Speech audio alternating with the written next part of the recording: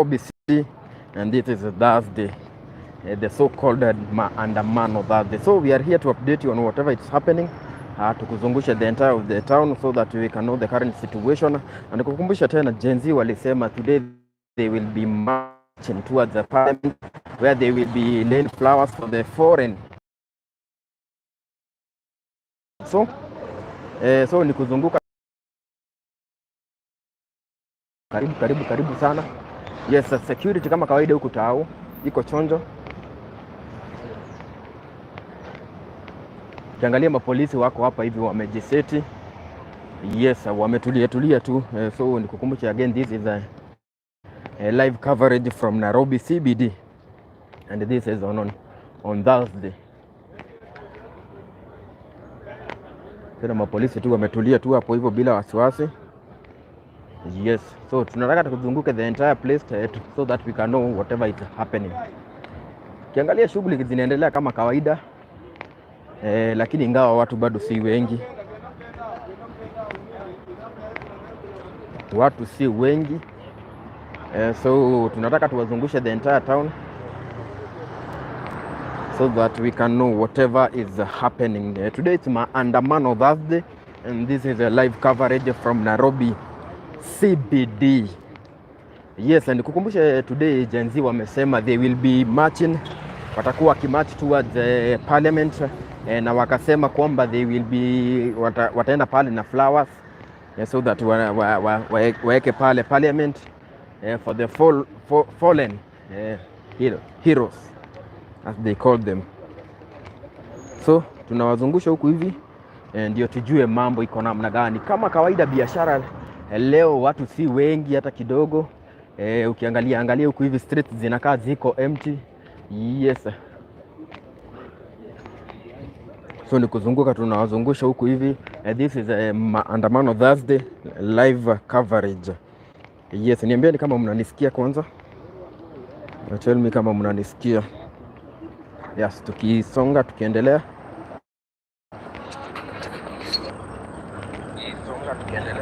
So thank you very much. This is the live coverage from Nairobi CBD, and today is a Maandamano Wednesday. And we would like to update you on whatever is happening. Kama kawaida kumekuwa na posta zikizunguka zikisema kwamba Gen Z siku ya leo watakuwa kutao na they will be marching towards parliament.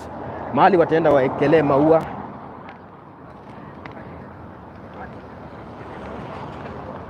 Walisema wataenda waeke maua for those who are killed during the maandamano. Kumbuka today marks 1 month kutoka siku yenye demonstrations zilianza na kutoka siku yenye wale Gen Z waliweza kuuliwa.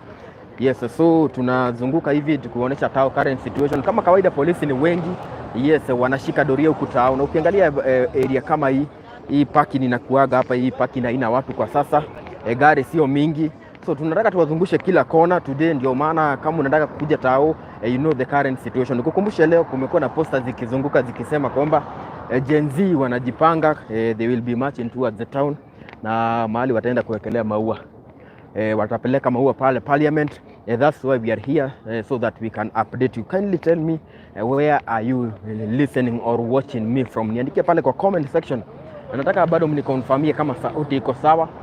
So tutakuwa tukizunguka, tutawapeleka side za juu za Uhuru Park. Yes, ndio to at least you can know the current situation hapa jiji kuu la Nairobi.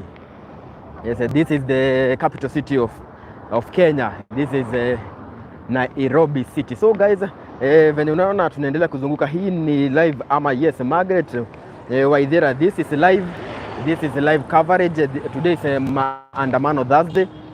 Na leo Gen Z walisema they will be marching towards the parliament, na wakifika pale hivi watakuwa wakiekelea maua for those who were killed during maandamano. Kumbuka kwamba it's one month kutoka ile time yenye waliuliwa. So Gen Z wakasema together with their families they will be marching towards the parliament, na ndio maana tunasonga hivi tukiwaonyesha the current situation. Mabiashara kama kawaida si mingi sana zimefunguliwa. Biashara si mingi sana zimefunguliwa, lakini ukikompare na last Thursday, leo kuna watu kadha wa kadha. Leo watu wako at least si Leo watu at least leo wanaendelea na shughuli zao. Leo kuna maandamano nitokee, and that's where we are here to bring you the live coverage. But why tulikuwa na university student chill, tuko wengi, but Ruto ametuzoea sana. So guys, kama kawaida, hii ni ile barabara ya kuelekea na side za parliament. Tunataka tufike pale parliament. Nikukumbushe, Gen Z wamesema they will be taking their flowers, waende waeke pale hivi parliament, for the fallen heroes, ambao wanawaita heroes, ambao waliweza kuuliwa maybe time ya maandamano. So tunataka tuwazungushe huko kwote so that we can know the current situation. Kama kawaida, ukiangalia huko hivi shughuli zinaendelea kama kawaida. Ukiangalia maafisa wa polisi, hizo ni magari za polisi, zinaendelea kushika doria huku chini. Side za chini bado, side za archives tutaenda na we shall see the current situation. Why we do this update is because it's our duty and responsibility. Yes. So it's our duty and responsibility to make sure that you get the updates from Gen Z Power mtokee kwa mpigo. So tunataka tuelekee hivyo. Ukiangalia huku hivi biashara zimefunguliwa, wananchi bado wanaendelea na shughuli zao kama kawaida. Na nataka uniambie where are you watching us from kama kawaida. Niambie where are you watching us from, na mambo itakuwa iko chonjo kabisa. Nikukumbushe tena, Gen Z wamesema siku ya leo lazima kitaeleweka, na wamesema they will be marching. Wamesema ni marching. Wamesema they will be marching. Kwani leo pia kuna maandamano? Hebu wacha ni kama hivyo tao. So today walikuwa wamesema they will be marching towards parliament, na wataenda wakiwa wamebeba maua. So that's why we are here to update you on whatever that is happening. Tunataka tukuzungushe kila from Kisii town. Thank you very much. Anaitwa Peter. Peter, thank you very much for watching from all the way from Kisii. Ukikumbuka hii area hapa hivi kuna namba polisi, saizi hakuna. So it's our duty and responsibility to make sure that tumekuupdate on whatever is happening. Sana siku ambayo ni ya maandamano. Nikukumbusha, maandamano ilikuwa siku ya Tuesday na walikuwa wameiweka hadi siku ya Thursday. So today it's on Thursday, and tunpe hii government pressure. Yes. So nikukumbusha, today it's on Thursday. Yes, ambayo huwa wanaita maandamano Thursday. Gen Z leo wamesema they will be coming to town. Wataenda kupeleka maua pale hivi parliament. Nikukumbushe, there were some people allegedly said that waliuliwa pale hivi parliament. So watapeleka pale maua, and that's why tunakuzungusha huku so that you can see the current situation. Kuja Kimathi Street, hatuna media yoyote. Sawa, Kimathi Street ndio tunataka tukuje hivyo so that we can know the current situation from Salama Makueni. Thank you very much. So ukiangalia kule mbele hivi, ukiona kule mbele hivi kuna gari ya polisi, na tunaambiwa Kimathi Street ndo tunataka tufike. Ruto mpaka aende, sisi tumeamua. Watu wanaendelea kutoa maoni yao. Huwa tunasema huko Kikuyu TV, our work is only to update you kama kawaida. So kama kawaida, unaona biashara kuna zenye zimefunguliwa na kuna zenye zimefungwa. Biashara kuna zenye zimefunguliwa na kuna zenye zimefungwa. So tunataka tuelekee Kimathi Street. Ukiangalia kama kule hivi, ukiangalia mingi bado kuna watu bado wako na uoga. Ukiangalia kama kule hivi kuna zenye zimefungwa. Tunapatana saa ngapi? Beatrice Wajiko. Yes. Tunaendelea kusonga pale hivi. Ukiangalia pale mbele kuna maafisa wa polisi, jeshi wako hapa hivi to make sure that in case of anything wako chonjo kabisa. So tunaelekea Kimathi Street.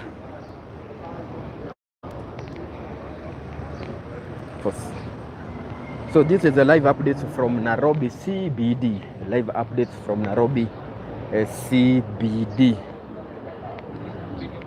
So tunataka tuelekee. Ukiangalia mapolisi ni wengi zaidi. Ukiangalia hapo hivyo mapolisi wako hapa hivi na wamejiseti, as you can see. Huko ndiko kukumbusha tena tuko tao. Yes, ndo hawa mapolisi wako hapo hivyo, as you can see.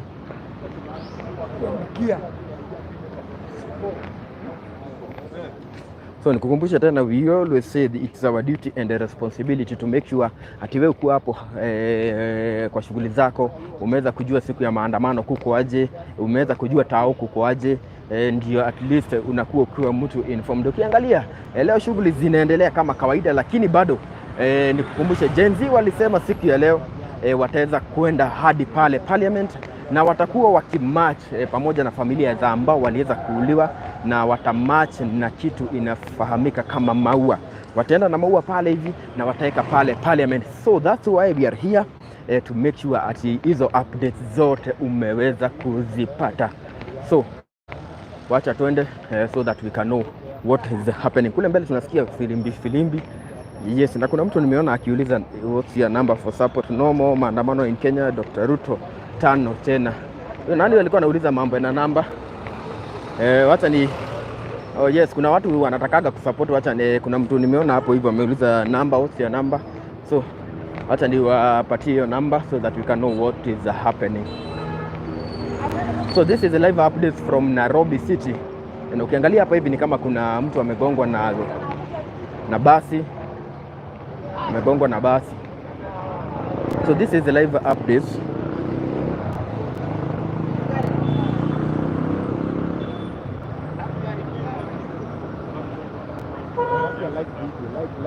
Like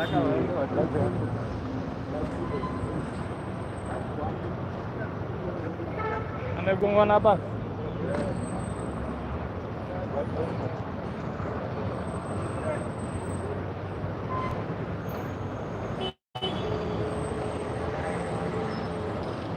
So yes guys, so this is a live update from Nairobi CBD. This is maandamano Thursday and this is the current situation. Kuna jamaa hapa tunaona hivi amegongwa na Super Metro.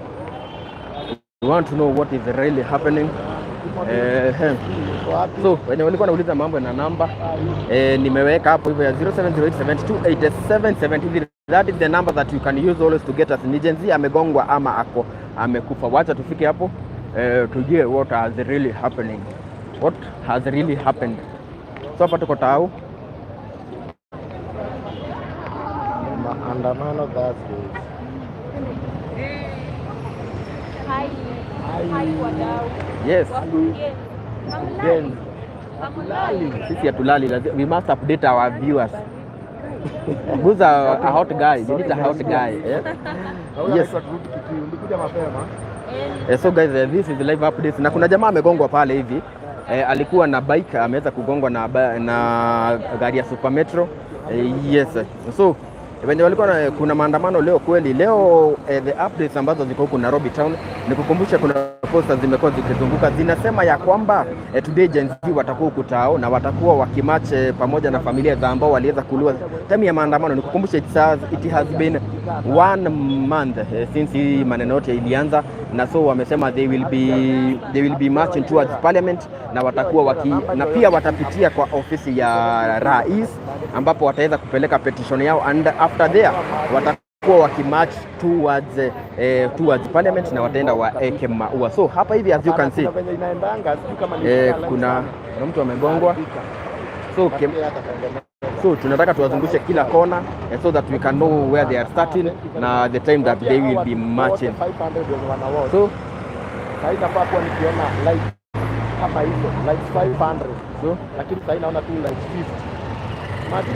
So guys, hapa kuna basi imegonga mtu hapa guys. Mtu amegongwa, alikuwa na bike. Na ukiangalia kule mbele hivi maafisa wa polisi wako very chonjo. Nikukumbusha hii area inakuaga area of interest. Hapa hivi kuna kuaga na a lot of violence. Inakuaga ni kama battlefield wakati wa maandamano. Na kule hivi mbele unaona kuna mapolisi wako huko hivyo. Yes, nikukumbushe tena once more kwa wewe ambaye unajiuliza leo kuna maandamano. Today inakuaga Thursday maandamano, lakini today Gen Z wamesema ya kwamba watakuwa wakimarch towards Parliament na huko wataenda na maua na watakuwa wakiweka pale hivi so that in honor of the Gen Zs that were maybe killed ama who died during maandamano. Tena wamesema wataenda kwa office of the president pale wataweza kupeleka petition yao. Yes, enyewe that Joseph is stupid. So guys, yes, na nakukumbusha tena huwa tunasema hiyo namba yenye tumeweka hapo, you can always use it to support us and also to reach us. Na ukiona pale hivi kuna maafisa wa polisi ambao wanakuja Yes, maafisa wa polisi wanashika doria. Wewe tuambie kaa huyo amegongwa ni Gen Z. Yes, it's a young man. It's a young man, lakini alikuwa na zile protective gears. Alikuwa na hizo protective gears. So unaona gari iko hapa hivi na ni kama amekimbizwa hosi. Wewe ni kama amekimbizwa hosi. Yes, alafu tena guys niwakumbushe tena, you can always like, tuko watu 734. Yes, kama ni Gen Z ni kuje tao saa hii 6. Yes, Ruto must go. So nataka nisome your comments and this is the live updates from Nairobi CBD. Na niwakumbushe tena, huwa tunasema if you would like to support us, that number ile tunakuwa tumeweka hapo is always the number to use. Na kuna watu wanajiuliza what is happening. Nikukumbushe kumekuwa na posters ambazo zinakuwa zikisambaa kwenye mitandao ya kijamii. Nikukumbushe watu kama Gen Z wanatumiaga mitandao ya kijamii kuweza kucommunicate, na sasa kulikuwa na posters ambazo zilitoka na zikasema siku ya leo ambayo ni siku ya Wednesday, siku ya Thursday, kutakuwa na Gen Z watakuwa wakikuja huku tao na they will be marching towards parliament, wako wamebeba maua, and that is before that is after they take their petition to the office of the president. So that's why we are here live coverage from Nairobi CBD. Lazima tuoneshe situation iko namna gani, na ukiangalia biashara mingi zimeweza kufunguliwa, ukiangalia Wakenya wanaendelea na shughuli zao kama kawaida. Yes, lazima we demonstrate hadi wajue wao sio wanaweza ongoza Kenya. Hiyo ni mtu anaitwa Margaret Waithera. Yes, thank you very much. Na nikukumbusha tena that number ile tumepina hapo hivyo.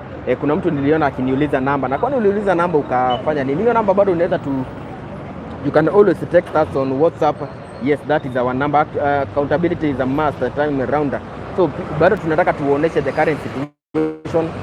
Kama biashara zimefunguliwa, ndio kama kuna shughuli huko tao, maybe kuna mtu anahofia anasema maybe sijui situation ya tao iko aje siku ya leo.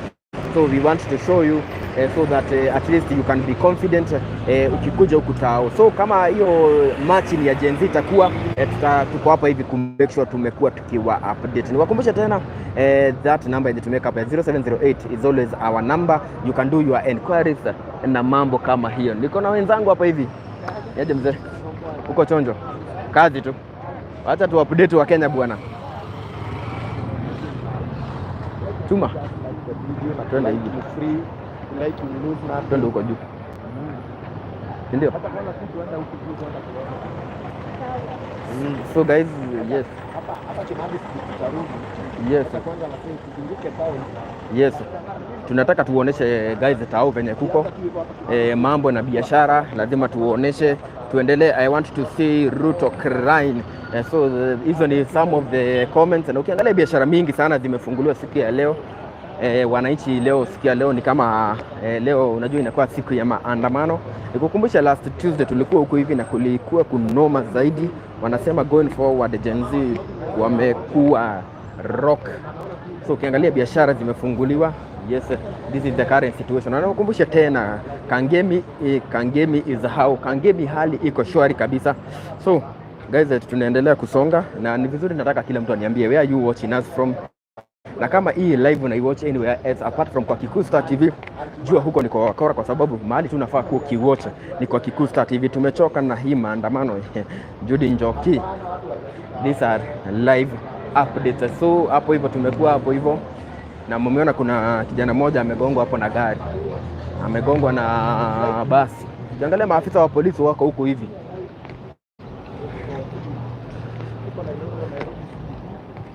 Angalia maafisa wako huko hivi ready kuweka ulinzi. Watching from Zimmerman Place, tuliona horror juzi usiku. Hao ni watu wa Zimmerman. Ukiangalia wana biashara wanaendelea tu na shughuli zao kama kawaida. Polisi nao wako hapa hivi, wako very much set in case of anything. Nikukumbusha hii area ndio inakuwa hot point. Kuna semago ni nini hot point?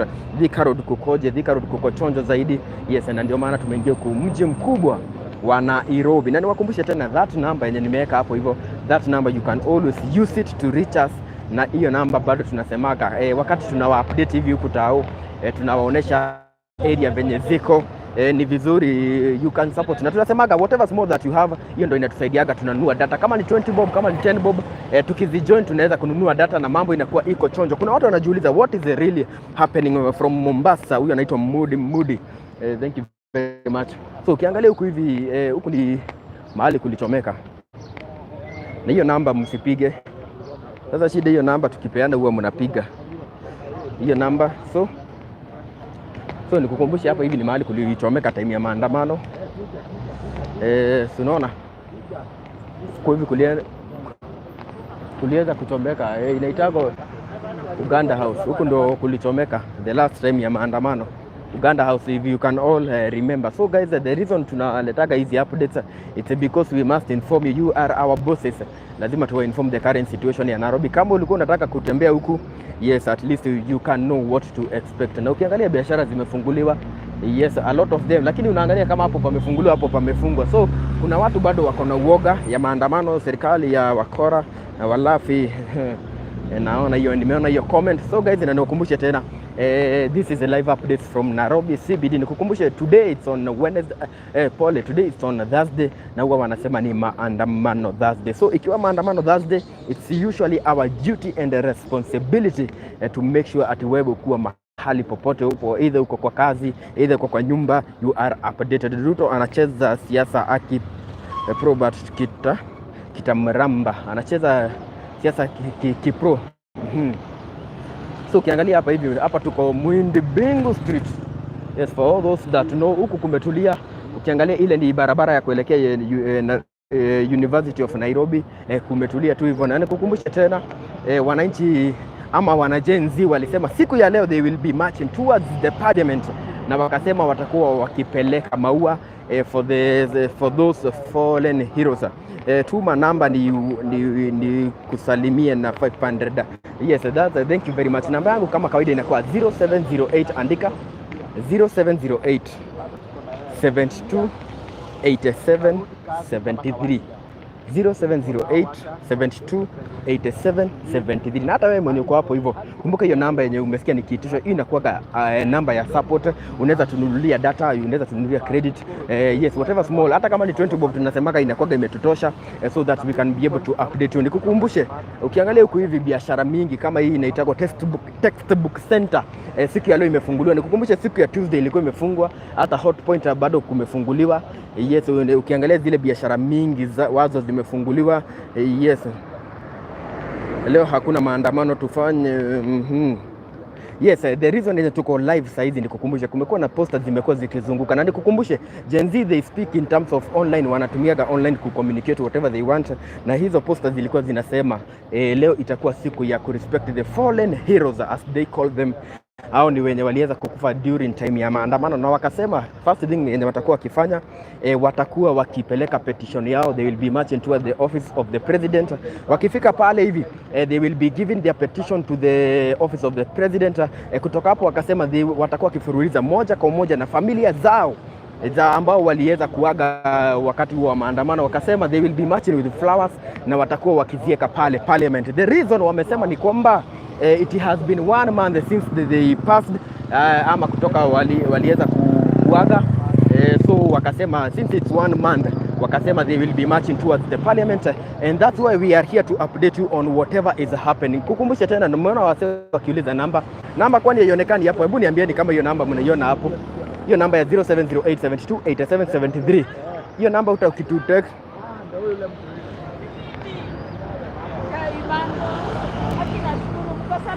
Kwa salama. Ulisaidika?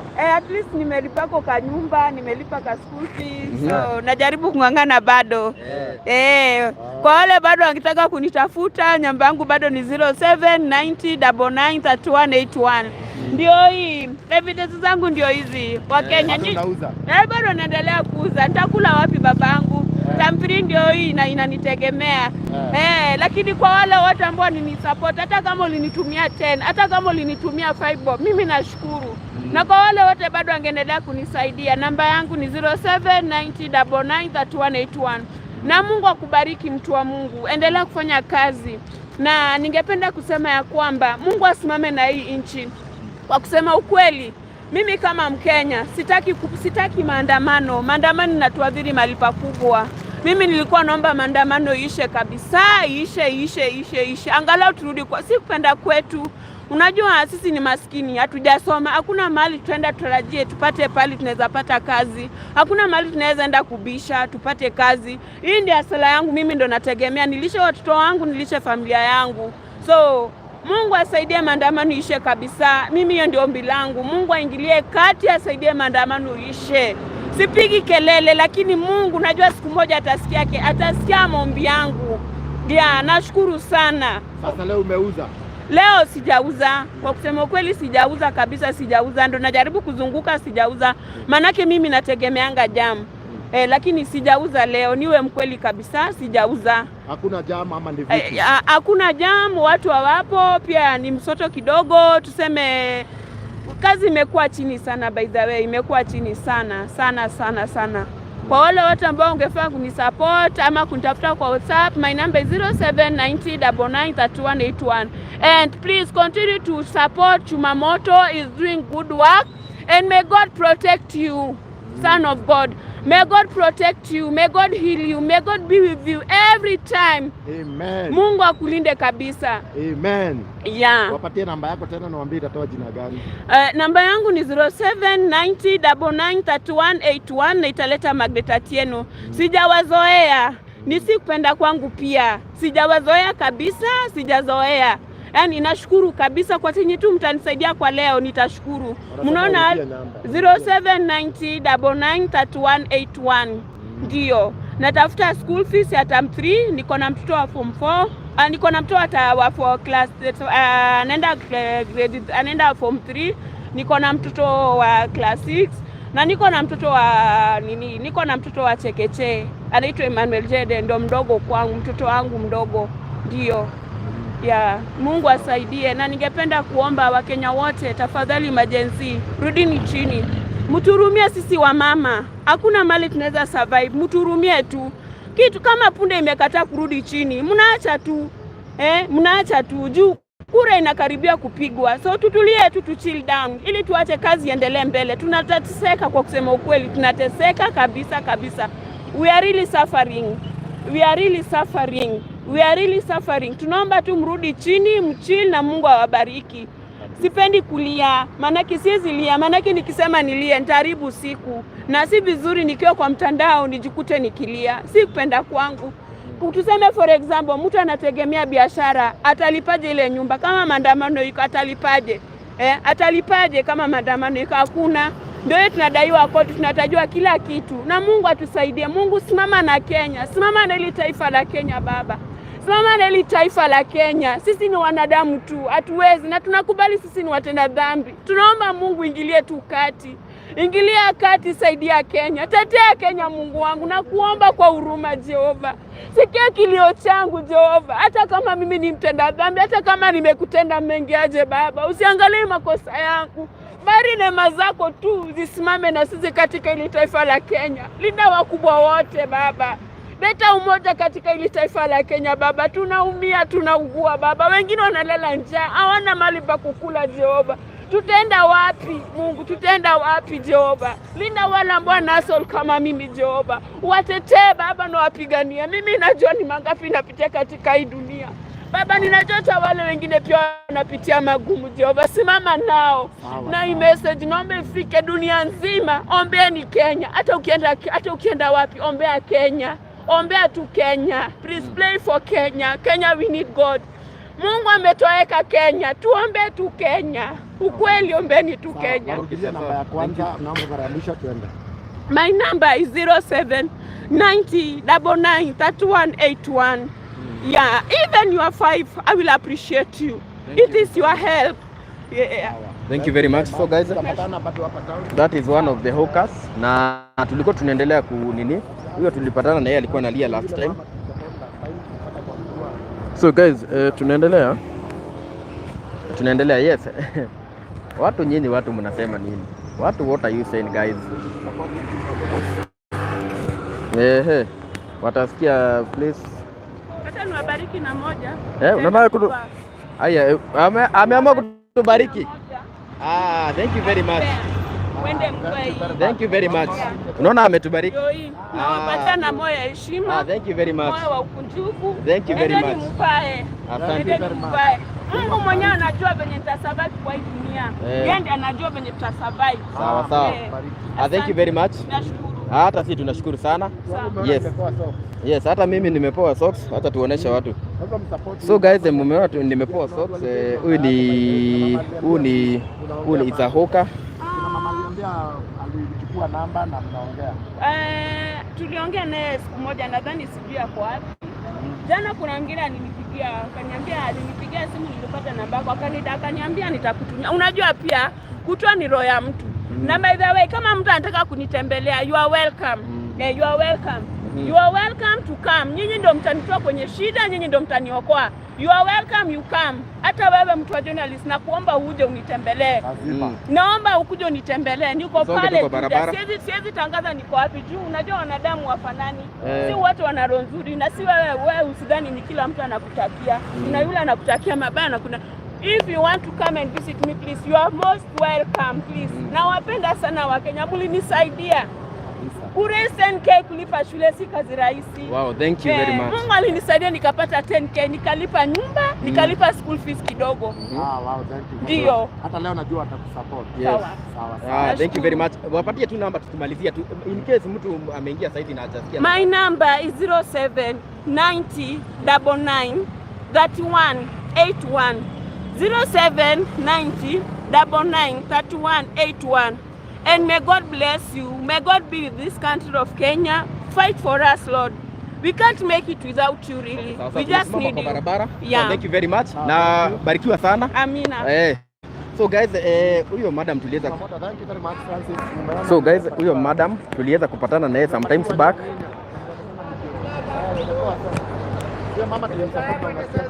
Hii namba hadi nimekram. Kwani mnakumbuka tuliweza kusupport huyo madam. Mimi tu ndio mlitoa. Kuna mtu ananiambia hapa Tusta anaimba live yako. Ati nani anasema hivyo? Hebu uoneshe niko hapa. Tusta ni huyu. Hapana, mimi siwezi iba live ya Chuma Moto. Huyu tunatembea na yeye. Huyu haezi iba. Mimi siwezi iba. Tusta kimbia ama kwa Chuma Moto media tu huko kwingine unaibia. Yes. Huyu ndiye Tusta hapo kazi. Yes. Yeye hapo kazi. Yeye hapo nyumba nikizea kula za. So guys, karibuni sana. So guys, this is a live coverage from Nairobi CBD.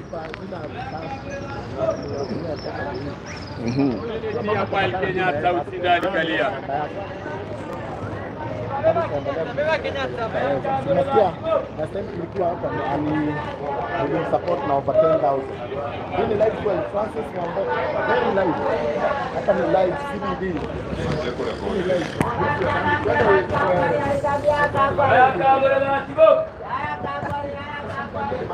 So guys, thank you very much. Tumerudi tena. Mumeona tulisaidia mama hapo Hoka last time na leo na sasa leo tumepatana naye, akasema aliweza kulipa school fees, aliweza kupata at least do kiasi akalipa nyumba, na hata kunisumbua niko na Chuma Moto hapa ananisumbua. So venye tulimsaidia hivyo, so leo tumepatana na yeye na akasema thank you very much, na by the way umeona ametusaidia, ametupea socks, ametubariki na socks. So guys, once more kwa wewe mwenye unaingia sasa, this is a live update from Nairobi CBD. Nikukumbusha today it's on Wednesday na huwa tunasema ni maandamano. Pole, today is on Thursday. Sijui Wednesday mbona inaniingia sana. Ni jana tulikuwa live. Jana tulikuwa live kwa nini? Kwa maandamano. Jana kulikuwa na maandamano ya wanahabari. Yes, soda chore, So guys, tunaendelea. Ukiangalia kama kawaida leo situation iko chonjo. Hii barabara ukiangalia hivi magari zina flow kama kawaida. Yes, na mambo inaendelea kuwa iko chonjo kabisa. Na nilikuwa nimesema yes, na tunasemaga yes, unaona sasa. Tulikuwa tu tumesema tu.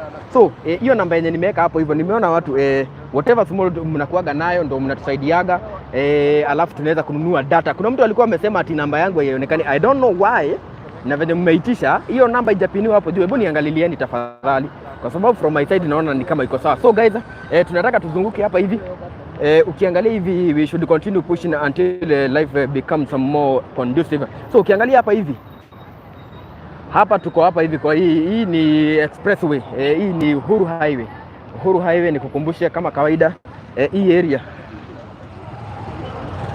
kama kawaida inakuaga na mapolisi wakuwa wamesimama pale mbele. hapo kuna kuwaga na mapolisi so leo hawayuko na mahali pengine kuna kuwa na mapolisi ni pale, kuna lori ya polisi mnaona pale hivi, na nikukumbushe kama last Tuesday venye tulikuwa huku hivi hapa, hata watu wenye wana construct hapa hawakuwa kazi kwa sababu hiyo maandamano ilikuwa hatari sana.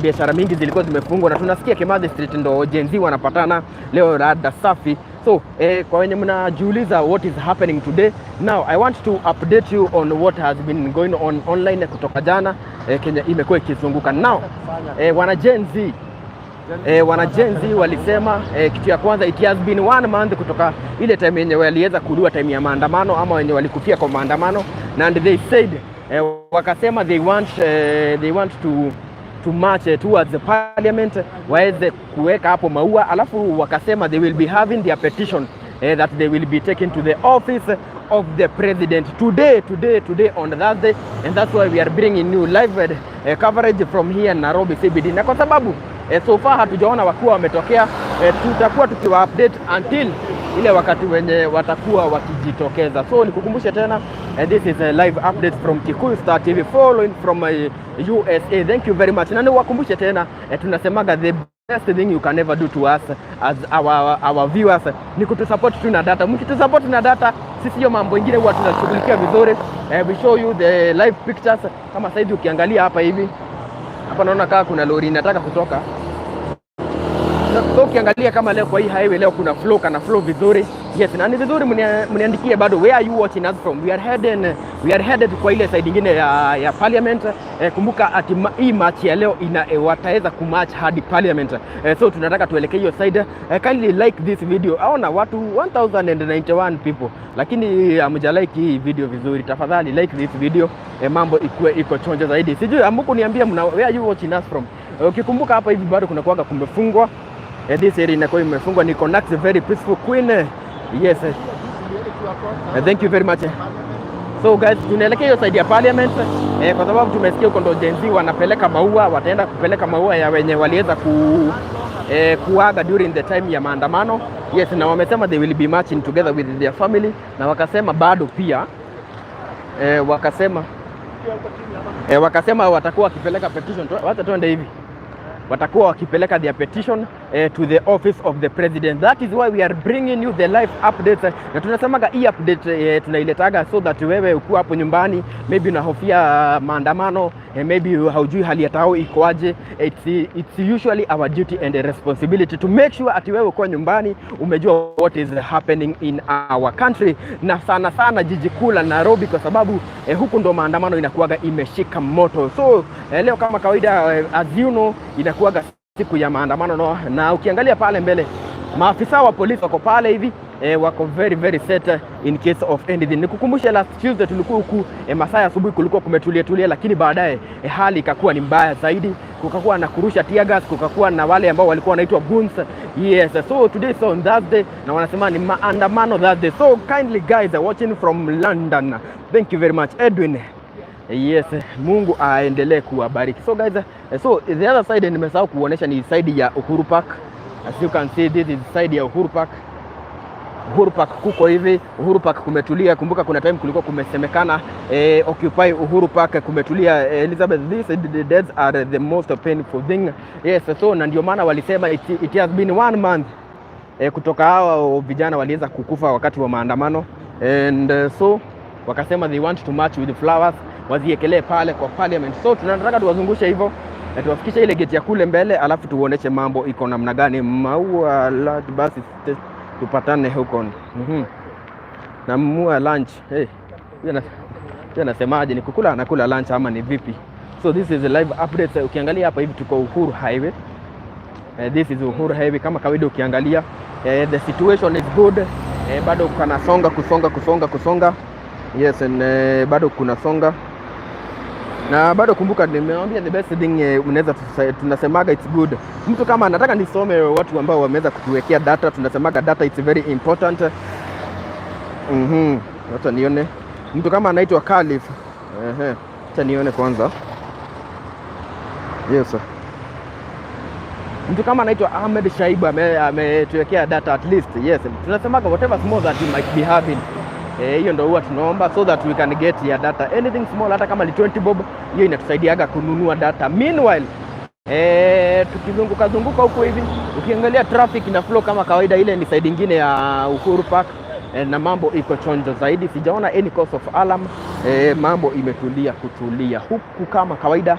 This is a live update from Nairobi CBD. Hii bora jeshi shike usukani. I'm watching from Githurai 44. Thank you Richard Onchiri, thank you very much for watching. So this is the live update.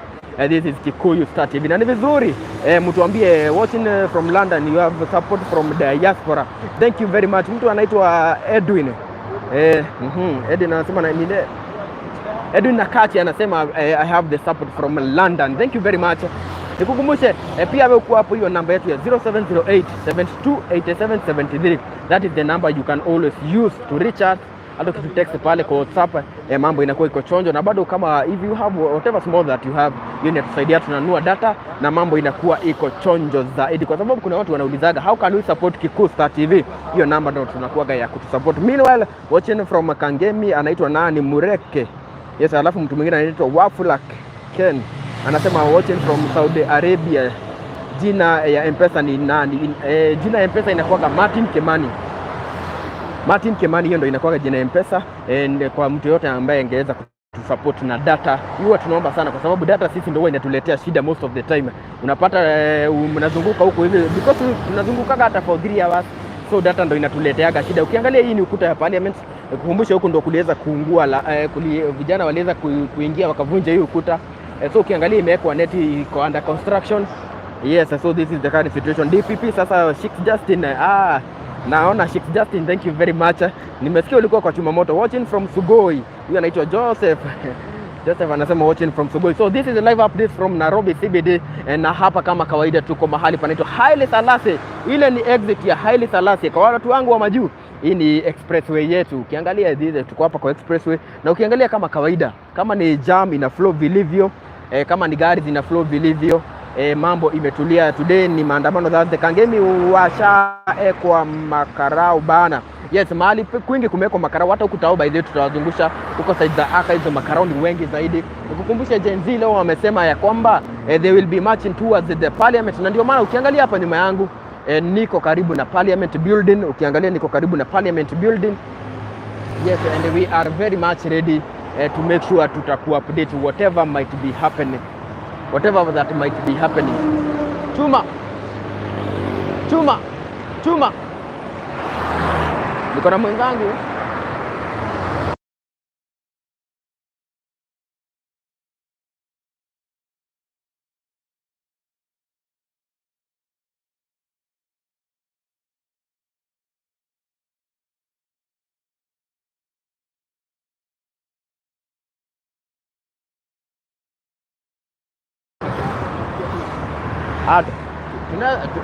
Turudie tu hapa hivi. So guys, as you can see, hii ni Uhuru Highway na inaendelea kuflow, ina flow. So tunataka tufike hapo parliament, kwa sababu huko ndo tunasikia wana march.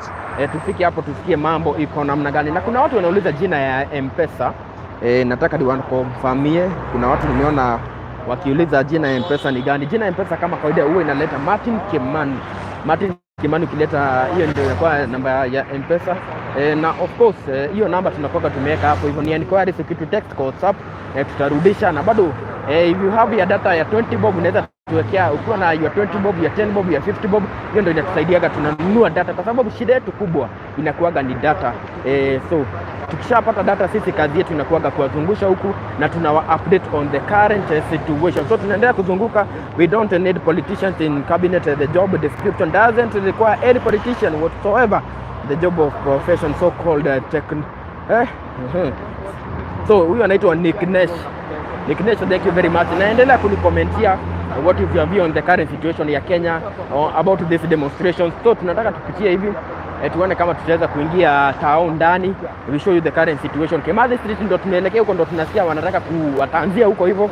Tutaenda huko hivyo so that we update you on what is happening. Wakumbushe tena our number, ile namba ambayo unaweza kutusupport using it. Tunasemaga ukitaka kununua data, hiyo tu ndo namba unaweza tumia. Nimewaambia the only way you can support us ni kutunulia tu data. Sisi tukishapata data kazi ya kuwa update mnatuachia. Kama kawaida tunaendelea kuzunguka. Huku ni jiji kuu la Nairobi. Ukiangalia inaitwa Uhuru Highway. The other side ukiangalia pale, sijui kama mnaona pale ile mabati ya blue. Hii mabati ya blue ndo wangona walitumia kuingia Uhuru Park last time. Watching from Saudi Arabia. Hey, anaitwa Ruth Mwangi. Wanasiasa wote waende nyumbani, salimia Chumamoto, tuko na yeye. Chumamoto wako pale mbele, is my working colleague.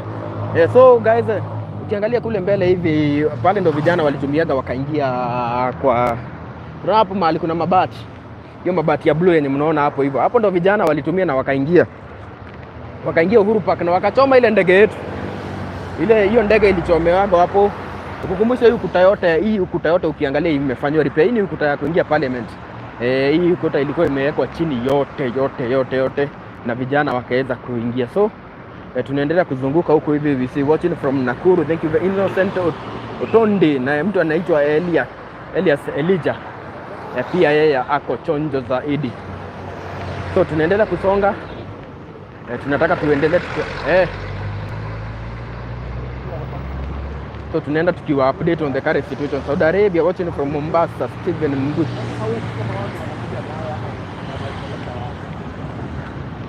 So ukiangalia hii barabara kama kawaida siku zingine inakuwaga imefungwa, lakini siku ya leo haijafungwa, ingawa kuna maafisa wa polisi wako hapa hivi, lakini haijafungwa. So this is the road yenye inaelekea huko side za parliament.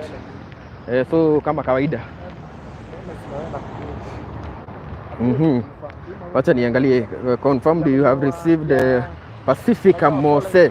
Thank you very much. Tumesema yes, hata kama ni 10 bob inakubalika, hiyo inatusaidiaga ukiongezea 10 bob moja na uongezea ingine, hiyo inatusaidiaga tunaweza kununua data na mambo inakuwa iko chonjo. So guys, tunataka tuingie hii side za parliament tuone kama vijana wa Gen Z wameanza kumarch kama vile walikuwa wamesema. Nikukumbusha walikuwa wamesema leo watakuwa wakimarch kupeleka maua hapa parliament for the sake of those who were killed ama who died during maandamano. Nikukumbusha it has been 1 month since they died. Wacha uchoche.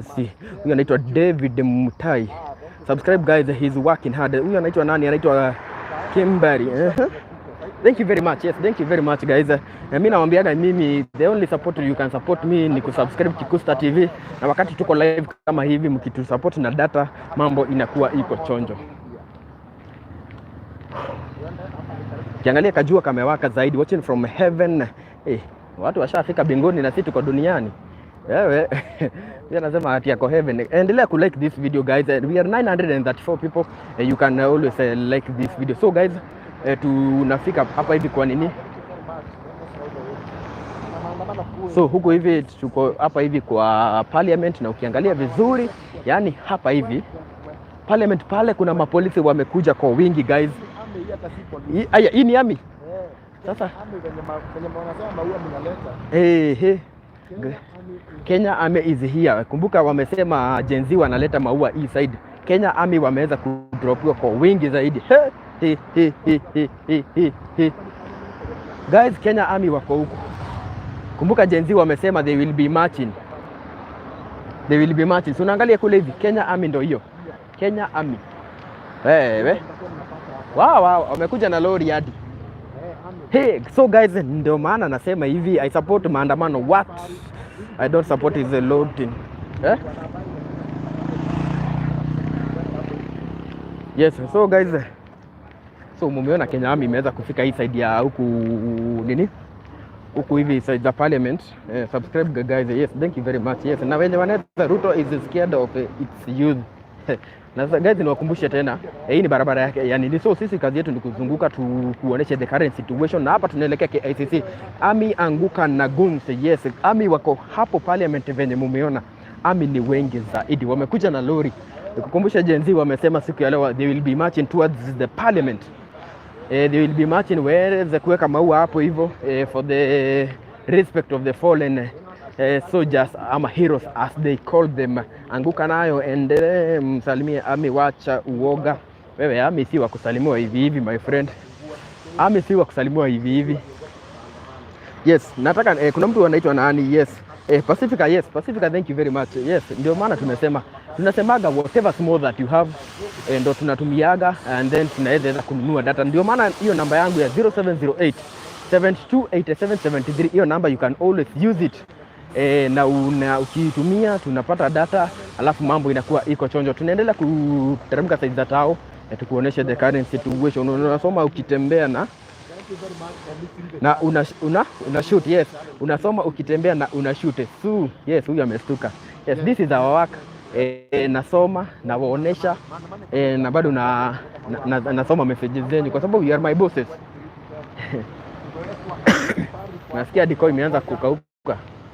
Itabidi nimetafuta maji. Kama watawauliza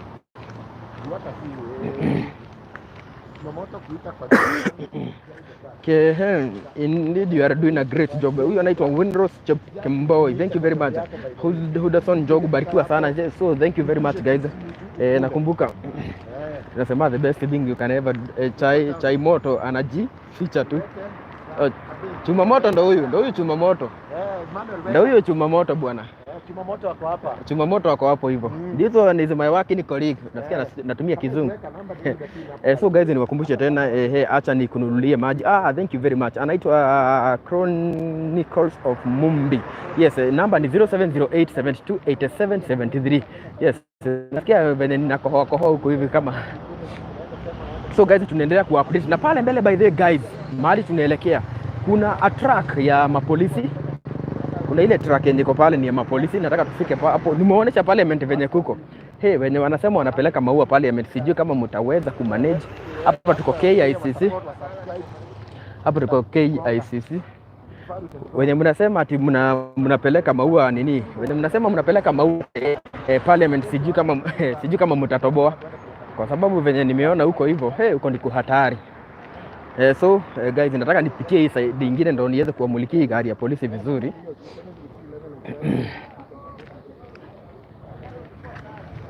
So si unaona pale hivi bado gari zinaendelea kukuja. Hii ni barabara ya kuingia na parliament. Nikukumbushe jenziwa wanaongea kutumia mitandao kunanukia tear gas. Tear gas imeishaisha. Saizi hakuna tear gas mingi. Mnafanya kazi nzuri lakini ambieni vijana watumie hekima. Vita haipiganiwi kwa mbinu moja. They have monotheistic thinking. Huyo ni mtu anaitwa nani? Anaitwa Muhammad Wesonga. Yes, thank you very much Muhammad Wesonga. Kiangalia gari za polisi zinazunguka huku hivi. Unaona? Ndio hizi gari. Kiangalia army bado wanazunguka huku hivi. Yes, unaona iko chonjo hapo hivyo. Jeshi are the best for protection. Yes, nimeonyesha pale parliament hapo kufika ni ngori by guys. Hapo nimeonyesha lori imeweza kumwagwa hapo ya jeshi Kenya Army wako hapo hivyo. Kumbuka M-Pesa number please. Thank you very much number. M-Pesa number ni 0708 72 87 73. 0708 72 87 73. Jina inaleta Martin Kimani. So kama kawaida hapa tuko hapa Supreme Court. Ukiangalia pale hivi ile ni lori ya polisi. So unaona wameshika doria hapa hivi, ni barabara ya kuingia na huko parliament. Yes, M-Pesa number hiyo nimeweza kusoma ni 0708728773. Na tunaendelea kuwazungusha huku tao so that you can have the clear picture. A great work but video quality is extremely poor. Huwezi sema extremely, hata sinieri tu useme poor. Unasemaje extremely? Ni unajua pia ina depending na network ya mahali kama tuko. Ukumbuke huko tao most of the time hata network wewe inazima. So inabidi tunapambana na ile network yenye iko. Ukiangalia huku hivi biashara mingi kama hii inaitagwa Carrefour Market siku leo imeweza kufunguliwa.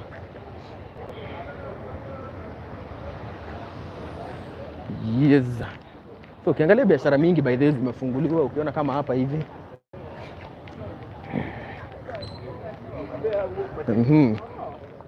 So thank you very much. Nataka nitambue watu Lucy Mbugwa, thank you very much, na mtu anaitwa Joyce Katisi, thank you very much. Ndio maana tulisema whatever small that you have ndio inatusaidiaga tunanunua data. So kama watu wenye nimesoma hapo hivyo Joyce Katisi na mtu anaitwa Lucy Mbugwa, thank you very much. I have seen your support. Na tunasema hiyo namba ya 0708728773. That is the number, you can always use it to send your support. Na bado hiyo namba unaweza ni text. On WhatsApp. So ukiangalia biashara mingi zimefunguliwa. Leo ni Thursday. Kukumbusha wamesema Gen Z watakuwa na demonstrations. Watakuwa na march ya kupeleka maua pale parliament, na nimeonyesha parliament venye kuna army wako pale hivi wamefika na lori. So kimbia sasa, wacha watu wa hustle. Mimi napiga maandamano. Huyo ni mtu anaitwa nani? Anaitwa Muhammad. Yes. Maandamano ni usiku. Nasema ati maandamano ni usiku. Maandamano ni usiku. So guys, this is the current situation. Ukiangalia kama kwa hii parking, ukiangalia kule mbele hivi polisi, afisa wa polisi wako huko. Afisa wa polisi wako huko. Very very set. Ni aje? Poa sana. Hizi ni kazi tu. Lazima tuoneshe Wakenya venye Nairobi iko. Ndio kama mtu ako na biashara huku, ajue kama ni kukuja ama ni kukaa nyumbani. So guys, ndio maana tunasemaga the reason we do this updates and live updates ni kwa sababu we would like people wajue kama uko hapo nyumbani na unahofia kuna maandamano siku ya leo, siku ya Thursday. Kumbuka siku ya Thursday kuna semekaaga ni siku ya maandamano. Thank you very much. Takutia ni fan bigi sana wapi? Hadi mapana. Bana, tumamoto kazi safi. Wazi. Inafaa. Sasa leo kazi iko vipi? Kazi iko down bana. Watu wanaogopa maandamano. Ndio. Kuna do. Leo mnaona kama kutakuwa na maandamano. Watu unajua sasa kila mtu anashindwa sasa Joho akiwa CS bana. Sasa watu wako na cold war. Sasa kama Joho ni CS wewe. Mambo gani? Bana. Kuna do. Kuna do. Tuko hiyo atmosphere. Wanakubali Joho kukua CS. Mining diamond. Bana. Hadi hapa wanasema Maua lazima walete hapa parliament. Ni mmesikia hiyo story? Iko. Hiyo ni kitu iko. Ni poa. Kwani ni poa. Sasa wewe unaitwa nani hapo na doing nini? Mimi ni grapher, niko Sapo, ni photographer. Bana venye gava ilikama ikatubondea wewe. Sisi tuliamua kujiemploy. Unafanya ngapa tao? Nafanya hapa. Nafanya hapa tao. Nafanya hapa mjini. Patia mtu namba yako, maybe anaweza kuja kukutafuta hapa. Ama mtu anataka kupigwa picha maybe. Hadi ule mtu kwanza ningetaka achukue namba yangu ni Mwago, ni MP wa Starehe. Mwago huyo ndo ningetaka achukue namba yangu. Kwa sababu MP bana alinitupanisha after kupiga nduru sana ingie kwa kiti, simu zangu ashiki. Unaona? Bana angetokea nipige boost. Mimi sina kamenje, nipige boost hadi nipate nataka soft box bana. Napiga job yangu safi. Ningepata soft box nijieke ligi nyingine ingekuwa muhimu. Badala ya nipige lapo huko na kwa idol mtaa. Mimi nikiwa tu na perform hapa bana. Mambo yangu inafaa. Mr. Mwago ipate. Na mtu yote mwenye kwa hapo anaweza penda kuniweka mbele kama kijana anajituma. Ni 0790 135 101 bana. 0790 135 101 bana. Support Safo afike hapo juu. Pia mimi nataka kusimamisha bungalow bana, ndio kabisa. Alafu leo kumekauka, hata hiyo namba anapatiana zika pesa.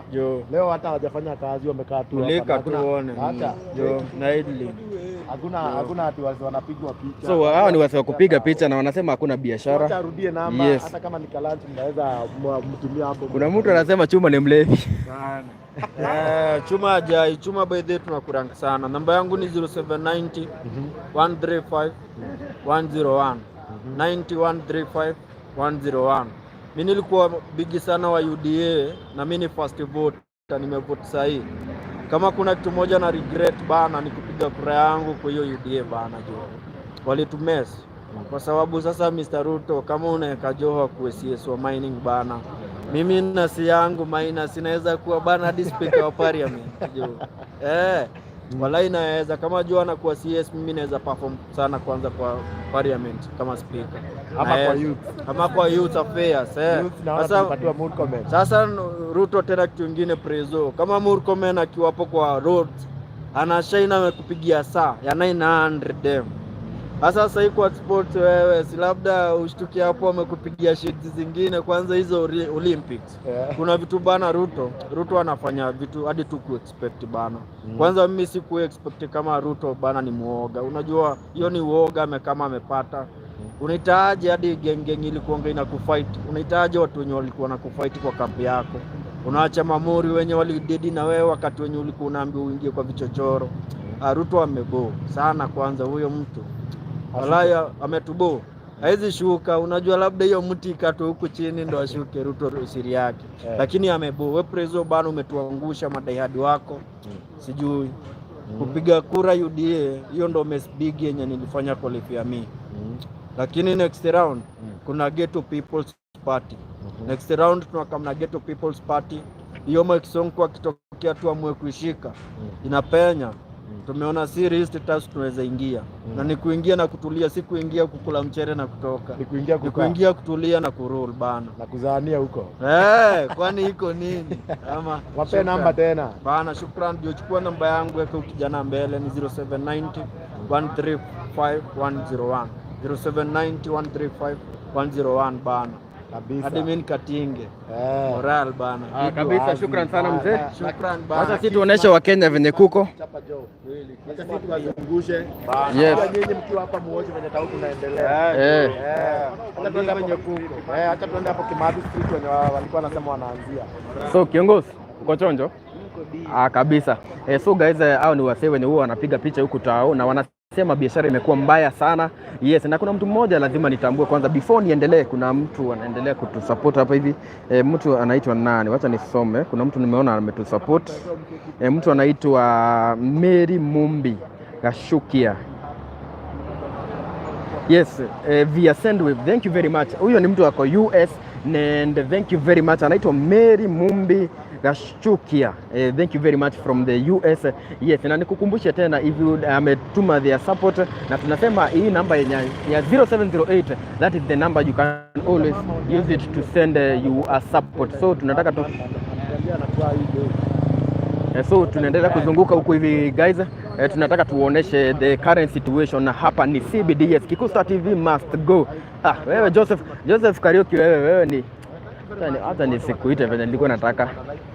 So guys, this is the current situation. This is live coverage. Ukiangalia pia hapa kunakuwa na watu wengi zaidi, lakini kwa sasa hakuna watu wengi. Number to send M-Pesa for bundles, number ni 0708 72 87 73.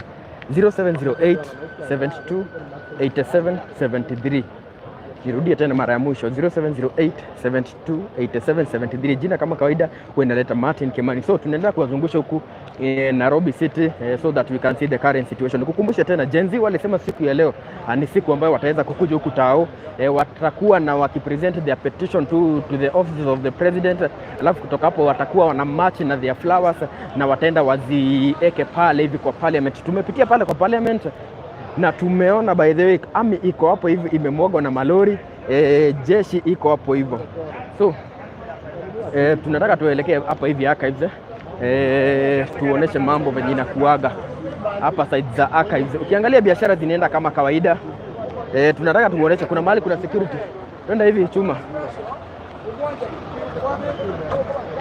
So Martin Wasera, yes, thank you very much. That is usually our number. Na hiyo tunasemaga hiyo you can use it to support us with whatever small that you have.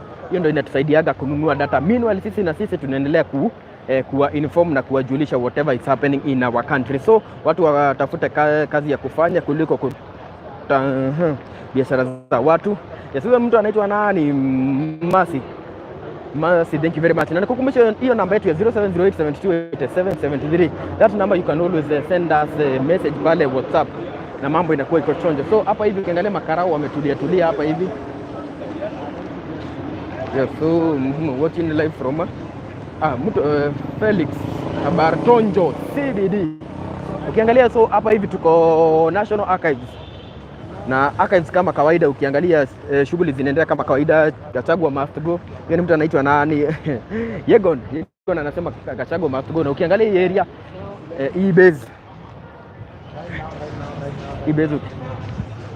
ukiangalia mapolisi wako chonjo zaidi. Hii ni area hapa hivi tuko archives. Tunaelekea Kimathi Street so that we can show you the current situation how it is. And kukumbusha hapa last time hapa ndo Gunsu alishikiwa. Kuna jamaa fulani by the way aliweza kuchomewa the motorbike. Wanasemekana walikuwa hired wakakuja kutaoa ibia watu. So ukiangalia the army guys wako huku kwa wingi zaidi. Yes, nataka uniambie where are you watching us from, na ukituambia hivyo wacha nione. Hata hii iko sawa. Hii yenye iko tu hapa hivi. Yes, mtu anaitwa nani from Peter Arvesh, thank you very much. Yes, ndio maana huwa tunasema whatever small that you have kama Peter Arvesh whatever small or big that you have, ndio inatusaidia hata tunaweza kununua data. Yes, na nimeona hata our friends from the US they are continue supporting Kikuyu Star TV. Tuko Kimathi Street. Yes, so tunaendelea. Ukiangalia biashara zimefunguliwa, watakoja sana leo ni asubuhi. So tunataka tufike hapa hivi huko Kimathi Street, ndio tunasikia hizi shughuli zote zinaanza. So hapa hivi as you can see, hey bro, fine hope road, mambo vipi? Huyo anaitwa nani? Nicholas. Mambo iko chonjo kabisa, ambia GSU isalimie chuma moto. So guys, ukiangalia hapa hivi ndio hiyo Kimathi, Gen Z must go. Hiyo ni Yegon. So ukiangalia huko hii Kimathi Street bana, ukiangalia biashara zimefunguliwa, It's our duty and responsibility to inform you the current situation at Nairobi. Ndio kama uko na biashara huku hivi, leo ikiwa siku ya maandamano, inaitagwa maandamano Thursday. Ikiwa siku ya maandamano, you know what to expect. Tafadhali chunga simu from the goons. Yes, mimi niko chonjo zaidi, nimejiseti vizuri to make sure that you get the live coverage. Hakuna hapa, kuna Moto Street kuko sawa. Watching from State House, Joseph, peace in Nairobi CBD, anguka nayo. So guys, this is the current situation. Wenye mnasema Kimathi Street tutembee huko, tunataka tuendelee, lakini ujue Nairobi, you never know the situation venye mambo itatokea. So lazima tukae tukikuzungusha, lazima tukae tukikuupdate. Tumekuwa pale side za parliament, na ndio uamini there is something that might happen. Ukiona ya mahali army imepelekwa hapo, they must know there is something that is being planned kuendelea. So ndio maana tuko hapa hivi, so that we can update you. Dickson Chumba watching live from Nairobi, live in Nairobi Chumba. So ukiangalia biashara mingi leo zimefunguliwa, mingi. Kenya Gen Z and millennials have started a revolution of good governance and spreading over the world. The big up team. Huyo anaitwa nani? Lazima nisome huyo anaitwa Nick Nash. So guys, niwakumbushe tena, yes, ni vizuri hii to the ground lunch hours they may come that time. Okay, ati anasemaje?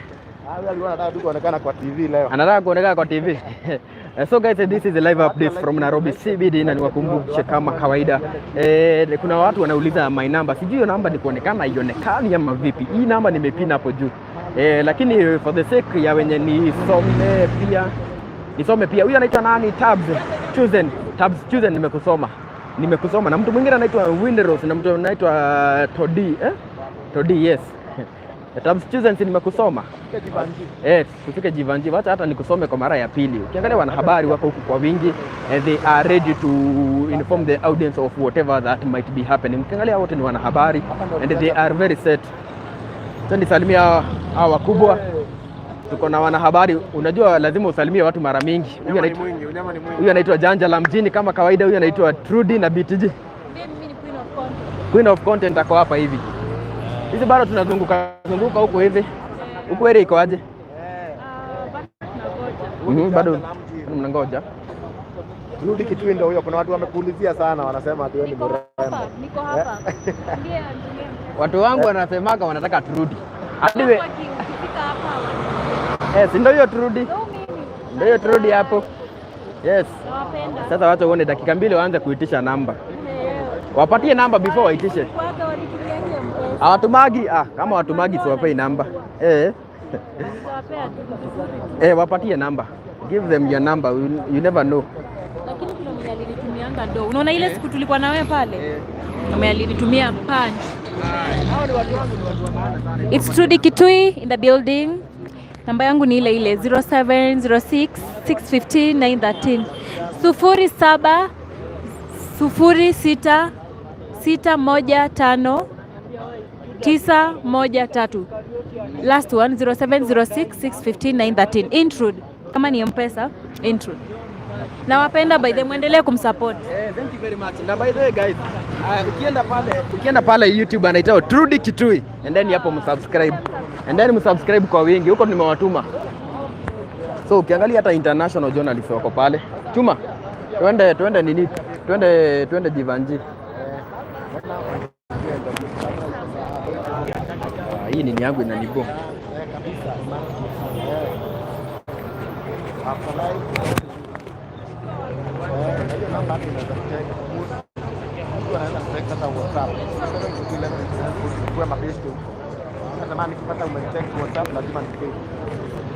guys, tuende. So guys, tunaendelea kuwazungusha huku ni jiji kuu la Nairobi. Ukiangalia wanahabari wako set in case of anything. Nikukumbushe Gen Z wamesema siku ya leo watakuwa na a march towards the parliament. The reason nataka nikukupesa hizi walisema hivi, it has been 1 month since their fellow demonstrators ama wale ambao walikuwa kidemonstrate waliweza kuaga.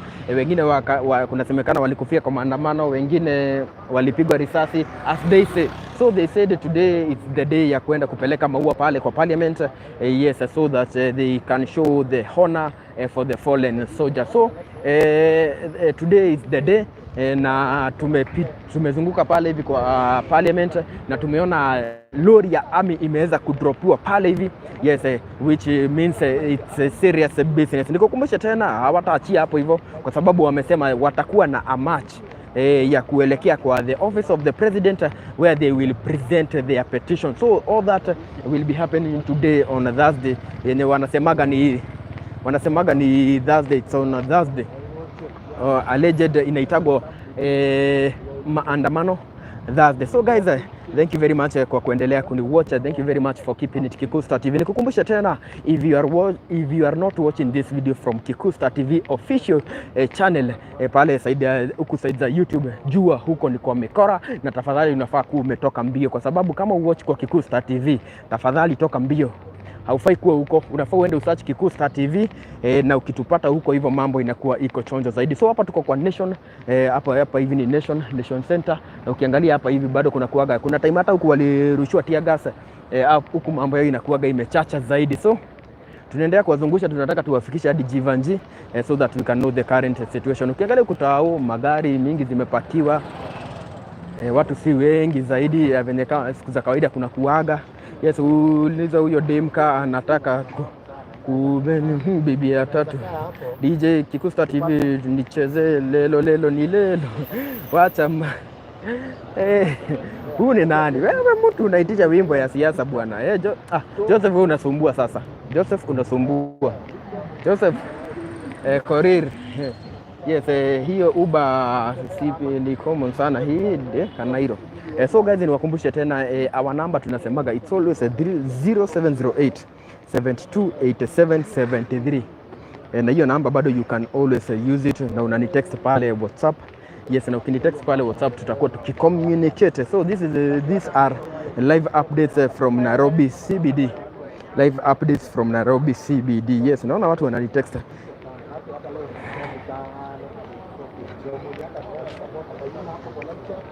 So guys, pin location anaitwa Jeffred. So hapa hivi tuko total. Tunataka tuwafikishe Jivanji. Wakumbushe tena bado kuna kuaga na mambo ambayo inaweza kupangua Jivanji. Tunataka tufike huko. Na wakumbushe tena the only way guys. Unaona venye kajua kamekuwa kamoto. Kuna mtu alikuwa amesema ananunulia chai. Sikia tu chai maji. Kuna mtu alikuwa amesema atanunua tu maji. So this is the current Pentagon 2.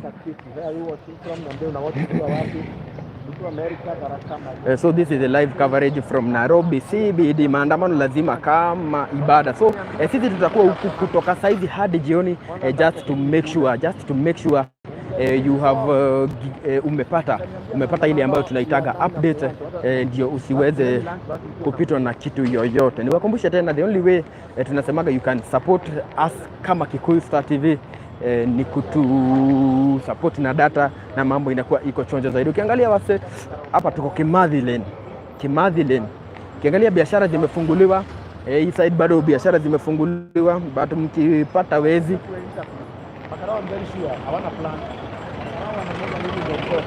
so mkipata wezi wamalizie kabisa those guns. Huyu anaitwa Nicholas.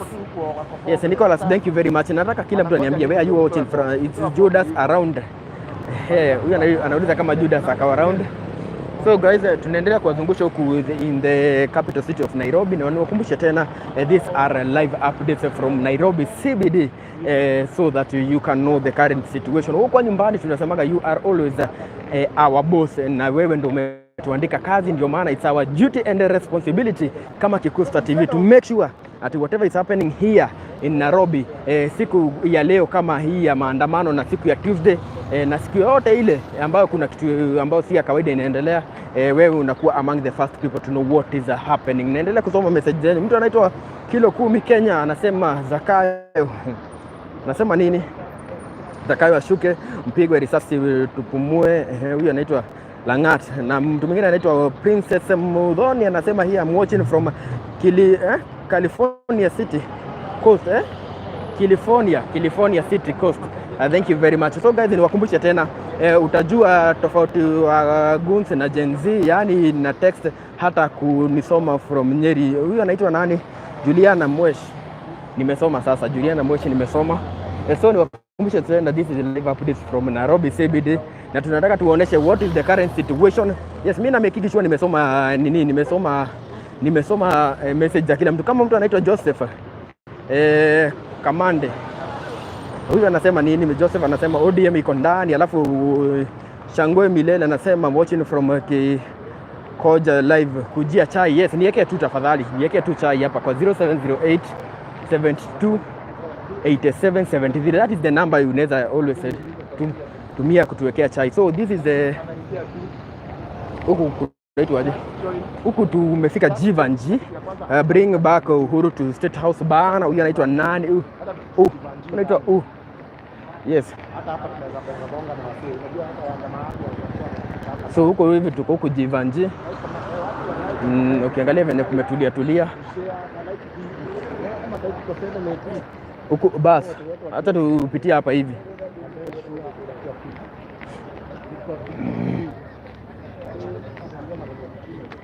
So na ukiangalia huku hivi huku Jivanji bana, kuna mapolisi wanashika doria huku kama kawaida. Wanashika doria kama kawaida.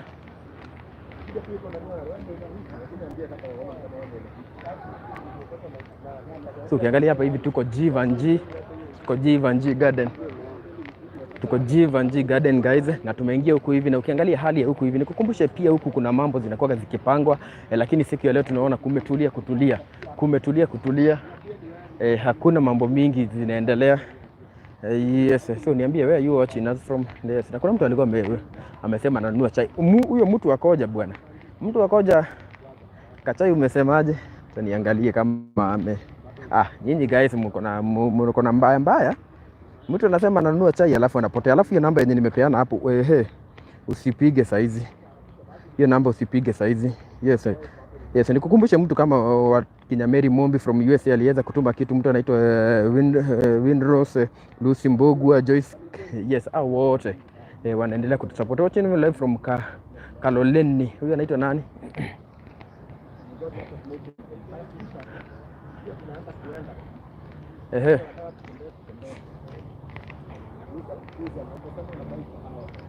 So tunaendelea kuwazungusha huko hivi. Thank you Kiku Star TV. Gen Z, kilo 10 za Kenya, sijui kilo 10 za Kenya. Nataka tujue mahali tutapitia aje chuma. So ukiangalia this is the current situation na tuna reporting from CBD, following from CBD. Huyu anaitwa Joseph Muniafu. Joseph Muniafu, tell me where you are. Uko wapi? Uko CBD wapi? Kwa sababu sisi tunazunguka kila kona. Tunaweza pitia hapo karibu na biashara yako hata kama ni hapo nje. So niwakumbushe guys, the reason yenye tunafanya this live update ni kukumbushe watu ambao wanafahamika kama Gen Z ambao wamekuwa kiendeleza maandamano. Walianzia na finance bill na bado hadi saizi bado wako na slogans za Occupy JKIA na nini hizo story zote. Walisema siku ya leo ni siku ya kumarch towards the parliament, na the reason ya kumarch towards the parliament walisema ya kwamba they want kupeleka maua for the sake of the fallen heroes ambao waliweza kukufa ile time ya maandamano, na wakasema it has been 1 month since we passed, and so they would like to show them that they celebrate them na kupeleka maua towards the parliament. So tumekuwa hapo parliament, tumeona security imeweza kuongezewa hapo hivyo, na mambo inakuwa iko chonjo zaidi. Nikukumbusha tena, walisema hawataachia hapo. walisema ya kwamba watakuwa na petition ambao watamarch towards the office of the president, na wakifika pale hivi watakuwa wakipeana their petition. Yes, so that is the activity that is expected to take place today. Nimekuonesha wanahabari ni wengi sana jijini Nairobi. Nini yo? Si niseme twende tupandie pale hivi. So guys, so ndio maana that's why we are here and we are very ready to inform you on whatever is happening. Wakumbushe tena guys nawaambia hey, ushawaiongea hadi unasikia unanyongo, ushawaiongea hadi unasikia unakauka mate kwa mdomo guys, lakini kwa sababu we must update you on whatever is happening. So today guys, mkiangalia biashara mingi zimefunguliwa, Wakenya wengi wamejitokeza so that tuendeleze biashara zao, ingawa bado kuna duka ambazo zimeweza kufungwa, lakini a lot of Kenyans wamejitokeza, hata ingawa leo inakuwa siku ya maandamano, leo wamejitokeza. Nikukumbushe last Tuesday tulikuwa kutao na tulikuwa tunaona hakukuwa na watu wengi, maduka mingi zilikuwa zimefungwa, lakini siku ya leo hata ikiwa maandamano Thursday, Wakenya wengi wamejitokeza. Hata leo magari unaona waki na flow, magari ni mingi, lakini pia wanajeshi na polisi yani wako kwa wingi to make sure that in case of anything wako set. Nikukumbushe tena a quick update, nikukumbushe today it's on Thursday na inakuwa maandamano Thursday, na nikukumbushe tena kulikuwa na posters ambazo zilikuwa zinazunguka kwenye online. Walikuwa wanasema wana Gen Z siku ya leo watakuwa ku CBD na their main aim watakuwa na wanafamilia wa the heroes ambao waliweza kufa during the time ya maandamano kule parliament, na wakasema watakuwa na familia zao, watakuwa na maua, watamarch towards the parliament na wataweka na maua, alafu wakasema bado watakuwa na kitu inaitwa na petition, na hiyo petition watapeleka to the office of the president. Nikukumbushe it's 1 month kutoka hao vijana waliweza kufa. Yes, situpandie hivi tuende tupitie barabara ya pale. So guys, that is a quick update from here Nairobi. Ukiangalia hapa hivi tuko mahali panaitwa City Market. City Market ukiangalia shughuli zinaendelea kama kawaida. Nikukumbushe the main reason ambayo huwa tunafanya this update it's because tunataka huku hapo nyumbani you know what exactly is happening huko jiji kuu la Nairobi. So guys, thank you very much for support. Na tena niwakumbushe hiyo namba, pia unaweza nitumia message pale WhatsApp, usually the current situation here at Nairobi CBD. Watching from Nakuru CBD, tumetulia vizuri. Yes, thank you very much guys. Na nataka niangalie Mani ameweza kuniwekea za chai. Kuna kijana hapa hivi 10. Kama umbwa ni 10. Kulia. Huyu kijana guys, huyu kijana niliweza kumuona last time siku ya maandamano on Tuesday. Hata tukae hizo nyingine, hizo quality inatoka mbaya. Kuja hapa katikati. Kuna kijana hapa hivi guys, tumeweza kupatana naye tukizunguka huku katika jiji kuu la Nairobi. Ebu fanya hivyo tena. Uko na sauti nyingine ama ni hiyo tu? Unaweza toa nyingine? Uligundua lini uko na talanta ya ku sound kama mbwa? Kujaribu. Unaweza. Sasa wewe uko na miaka ngapi? Ningie 14 December. 14. Na kwani yuko shule? Plus yeye ulienda na deni yangu siku ya maandamano. Mimi nilienda na deni yako na nilipia watu namba yako wewe. Hawakufanya kitu. Hawakufanya kitu. Sasa wenye tuko nao hapa. Kwani uko na simu yako? Wapi simu? So guys, huyu jamaa tulipatana naye time ya maandamano na unaona hadi yako na simu. Last time ulisema watu wenye niliupload video hawakukutumia kitu. Hawakunitumia. Sasa leo nataka nikusurprise. Uko na SIM card hapo? SIM card iko na namba? Hebu tuambie kwanza unaishi wapi? Ruiru Hilton. Unaishi Ruiru? Unakuja hapa town kila siku? Mbona huko shule? Nilifukuzwa jo pesa ya tuition. Na uko grade 7. Kwa grade 7. Unasomea shule gani? Githunguri Primary. Githunguri Primary. Niko hapa tu hivi chini karibu na Membley, si ndio? So na mzazi anafanyaga kazi gani? Mimi kana shama. Mamangu alikufanga na babangu na kana shosho. Na kana shosho yako? Nilikuwa na kasho na shosho yangu na maito yangu akakufa maito sasa kana shosho. Na kana shosho. Ruiru. Prison. Prison. Ulijua aje? Hebu toa hiyo sauti tena. So guys, wanakuambia pole sana. Naweza stulia mtu mmoja. Nisitue mgani nitasema nisitue. Wewe kazi yako ni kustua hapo watu hapa town. Unasiweka watu town. Kama huyu vile kuna maasira mwangalisha. Kijana anataka kustua watu tao. Tuone. Wawa. So guys, huyu jamaa nilipatana na yeye time ya maandamano, nika kijana kadogo by the way. Kama kuna mtu hata hiyo yenye tumesema.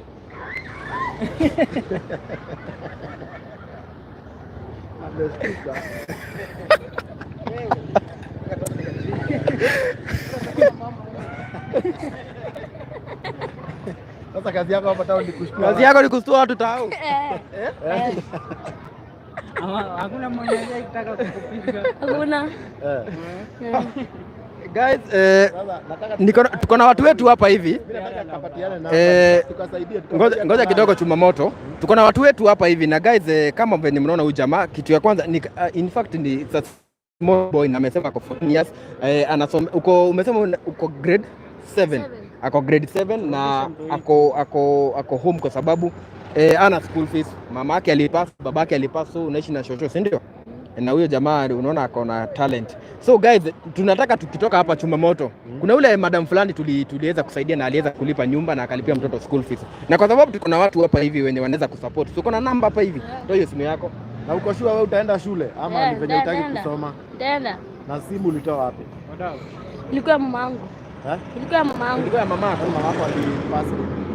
Ilikuwa grade 3. Grade 3. So hiyo ndio simu yake. Huyu aende shule. So guys, whatever small that you have, tunataka ujamaa aweze kutupea number so that we can get it. 07 745 40 94 80. Rudia tena. 07 45 40 94 80. Italeta mbwa. Joyce Maina. Joyce Maina. Joyce Maina ni nani? Usichukue kwanza. Usichukue kwanza hiyo. Joyce Maina ni nani? Joyce Maina ni nani? Azima hiyo ringtone. Shazima. Haya. Tunataka guys, huyu jamaa tutoke hapa. Tukitoka hapa hivi hata tukiendelea ku update guys, Kikuyu Star TV nataka muanze kumsupport. Ilikuwa ini ya shosho yangu ID ndio nilichukua na online. Nichukue shosho yangu. Joyce Maina ni shosho yako. So wewe unataka sana kurudi zote shule ndio muhimu juu bado certificate ya form 4 na wacha kupiga simu kwanza. Wacha kupigia hiyo kijana, wanakuwekea kitu. Wanakuwekea kitu. Rudia hiyo namba. Tutatoka hapa wakati tukitoka hapa utampigia. Ndio maana tupe namba ya umbwa. Namba ya umbwa iko hapa. Nimetuma yes.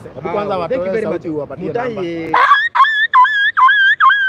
So guys, aka kajamaa kanafanyaga hivi 45 40 94 80. Tena 0745 40 94 80. Rudia tena 0740 45 94 80. Weka hiyo simu silent. Ushushoka na kupigia. Please, watu Yeke kwanza silent. So guys, tumepatana na huyu jamaa hapa hivi anakuaga kwa maandamano. Toa flight mode ndo wakuwekea ka kitu. Wakituma kachangiwe kuna mtu hapa anasema ati kangechaguliwa CS badala ya Joho. Joseph Wangema. Mungu akubariki. Yes boy. Wewe si choko. Unakuja kufanya nini haswa? Anapiga kupiga. Wewe unakuja kupiga nduru. Nikilia kama umbwa. Ukistua watu. Ukilia kama umbwa wanakurushia kitu. Wanakupeaga kitu. Na kustua watu. Sasa kwa siku wanakupatia pesa ngapi hivi? Naweza pata ka 50 bob ndio wanapiga tena. Nikipata ka hiyo 50 bob ukipata unatoa wapi? Fare. Mimi nikiomba lift nikikuja. Halo? So guys, tuko na huyu kijana hapa hivi endagi shule na nataka tumsupport whatever small that we can have. Ile ni kitu tu kidogo anaona kijana venye anakaa. Ona. Na usiseme kitu ya uongo by the way. Ona, fanya hivi, usichukue simu yote kwa sasa. Sawa? Usichukue. Nisaidie na hiyo simu. Nisaidie na hii simu. Nataka nisome watu wenye wanaweka nini? Watu wenye wanamsupport. Mkituma tunasoma hapa na Kikuyu Star TV. So mimi niko hapa hivi na nataka rudia namba. Rudia namba. 0745 40 94 80. Tena 0745 40 94 80. Wika tena. Nishikize zote. So nataka nisome watu wenye wameweka. Simamishe kamera kule nisikie ule. You have received. So guys, endeleeni kutumia huyu jamaa kitu. Tuendelee kutumia, anaenda kushtua mtu. Anaenda kushtua mtu hapo. So guys, huyu kijana anastua. Wachani kupiga hiyo namba. Kazi yake ni kushtua watu Nairobi. Kazi yake ni kushtua watu Nairobi, as you can see. So wadau, Hiyo ndio kazi yake. tunataka kumrudisha chuo, tunataka turudishe mtoi chuo. Nimeona message yako, kuna mtu anaitwa Henry Mwangi, naona mtu mwingine anaitwa Terry Nganga. Support the guy. Rudia namba 07 45 40 94 80. Watu wanasema hapa wanatuma. Yes, watu Anabibarin. Na kuna mwingine anaitwa Wadau, make sure una support huyu kijana, turudishe chuo, tumtoe street. The kid is very hilarious and very talented at that also. Amos 007 45 40 94 80. Jina ni Joyce Maina. Joyce Maina. Latest ya mwenye ametuma ni Joyfrey Raini. So tunataka tuendelee kumsupport. Tunaona Gabriel anasema umetuma saa 3. Tukitoka hapa kijana akuwa pesa imetosha ya kwenda shule. Gabriel ametuma, na mtu mwingine anaitwa nani? Anaitwa David. Kuna mtu ameniambia ametuma dhao. Kanyiha ametuma ngapi? David Kanyiha. Asanteni, Mungu awabariki. David Kanyiha, nimeona so yako umetuma. Asanteni, Mungu awabariki. Benson Matoya anasema ametuma 1000. Kuna mtu kama huyo hapo. Wacha moto kindly. Vinaendelea kukuja. Huyu lazima tumsupport. Kuna mtu mwingine anaitwa Benson Matoya. Pauline na yeye pia Benson Matoya, usiongee uongo. Alafu wadau hapa pia hizi area ukituma from Celeb Corner KE, make sure una comment umetuma. Bernard Kidhuku. Yes, hapa tuko hapa kwa ajili ya the young boy. So before tuende huko stories za maandamano. So before na kazi yake ni kushua Mko wapi? Nataka kuanzisha maandamano. Nimetuma Mwathi Wafula. Tumeni, mimi ndo niko na simu hapa hivi. Na mimi ndo naangalia kuna tunasoma. Namba ni rudia namba yako. 07 45 40 94. Kuna mtu anaitwa nani? Anaitwa Dolphina Odhiambo, ameweka 1000. Dolphina Odhiambo. Yes, Dolphina Odhiambo, thank you very much. Odhiambo kama ni wewe usome. Yes, Dolphina Odhiambo, thank you very much. Ameweza kuweka 1000. Na watu ni wengi hapa hivi. Hadi Calvin ameweza kuweka. So rudia namba. I love you guys. 07 45 40 94 80. 07 45 40 94 80. So hiyo ndio namba yenye tunaweza support. Yule mama ana simu. So hii ndio kazi ya kijana. Kazi yake ni hiyo kusikia watu hapa. Watu tao. Kubweka watu. Magai. Dogo anafanya fiti. So is hilarious by the way. So tunataka kijana arudi shule. Mpaka wanaume tuone kama mpaka wanaume wanashtuka. Wacheni kupiga simu tafadhali. Wanaume hatutaki tuone mtoto akipigwa. Tukitoka hapa ndio mtapiga hiyo simu. Hiyo namba sasa hivi utume kitu kutoka hapa tuache kijana akiwa na kitu. Watu kwani wamekwama kutuma, wamtumie tu whatever. Tafadhali anything from 10 bob 20 bob 50 kijana tumrudishe shule. 200 tulibiwa tutapata. Dorcas Kipkenda ametuma pia yeye 100. Kipkenda tunapata 100 yako. Edwin Ngere anauliza kama pesa ulikuwa na pesa? Ilikuwa 00. Ilikuwa 00. So far guys tumeweza ku raise 3260 shillings. Wow. 1000 na kuna mtu mwingine anaitwa Kudu ameweza kutuma 200 bob. After 3460. Nabuka mfamu ya 5 ya Edwin. 500. Kuna mtu mwingine anaitwa Julia Maina ametuma 100. Nende venye zinaingia ndo nazisoma. Mtu anaitwa nani? Jacqueline Njuru. Hata ibua na wenzake. Jacqueline Njuru. Si chokora. Huyu ni mjanja huyu. Ametuma Si chokora, anatoka Rui, anakuja kuhasa. Unajua kuna watu hata wanatuma 10 bob na by the end Iko whatever small that you have. uko nayo. Huyu jamaa tumechua ati amepata kitu. Toki hapa hata kama nikiwa na hata kama ni 5,000 tutakuwa sawa. Hata kama ni 5,000 tumfikishie 5,000 tukimwacha na 5,000 peana namba yako tena. Mtu tu nipande gari mat nenda home. Uende ulipe tuition, si ndio? Tuition si 1300.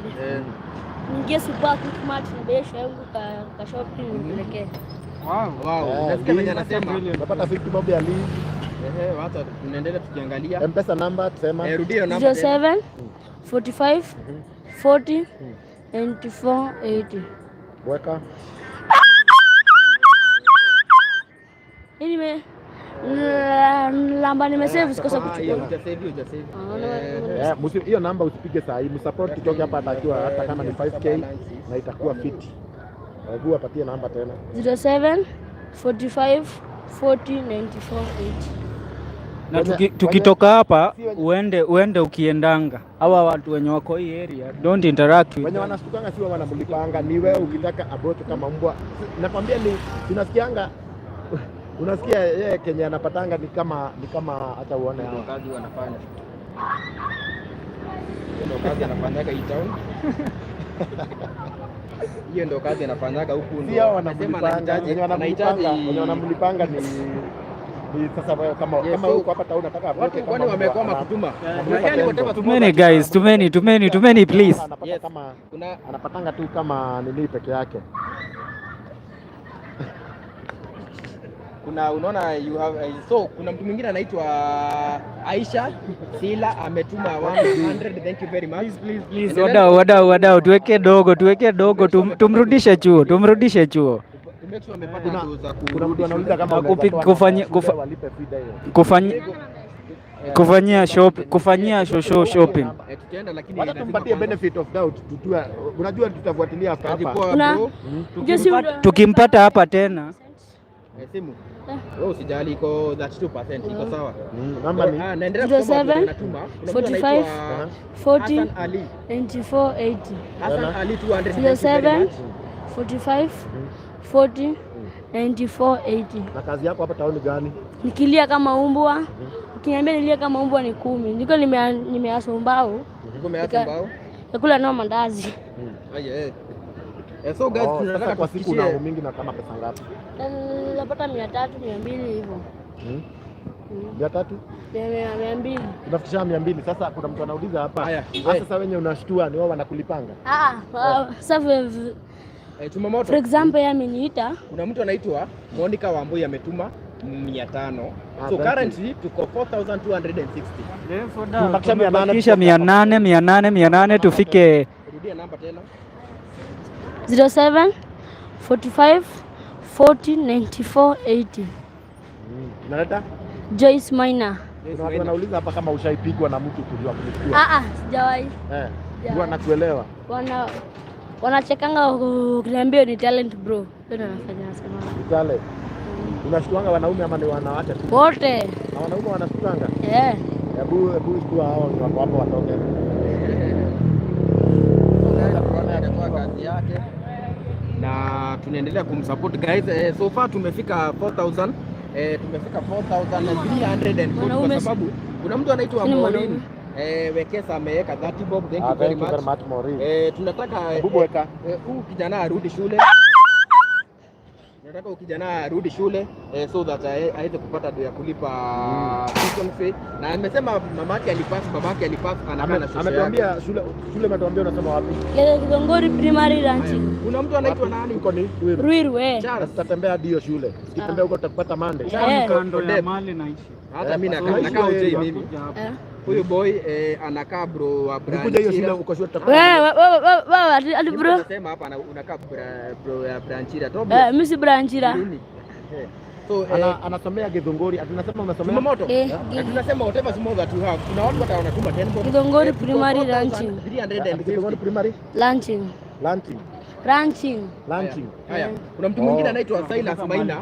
Tumamoto. Nakumbuka. Tumamoto. Silas Maina ameweka 200. They are currently at 4,500. So hiyo ndio kazi hiyo kijana huwa anafanya. Ndio kijana kazi ya kijana huwa anafanya hii town. Na guys hivyo ndio huwa anafanya. Akifanya hivyo mtu anamrushia kama ni 20 bob, anamrushia kama ni nini. Ngoja kidogo. Tunaona watu wanaendelea kutuma. Iko 29. Tuko na power bank kijali. Tuko na power bank hapa usijali. Hizi zile fake. Kuna mtu mwingine anaitwa, Tumamoto tunataka tulikomea hiyo namba and school I support. Jennifer Macharia. Tutumie namba yake. Jennifer Macharia ametuma 500 na mtu mwingine anaitwa Catherine Mundamba ametuma 100. Currently we are at 5,400. Wow. Amazing wadau, amazing. Yes. Tunampenda kutoka Kisumu. Yes. Guys, ama tumfikishe, unajua tunaweza amua huyu kijana tumfanyie wonders. Kama tumefikisha 5,000 hiyo dakika tumesimama hapa. Hata akienda shule wapate ya kukula na social yake. Kuna mtu mwingine anaitwa tutatembea hadi kwenu. Kwani nakwambia ni Ruiru. Unajua tunaishi hapo area hiyo shule yake. Unaacha kwambia unaangalia ukiwa Githongori. Hela mimi ninadokelezea kwa Shell. Mtu ni hapo mbele Hilton, hapo mkuu zangu matingatinga, uingia hapo tunaona nyumba za matope hajafensiwa huko. Tunaishi.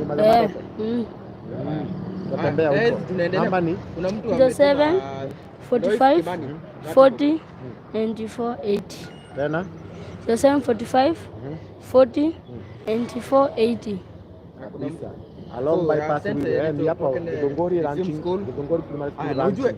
Ebu shout.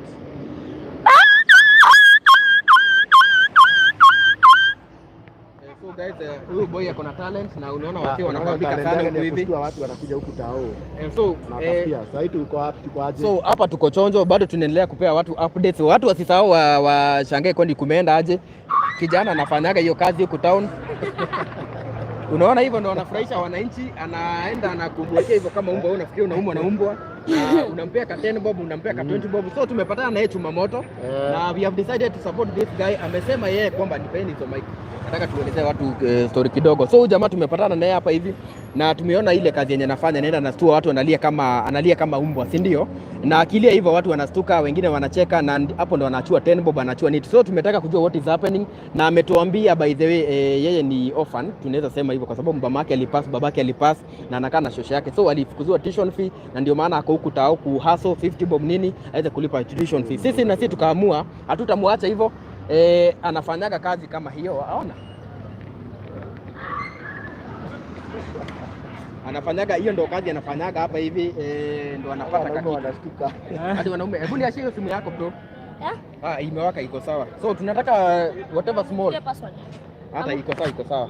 So far tuko haya, you have received 50, you have received 150, so far tuko 5,780. Huyu jamaa hata najua watu watamfikisha 10k hata tukitoka hapa kama haijafika. Hata tukitoka hapa kabla haijafika, lakini nilikuwa nataka Tumamoto tumfikishe hata 6,000. 6,000 ataweza kulipa tuition fee. Hiyo hata najua hata kuna mtu anaweka sana. Tafadhali whatever small that you have to support. 07 45 40 94 80. Jina data Joyce Maina. Kwenda usikie yule jamaa ako na bag. Unaona? Kijana.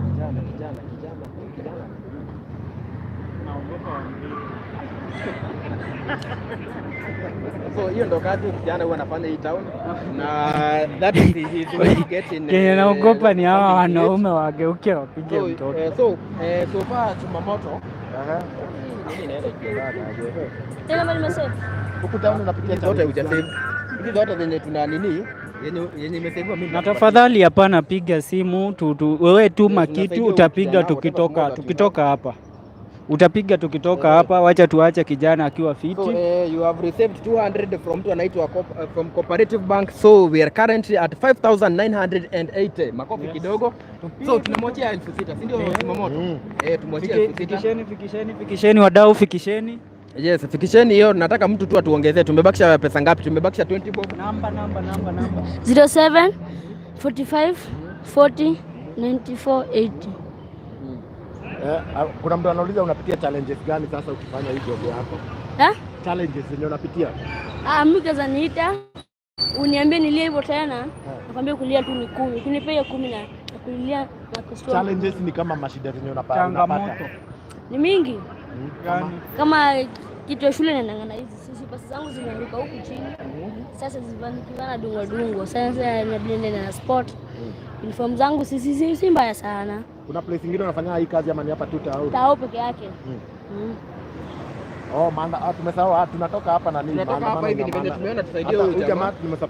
Tumemsupport na hata imebakisha 20 bob. Imebakisha 20 bob tutoke hapa. So you have received 100 from mtu anaitwa William Nduku, na kama kawaida we can now confirm that tumeweza kufikisha 6,280 shillings. So tutafanya hivi kwa sababu sisi ndio tumeletea watu chuma moto huyu jamaa. Tuta make sure wacha ndipindue nini. So tuta make sure tumeweza kuenda hadi kama ni kwa shule yao. Tena ni kwa shule, tuta make sure wewe hizi pesa, kitu ya kwanza ununulie viatu za shule, kitu ya pili uende ulipe tuition fee. Tunaenda kazi. Hapa kuna bata by the way iko hapa hivi. Za bata tutafika bei. Za bata ni bei kali. Watu wanamnunulia bwana. Watu wanaweza mnunulia. Hebu tuambiane kama tumuingiza hii bata yenyewe hapa. Kuna mwenye ako ready kununulia kijana viatu, tuingie bata hapa tuchukue viatu zake. Ya shule. Hapa tu hivi bata iko hapa. My boy be strong, take heart. Watu wakisema tuingie hapo tunaingia tunachukua ya bata. Yeah. Si ndio? Unapima unaenda huko. Angalia, confirm hiyo ni pesa ngapi iko hapo? 6K and 80. And 280. So guys, bata ndio poa. Watu wanasema bata ndio poa. Watu wanasema bata ndio poa. Mtoto pesa zake bwana. Why did you do that to me? Did you record me? Hey, what were you doing? Au ni kijana tu. No, I'm asking, what were you doing? Yeye tu anatafuta tu. When alikuwa na prank pale, did he record? No, as we were here. No. You're from which nini? What do you do? With Chuma, this is your media. Yeah. Did you record anything? You want to be recorded? No, I'm asking. No, we didn't record. Don't ask me a question with a question. I'm asking, did you record anything? Nobody recorded you. When He was there. When you were doing the prank? As we were here, nobody recorded you. Sasa mbona tukurecord? We record the news. Mbaya. Yeah, you have to protect you. We understand you. Ukisema umerekodiwa, you have to show your evidence. Hauna? No, I was asking. That's what I was asking. She's right. It's a nini, let her go. Sawa. Tunaendelea kusaidia ukijana. Oh, wadau.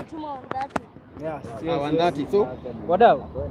Akwende huko. Wewe kijana endelea. Fanya story yako. By the way, wadau. Juu ya hiyo story, sikizeni wadau. Kama pesa ya chira, huyu kijana tuache venye atafanya. Tutakutrustia. Kesho tutakuja hiyo shule yenu, tunakaa hiyo area. Umesema ni Githunguri Primary. Mimi naishi hapo Champions Supermarket. Unajua Champions Maliko. Hapana hivi. So nataka unipatie namba yako. Nataka unipatie namba yako hapo hivyo. Na ujue tutakuja hadi kwa shule. Kesho ni siku gani Chumamoto? Kesho ni Friday. Kesho ni Friday. Hapana, acha aende Monday. Acha aende kesho. Kesho utaenda shule? Acha aende Monday. Acha aende kesho. Na sasa hii siku ya shule. Sasa hii siku ngapi? Sasa hii siku ngapi unaenda shule? Miezi 2. Kwa jina Miezi 2. Brian Mbogo, jina yangu ni Brian Mbogo Wanjiko. Sasa ukienda nani atakurudisha shule ama utaenda tu? Andana niambie show tu withdraw pesa tuchukue. Naangalia kama nimesave namba sasa. Namba ile hujasave, kama kuna namba yote yenye inaingia hapo itasave. So guys, sawa, mta communicate na huyu. Ashatupea direction ya mahali wanaishi nini. Na hiyo shule tutakuja Monday. Sawa, ina shida. Monday hatukuangi busy. Ina shida. Tukupate shule, uende ununue hata kama ni uniform mpya, viatu mpya. Tukupate huko, tunakutrust hiyo pesa. Ndio watu wamesema. Na sasa hivi, unaona pesa yako. Sasa hivi ukitoka hapa enda nyumbani, tafadhali hatutaki kukuona huko tena, si ndio? Si tumekusaidia? Enda nyumbani. Weka mara ya mwisho. 07 wapatie namba mara ya mwisho. 07 45 40 94 80. Inaleta Joy. Maina. Na wewe unaitwa? Brian Mbogo Wanjiko. From? Ruiruke Hilton. Shule? Githunguri Primary Ranting. Grade? 7. Monday utakuwa shule? Ama ni kesho? Monday. Uende ununue vitu zote kesho, ujiprepare na ufanyie shopping, umpelekee. Hivyo ndio iko. Sawa. Sasa so uenda nyumbani sasa hivi. Okay? Uenda nyumbani.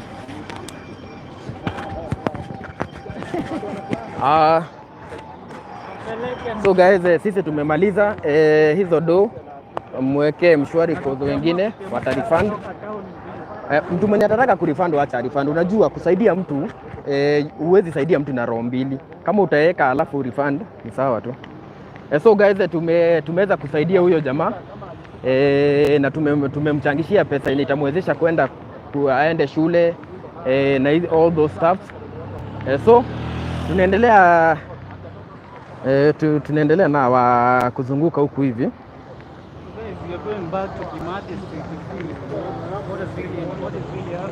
So kindly tell me where you are watching me from. Tukiendelea kusonga. Yes, hiyo ilikuwa short session ya kusaidia mtu. Tunasema sisi wote ni wa Kenya and we use our media pia kusaidia mtu. Tukiona mtu anafaa nini that's touching. Na by the way tutaenda hadi kwa shule yao. Hiyo update yote tutaenda na tutawa update. Hii ni a nation. Naisha huyo kijana, nishaiona huyo kijana. Yes, amesema amekuwa out of school for almost more than mwezi ngapi? Miezi 2. Nini yo? Ati anasema? Standard Street. Si ni ya Standard. Hapa kuna kuaga na ni ya Standard ya KTN hapo hivyo. Sijui kama niyo anasema. So guys, tunaendelea kuzunguka hapana. Hii street bado. So guys, tunaendelea kuzunguka huku tao. We want to show you the current situation. Nikukumbusha once more kwa wewe mwenye umeingia saizi. Today it's on Thursday na inakuwaga ni maandamano Thursday. Mimi niko Mpangano Mbio. Keep up the good work bro. Thank you very much. Yes. So tunataka tufike Kimathi Street kwanza. Hapo ndo tunasikia kuna mambo yote ndo ilikuwa ianzia. So tunataka turudi Kimathi Street so that we can know what is the current situation. Nawapenda tu poa from Nax. Thank you very much Ongeri Menge. Thank you very much for watching. Yes, so mimi nawaambia mimi nimeongea ako kwa kijana tumeweza kukasaidia na nimeelewa mahali anaishi hata shule yenye anasomea nishaichukua kila kitu. So tutaenda huko na tutahakikisha kwamba huyo kijana ameweza kuingia shule. So guys, this is again a live update from Kikuyu Star TV and today it's on Thursday, maandamano Thursday. Now the reason why we are bringing you this live coverage is to inform you the current situation here at Nairobi CBD. Nikukumbushe tena nikupe just a small brief. Kulisemekana kwamba kulingana na zile posta ambazo zilikuwa zikizunguka online. Nikukumbusha wana Gen Z huwa wanatumia online to do their planning. Na so siku ya leo ambayo ni siku ya Thursday walikuwa wamesema kwamba they will be having some activities here at the heart of Nairobi City. Kitu ya kwanza ambayo walikuwa wamesema watafanya, kitu ya kwanza ni kuchukua petition petition ambayo wako nayo wapeleke kwa the office of the president. Kitu ya pili ambayo walisema watafanya, watakuwa na maua na wataenda wazieke pale nje ya parliament as ku celebrate wale ambao waliweza kuaga wakati wa maandamano. Nikukumbushe it has been 1 month since they passed, na so wamesema watakuwa na maua na watakuwa wakiweka pale hivi. So nikukumbushe tena kuna watu sasa mkiandika naongea hadi nasikia sauti inapotea kabisa. I need to get some water. Ukiangalia kule hivi wanahabari kuna pia makarao wako pale hivi na they are very set. Ukiangalia wamebeba hadi tear gas. Wamebeba tear gas. So nataka tuendelee kuzunguka huku hivi so that we can show you the current situation. Currently watu wanaendelea na shughuli zao kama kawaida na so far hatuoni any cause of alarm, but we are waiting to see if the Gen Zs will show up for the march towards the parliament. Na nikukumbushe kidogo pale alia tulikuwa tumeenda hapo kwa parliament na tukakuonesha tulikuonesha how security ilikuwa tight pale hivi. Yes, tulienda pale hivi na tukakuonesha how security is tight. So guys, thank you very much for keeping it Kikuyu Star TV always. Yes, nikukumbushe tena guys, mimi nakwambia poleni. I need some water. Nakumbusha tena huwa tunasema kama kawaida, if you would like to speak with Kikuyu Star TV, if you will have any inquiry, na bado kama if you can like to support Kikuyu Star TV with whatever small, Sisi tunasemaga shida yetu kubwa inakuwa ni data. If you can support Kikusta TV with anything, that is usually our number. Ni hapo 0708728773. Hiyo namba tumepina hapo na mambo inakuwa iko chonjo zaidi. So mimi niko Mfangano Island, keep up the good work. Huyu anaitwa Patrick Ogutu, thank you very much. So bado tunazunguka huku, ukiangalia magari za polisi ziko huku kwa wingi zaidi. Yes and bado niko record. So ukiangalia hapa hivi tunaelekea Kimathi Street, hapo ndo tulikuwa tunasikia watapatana hapo hivyo waanze match ya kuelekea kule side za Parliament. So nataka tuelekee huko hivyo so that we can know what is happening. Niko Nax poa kabisa. Daniel Amenya, thank you very much for watching. Nataka uniambie where are you watching us from? Yes, na tuendelee kusonga. Naomba pia muweze ku like 177 likes, na wakati tuko watu wengi hivi 695. Wakumbushe tena this number you can always use it in you can nulia tu maji, tuna appreciate na data pia. Data ndo inatusumbuaga sana. Pia you can support, you can always use that number to send in your support whatever small that you might be having. Hiyo ndio inatusaidiaga, tunaweza kununua data na mambo inakuwa iko chonjo. Ukiangalia huku hivi wanahabari wako set zaidi, just to make sure, don't you think we need a leader? Yes. So ukiangalia wanahabari hadi international. Ni aje? Poa sana. Tunarudi tena. So guys, ukiangalia wanahabari wako huku hivi kwa wingi, international media ziko huku hivi. Mtu anaitwa Stephen anasema kazi poa sana. Yes, ukiangalia international media ziko huku. Wanasema saa bado. So sisi wakisema saa bado, na sisi tunangoja hiyo masaa ifike. Yes, it's our duty and responsibility to make sure that wewe kuwa mahali huko umejua the current situation in the heart of Nairobi city. So ukiangalia kule ile side wanahabari wako kwa win. I can send 0708. Yes, Lydia anaitwa nani? Lydia Mudheu. Yes, hiyo 0708728773, that is our support number. Kuna watu wanasemaga we need to know how we can support Kikusta TV. That is always our number of support. So tuko Kimathi Street.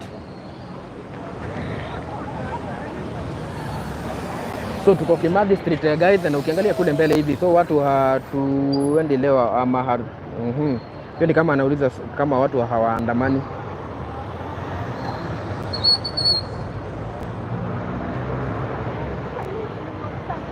So guys, kama kawaida, kumbuka venye wewe tunasema you can always channel your support. You can always channel your support using the number that we have 0708728773. Na ukiangalia vizuri huku hivi kuna media international ziko huku, which means that we can expect anything from any time. We expect anything from any time. Hatuendi kwani it's cool today, praise God. Yes, thank you, amen. So hey, endeleeni ku like this video. It's cool today, praise be to God. Huyu anaitwa Belt Up System, alafu mtu anaitwa Sara na Tana. Hatuendi kwani. So tulikuwa tunazunguka chuma moto. Sisi hatuwezi simama mahali pamoja. Hawa watu wetu lazima tuoneshe. Twende hivi tupitie hiyo side ya Parliament, bado tuoneshe tena venye kunakaa. Tunaandikia China hapo hiyo. Yes, kwani yes, kuna mtu anasema kwani 2 PM, so wamesema time bado. Sisi lazima tuoneshe watu wetu, na niwakumbushe tena today is maandamano Thursday, na niwakumbushe the reason we are bringing you this live updates from Nairobi CBD. Ni kwa sababu kunasemekana kwamba wanajenzi wanapanga leo kuwa na a march ambayo watakuwa wakipeleka petition to the office of the president. Kutoka pale watakuwa wamebeba maua, watazienda kuziweka pale kwa Parliament, wakisema in honor of their fallen hero ambao waliweza kukufa during the time ya maandamano. Kumbuka ya kwamba it has been 1 month toka wale watu waliweza kuuliwa pale kwa Parliament, ama walikufia pale kwa Parliament. So we are waiting to see what shall happen. Alafu pia ni kukumbusha, tulikuwa pale kwa Parliament na tukapata kwamba polisi walikuwa wengi, walikuwa wamewekwa zaidi, na tumeona pia media international ziko chonjo. Hii yenu si live. Nani anasema hii yenu si live? Edward Kihara, kama if you are a learned person utajua nikisoma message yako umeiandika saizi. Thank you very much. Lydia Mwelu, nimeona you have sent your small support. Wacha tuongee na hawa hivi tusikie venye wanasema.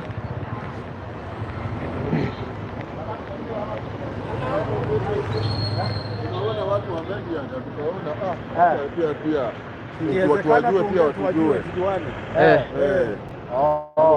Mambo fiti kwema. Unaendaje? Uko fresh kabisa. Shughuli. Unajulisha watu venye town kuko, unajua leo ni Thursday na unajua Thursday kama kawaida inakuwaga ile siku. So lazima watu wakuwa nyumbani, maybe mtu wako na biashara. So wanamita hata si maandamano, wana march. Yeah, wamesema kuna march ya kupeleka maua kule parliament. Bado wako na petition wanataka kupeleka office of the president. So that's why we are updating people. Okay.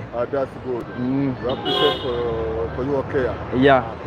Yes. So yeah. You are from which media? Online media. Online media. Okay. Online. Yes, online media. Yeah. Hata mnasalimia watu. Sawa. Salimia watu waambie sawa. Nawasalimia wote wanayotizama online media. Nasema salamu ziwaendee wote, ziwaendee wa Kenya, ziwaendee wageni wanaotembelea Kenya. Tunaombea nchi yetu amani, iwe na amani. Tunaombea zile msukosuko zote zilioko nchini ziwe kama zinatatuliwa kwa usawa na kwa uangalifu zaidi, ili tuwe na manufaa kama Kenya. Kenya liwe kimbilio la wengi kutoka popote duniani, au vipi? Kabisa. Ndio kwa majina, huyu ni msanii Dirty Brain kutoka nchini Uganda, ama kutoka katika kundi la Nice Crew. Yes, tumetembelea hapa Nairobi. Nasema amani kwa wote, au vipi? Wewe ni msanii kutoka Uganda? Kutoka Uganda. Umekuja hapa shughuli ya kuperform ama vipi? Hapana, tumetembelea tu hapa, familia zetu ziko hapa. Kama tumetembelea hapa, kwa hivyo katika muda huu katika holiday ndogo ndogo. Unaona mpaka pale Uganda vijana wa Gen Z ndio wameamua kutokea kwa street kutetea haki. Unaona kama hiyo itakuwa possible kuingia parliament kama hapa Kenya kweli? Inawezekana, wapo wameamuka, lakini tunaona nguvu bado ni ndogo. Na wenzetu, wazee wetu ambao wamekaa katika uongozini wamejikita nguvu sana, mizizi wamekomaa sana. Kwa hivyo lakini tunaomba Mungu atupe suluhu ya yote. Wazee wasikilize vijana na vijana pia wasikilize wazee. Sababu kawaida miti midogo huwa inakulia chini ya miti mikubwa ukomaa vizuri, au vipi? Ndio. Na watu wanauliza unaimba nini na watu wanaweza kutafuta wa kusupport. Mimi wanasema hata unaweza imba kidogo. Mimi naimbaga muziki wa hip hop. Muziki wa hip hop ambao East Africa hapa. Muziki wa hip hop umekuja umekaa kwa muda mrefu sana. Kwa hivyo mpaka sasa hivi bado tunaendeleza. Kuna baadhi ya mafundi wa muziki huo hapa East Africa wakongwe sana, wanaendeleza kazi. Guza kidogo baadhi ya muziki wako. Okay. Tumpishe mwenye nguvu, kelele si maneno na kisasi si werevu, usilichezee tope. Mbinu hufuata nyendo, huwezi ukavunja fupa kwa ukali tu wa neno. Majuto ni mjukumu, ishoe huja kinyume. Nilizani tunajimba, kumbe tunagomba. Kama hujui kufa, kaitizame kaburi, usije ukafuata nyuki. Acho sichokijua ni kama upo gizani, kama ulipewa kumbi, mimi ninacho kiti. Oi. Noma sana. Watakupata wapi kama YouTube hivi ama Facebook? Okay, ukiingia YouTube check Dirty Brain UG. Dirty Brain UG, YouTube, Facebook, kote Instagram, Dirty Brain UG. Dirty Brain, yes. Dirty ya uchafu. Dirty Brain. Yes. Mind chafu. Unaweza waguzia ngoma yako nyingine? Ngoma yangu nyingine inaitwa au vipi, lakini ngoma hii inatoka karibuni ndani ya jiji hapa au ndani ya East Africa, ambayo inaitwa Fila Joto. Fila Joto. Uzia kidogo. Yani basi niko juna Fila Joto nyote kawangware. Don't hold muda dona wiki dance. Feel my flow. The blow. Yani basi niko juna Fila Joto. Wanasema Gen Z wa Uganda huyo. Wanasema ni Gen Z wa Uganda. Au vipi? Kabisa. Anaitwa anaenda kama kwa jina Dirty Brain. Akili chafu. Kabisa. Lazima hivi karibuni watu wataona michongo ya Dirty Brain. Hapa lazima tutaita msisimuko ndani ya East Africa. Kuna msisimuko wa kimuziki sababu hapa vijana wengi hapa wa muziki wa hip hop wamedaliwa, wamefunikwa na gospel au vipi? Na sisi kama Chuma Moto Media na Kikuyu Star TV tuko hapa kukusupport kabisa na tutaendelea kukusupport. Anaitwa Dirty Brain. Uko YouTube, TikTok, wapi ama wapi watakufollow kwingine? Kote mpaka Google. Ukiingia Google weke Dirty Brain UG utanipata tu, utajua Dirty Brain anazaliwa wapi, amefanya kazi kwa muda gani, amefanya kazi na kina nani, amewini baton ngapi ndani ya street za freestyle. Kwa hivyo kama kawa au vipi? Kabisa, wazi kaka, na pia mimi nitasubscribe hapo kwa Dirty Brain na support kabisa pamoja. Thank you very much. Asanteni sana. Yes, so guys, mimi nawaleteaga mambo moto moto. Tumekuwa na Gen Z wa Uganda anaitwa Dirty Brain. Na mumeona guys, pia Uganda hawajaachwa nyuma. Mumeona Dirty Brain wa Uganda. So guys, tunaendelea kuupdate. This is kama kawaida kweli, bangi si mboga. Joseph wa Mngema, unacheza na Gen Z wa Uganda wewe. So tunaendelea kuupdate kama kawaida, tuko hapa hivi Kimathi Street ambapo tunaambiwa ya kwamba huku ndio ati kunasemekana, huku ndio kungesemekana ati Gen Z wanaanzia wa march towards the parliament. So tunataka tuelekee side za parliament so that we can see the current situation. Tuendelee kusonga.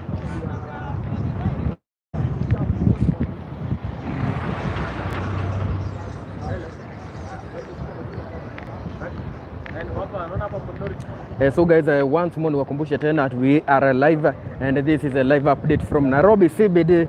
Yes, we are here to update you on whatever is happening. Nikukumbushe leo ni siku ya Thursday and the reason we are here ni kwa sababu Thursday inajulikana ni siku ya maandamano. So we are asking ourselves, je, Gen Z wataweza kutokea kama venye ambavyo waliweza kusema? Nikukumbushe wamesema watatokea kitu ya kwanza kupeleka maua pale parliament. So tunataka tufike parliament so that we can know what is really happening. Patrick Ogutu anasema mimi niko Bondo, keep up the good work.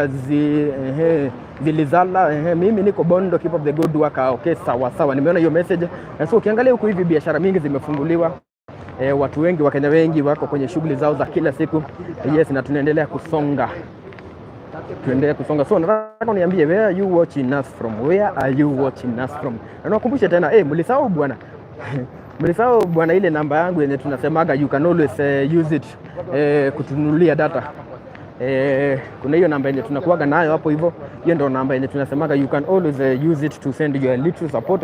Hata kama ni 10 bob, hata kama ni 20 bob, hiyo namba ukiitumia mambo inakuwa iko chonjo zaidi. So nikukumbusha tena, this is Kikuyu Star TV. If you are not watching this video from Kikuyu Star TV, then jua umeibiwa. Hufai kuwa huko.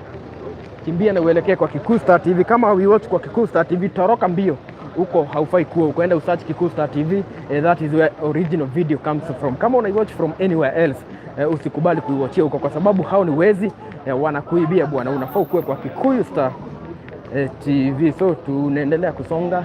So niwakumbushe tena kama kawaida, niandikie where you watching us from, na tunaelekea pale parliament so that you can see the current situation. Tulikuwa tumeona pale hivi, walikuwa wameweka security, top tight security. Yes, na mambo tunaona itakuwa iko chonjo zaidi. So niambie where you watching us from. Yes, this is maandamano. Mwambie tuko hii barabara ya kuingia Supreme Court.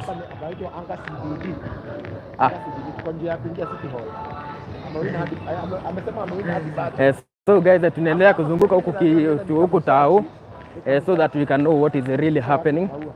Wacha tuone kuko aje. So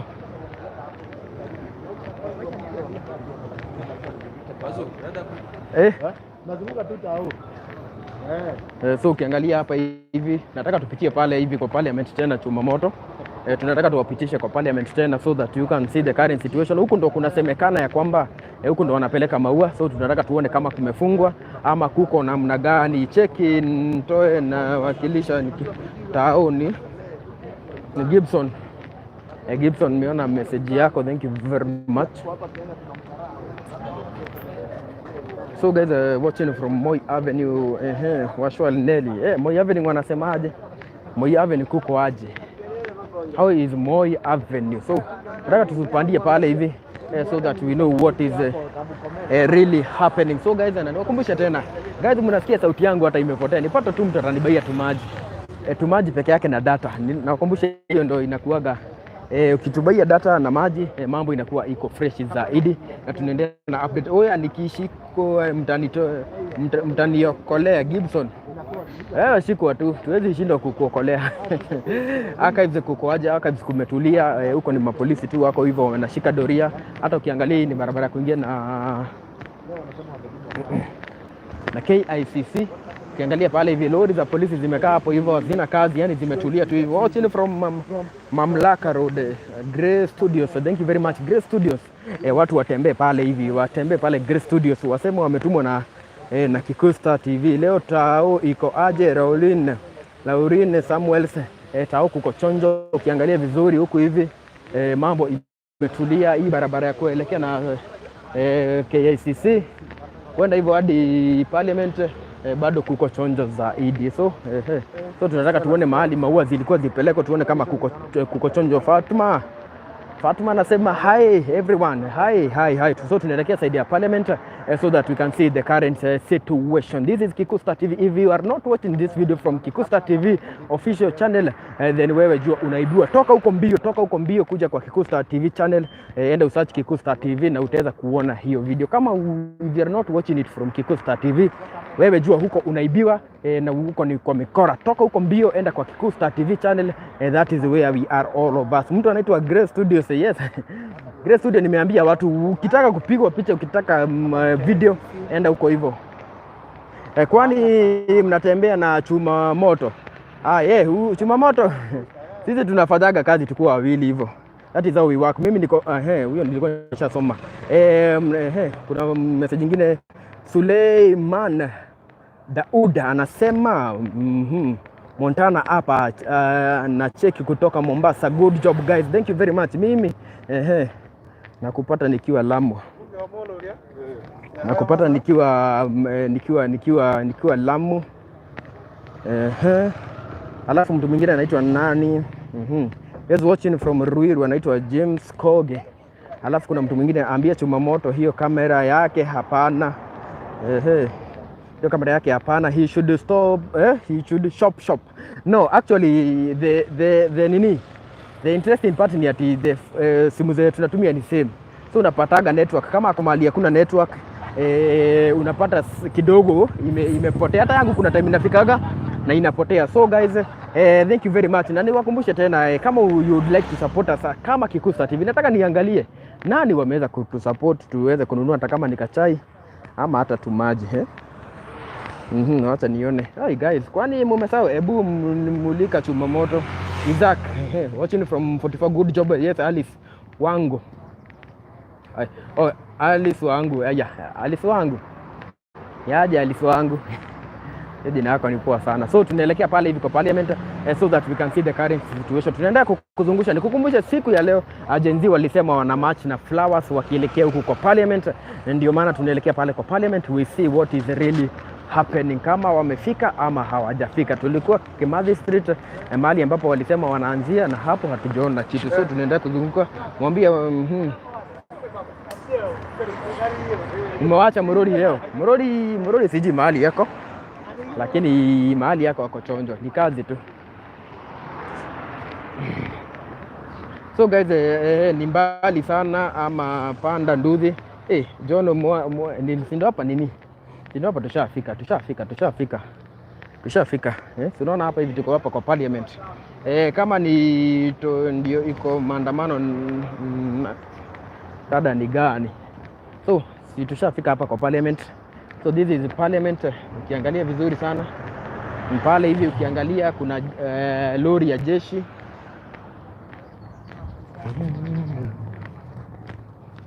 So ukiangalia vizuri pale hivi tushafika kwa Parliament. Watching live from Nairobi West. Thank you very much Lydia Mudheu, thank you very much. So ukiangalia vizuri sana pale kuna zile gari za polisi, sijui kama tutaiona vizuri. Watching live from Nairobi West. Thank you very much. Hiyo ni kwa nini? So guys, niwakumbushe tena, this is Kikusta TV and these are live updates. So mahali kulikuwa nini. Guys, hey. Kwani mmekoma tena? Nilikuwa nimeacha tulikuwa tumesema whatever small that you might be having. So hapa we are outside the parliament na venye nitumie ni post. So hapa tuko outside parliament na mambo iko namna hii, na niwakumbushe tena, watching from Lolongo, Eunice Barasa, thank you very much for watching. We are 513 people, so mkiamua tumuniekee hata kama ni mtu support tu, hata kama ni 20 bob tupate ya data, mambo itakuwa iko chonjo. Anything small, tunasemaga whatever small that you might be having, hiyo itatusaidia tuweze kupata ya data, na tukipata ya data tunakaa hadi jioni na mambo inakuwa iko chonjo zaidi. So guys, this is Kikuyu Star TV. Yes, na these are live updates. Guys, poleni watching from Siaya County. Thank you very much. Mtu anaitwa John Geoffrey, alafu mtu mwingine anaitwa Jafred Kuiname Sinaona kidogo network inatuletea ngori. Hapa tuko kwa parliament, na ukiangalia mambo imetulia, hakuna mambo mingi inaendelea. Niwakumbushe tena, Gen Z walisema siku ya leo wataweza kukuja huku kumarch huku towards the parliament, na watakuwa wakileta maua yao for the sake of who died during the maandamano. So hapa tuko hivi, na ukiangalia kule mbele hivi kule kuna gari za mapolisi ziko pale hivi, polisi wako chonjo. Lakini ukiangalia hapa hivi hii barabara haijafungwa, so watu bado wanakubaliwa kupita. So tunangoja tuone kama Gen Z kama kweli wataweza kujitokeza na kwenda kuweka maua. Have sent 10 pounds. Ruth Mweni 10 pounds. Tuna drop credit number gani? 0708 72 87 73. Yes, na mtu anaitwa nani? Have sent 10 pounds. Yes, hizo 10 pounds sasa zinaingiaga wapi guys? Hizo 10 pounds tuna drop credit kwa namba gani? Yes, number you can always use it to support watching live from Nakuru. Good job guys. Titus anasema very good job. Hapa tuko outside the parliament na mambo ni kama vile unaiona kwa sasa hivi, yani kumetulia. Yes, supporting you Gen Z, keep up the good work, you have my prayers, thank you very much. Anaitwa Andrew Karaoke, alafu Mosioka Mutuka anasema flowing from Machakos we locked, thank you very much. Tunaendelea na nimesema mnaona hii network kidogo ina katika, ndio maana tunasemaga hiyo namba tunakuaga tumeweka hapo, hiyo inakuaga ya kusupport na data whatever small that you might be having. Hiyo hata kama ni 10 bob, kama ni 50 bob, hiyo ndio huwa tuna join, tunaweza kununua data ya keep us moving. Nikukumbushe tunazungukaga a lot huku jiji kuu la town ya Nairobi, tunazungukaga sana, ndio maana tunasemaga whatever small that you might be having, ndio huwa tunahitaji, tunaweza kuweka data. Hapa tuko outside the parliament na mambo iko namna hii. Nikukumbusha tena Gen Z, kupitia mitandao ya kijamii kulikuwa na post ambazo zilikuwa zinazunguka na wanasema ati siku ya leo itakuwa siku ya kuweka maua hapa nje ya parliament, kwa sababu wanasema they will be celebrating the heroes ambao waliweza kupasa during the maandamano, na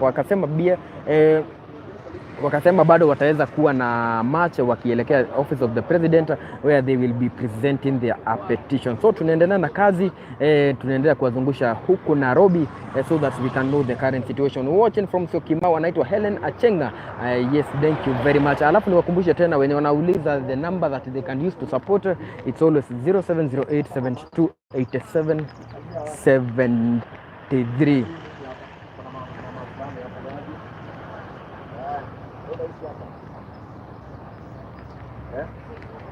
Naishi nje. Unaitwa nani? Sharon. Ulianza kuishi nje lini? Ndio ulizaa huyu mtoto? Kwani huyu mtoto ulizaa lini? Kuna katoi hapa sasa kaonyesha.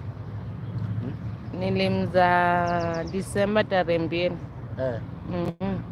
Ulikuwa unakaa kwa nyumba? Nilikuwa nakaa kwa nyumba lakini ilifunga venye nilijifungua. Nyumba ilifungwa? Haukuwa na mzee? Mzee wangu nilikuwa naye lakini alikuwa ameshikwa. Alikuwa ameshikwa? Alikuwa ameshikwa juu ya nini?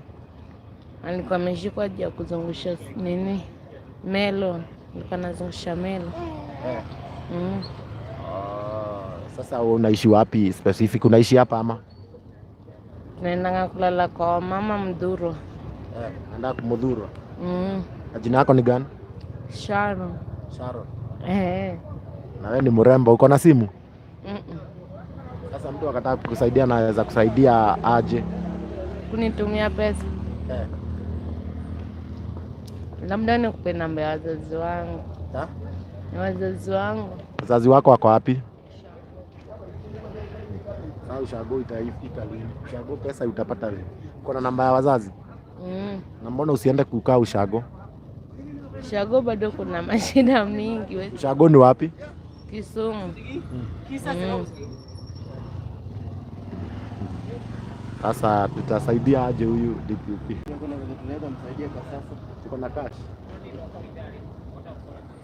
Uko tu hapa? Acha tuende tuone kama tutarudi. Tukirudi tutakuja na kubaia kama mtoto kachai. Chai hatuna cash.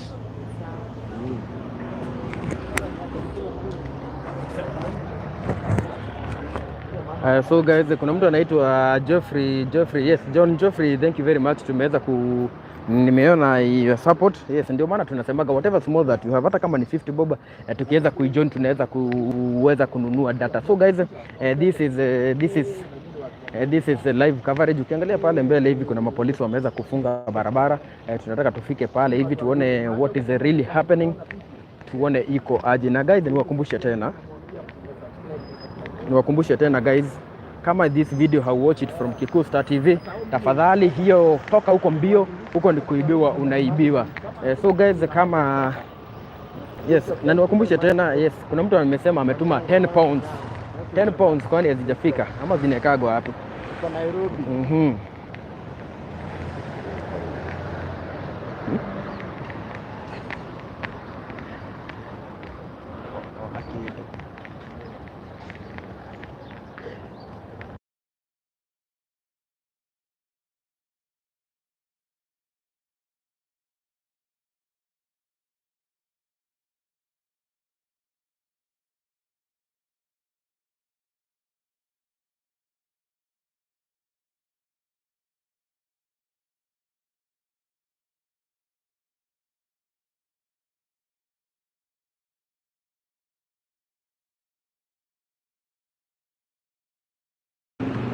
So guys, karibuni sana. This is the live coverage from the Nairobi City CBD, where we are bringing you live updates. And kukumbushe pia leo walisema ni siku ya kumarch towards the parliament. Gen Z walisema wana march towards the parliament, na tunataka turudi Kimathi Street tuone venye mambo itakuwa.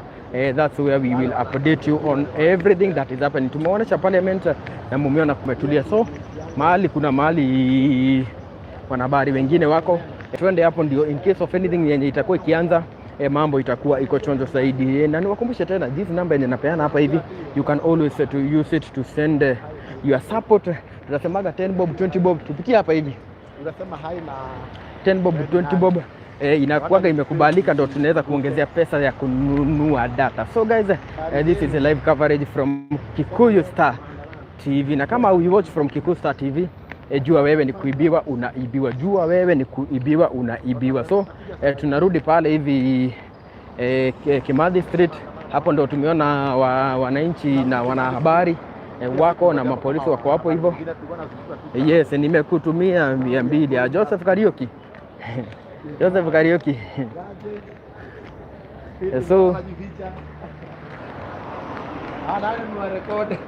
So this is the live updates from yes. So venye tunasema, so whatever small ni uko nayo, hiyo ndio huwa tunasaidia kununua data, na tukinunua data juu ya kuzunguka huku kote. So saizi tumezunguka for 2 hours and almost 30 minutes. So yes, that is how usually the situation.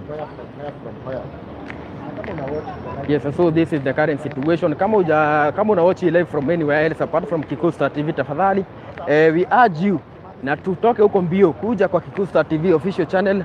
Huko ndo tuko live, huko kwingine ni kuiba, wameiba. Unaona hapa maafisa wa polisi wako hapa seti, wametulia hapo hivyo just to make sure in case of anything wameweza kujitokeza. So guys, kiana wanahabari wako huku kwa wingi, they are ready to bring any breaking news. Kumbuka Gen Z walisema today they will be marching na bendera wakielekea parliament. They will be marching na flowers. Na ukiangalia leo, by the way, hata leo watu si wengi sana. So tunasemaga whatever small that you got now, hiyo ndio unatusupportigi nayo, na mambo inakuwa iko chonjo zaidi. So this is Kikuyu Star TV kama kawaida. Yes, mimi nakwambia sauti nimeongea hadi sauti imepotea. I need to drink some water. Mtu mmoja tu ama wawili wajitolee tu wanibaie tu maji. Yes, maji tu. Maji, mtu mmoja tu ama wawili tu wajitolee na tutakuwa tuko chonjo zaidi. Tumeongea sana. Mtu mmoja ajitolee tu. Mtu mmoja ajitolee. Kama nilikunywa tu maji. Jua huku nawaambia imewaka sana. Huku nawaambia jua imewaka sana guys. Tumezunguka kwa jua. Tunaendelea ku-update what is happening here at Nairobi City. Yes, and I really appreciate all those who usually support Kikuyu Star TV. Na kama watch video from Kikuyu Star TV official channel, tafadhali toroka mbio, huko ni kuibiwa unaibiwa. So tunaendelea ku-update, niwakumbushe according to what has been spreading online. Leo ilikuwa siku ya Gen Z, wakuja wa march na flowers waelekeze pale hivi, waweze wazipeleke pale hivi parliament. Alafu after hapo hivyo waweze wachukue petition wapeleke wapi? Wapeleke kwa office of the president. Ati mimi naambia guys, bro, ni vile napenda kazi yako huwa kuja hapa guys, bwana pole. Unasema mambo ya kanusu na mimi nataka katumaji bwana. Mimi si mtu wa kanusu. Hiyo kanusu niwekee hapa hivi bwana. So guys, these are live updates from Nairobi CBD. Kanusu tena, hata ndo nashangaa kuliko niwekee kitu inaweza saidia mwananchi. Unasema kanusu na unasikia venye koo imekauka. We need something like water, maji ama kajusi. Mambo itakuwa iko chonjo. Sawa, nimekuwekea, acha niangalie. Unajua kiongozi anasema ameweka, acha nione. Wewe bwana, uko mbona unadanganyana sasa shughuli? Karaoke why are you lying? Kuna watu wanadanganyaga tu hapa hivi, lakini ni sawa. So kama kawaida hiyo namba ya 0708728773 hiyo namba bado kwa WhatsApp kitu text, mambo inakuwa iko shwari zaidi. This is mkisikia mtu anaitwa inakuja bro, subiri sawa, haina shida, no worries. So mimi ndo naitagwa DPP, I'm the owner of Kikuyu Star TV, CEO mwenyewe. You can inbox that number na tunaweza kuwa tunaongea take a break. Maua mwekwa saa 8 hivi kwa kila sherehe, ni sawa. So tunataka tufike pale hivi so that we can know what is really happening. Tunataka tufike pale Kimathi Street, ni mwazungusha the whole town. Mimi uzuri wetu tunawaletea exclusive coverage, ndio wewe uko hapo hivyo ujue venye kuna bado maandamano iko. Ndio Kikuyu Star TV, my bro, thank you very much. Joseph Karaoke, Joseph, thank you very much. Huyu anakuwa a very loyal follower, anakuwa follower wetu mzuri sana. Ukiangalia mapolisi wako pale hivi, so tunataka tufike pale Kimathi Street so that we can know the current situation. Wanahabari wengine wako hapo, tungoje masaa tuone itakuwaje.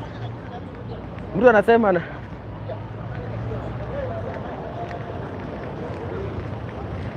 Karaoke, hata venye unasema wewe, kwani hii M-Pesa yako haujaipea fare yako kuja? So ukiangalia mapolisi tu huku ndo wako chonjo, wanahabari bado wako chonjo.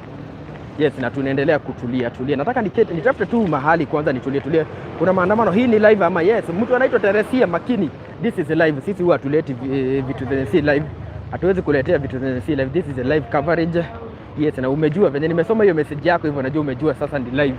Yes, it's our duty and responsibility kukuletea live na kukujulisha. Weka namba yangu ni 0708 72 87 73 0708 72 87 73. Na the reason yenye huwa tunaleta hii live ni ati ndio wewe uko hapo nyumbani, maybe ulikuwa na uoga ya kufungua kazi siku ya leo, unajiuliza utajuaje tao kukuaje. So this is what we usually do, tunakuletea live coverage ndio unajua the current situation ya huku tao. This is Nairobi town. Ukiangalia wanahabari wako hapa kwa wingi kwa sababu Gen Z walisema wanaanzisha story ya kupeleka maua from here hapa hivi. Yes, kuna protest leo kweli, na kama kunayo iko area gani? Sasa hizi tao kumetulia, hakuna kona ya tao hatujatembea. hakuna place hakuna mahali hatuja nini, hakuna kona hatujaenda. So sisi tumetulia tu hivyo, na ukiangalia pale hivi ni gari ya polisi iko hapo hivyo. Mambo inakuwa iko chonjo na wanahabari bado wako hapa hivi. Ukiangalia gari za polisi zinapita hapa hivi. So guys, these are live updates from Kikuyu Star TV. Na kama unawatch video from anywhere else, tafadhali jua huko ni kuibiwa, unaibiwa. Ukiangalia vizuri, mambo inaendelea kama kawaida. Wanahabari wako hapa kwa wingi zaidi. Wanahabari ni wengi sana, wanahabari ni wengi sana. Yes, so guys, tunangoja tuone what will be happening. Yes, Nyandikia polisi ndio wasaliti wakubwa. So guys, nataka nyinyi watu wote wenye mko hapa hivi, kila mtu andika message. Nitajaribu kama as much as possible nisome ya kila mtu. Tuendeni kazi, kila mtu aniambie where they are watching us from. Yes, na niwakumbushe tena, mtuandikie tu bado message. Namba yetu ni 0708 728773. Kama example mtu anaitwa Edward Washira. Yes, thank you very much, nimepata your support. Hiyo ndo tunasemaga inatusaidia kununua data. So kwa wewe ambaye unashangaa how can you support Kikuyu Star TV, tuweze kununua tumaji na tuweze kununua data, namba yetu kama kawaida inakuwa 0708 728773. That is usually our number, na mambo inakuwa iko chonjo zaidi. So before nataka nianze kusoma your messages. Ukiangalia kule mbele kule kuna gari ya polisi iko huko. I'm watching from CBD, anaitwa Wasir, alafu kuna mtu mwingine anaitwa niko Nairobi, Margaret Waithera. Nairobi inakuja hapo, lazima tusumbue hii government. Alafu mtu mwingine anaitwa Abdi Ali YGNZ is leaderless, nimetuma inasema George Mboro, hapana, inaitwa Martin Kimani, wewe Joseph, hapana, changanya watu. Alafu Martin Kimani, that is our number. Yes, that is the Peter Moy anasema kwa hakika vijana mko sawa. Yes, thank you very much. Nimesema nasoma messages zenyu zote, all your messages. I'm reading all your messages. Nimetuma aki, wewe kwani unatuma zikienda wapi? Wewe Joseph Kariuki, wewe Joseph Kariuki, nimekuita mara ngapi? Kuna mtu ananipigia hapa hivi, usipige saizi. Joseph Kariuki, wewe mbona unasema Joseph Kariuki yenye imewekwa anajitosha, yenye imewekwa haijatosha bro. Wewe na hujaeka kwanza. Wewe huyo mwenye unasema Joseph Kariuki is enjoying you. Yes, nimeona hivyo. Kuna watu wananipigia, sijui ni nani sasa. Hata nichukue nisikie. Hello.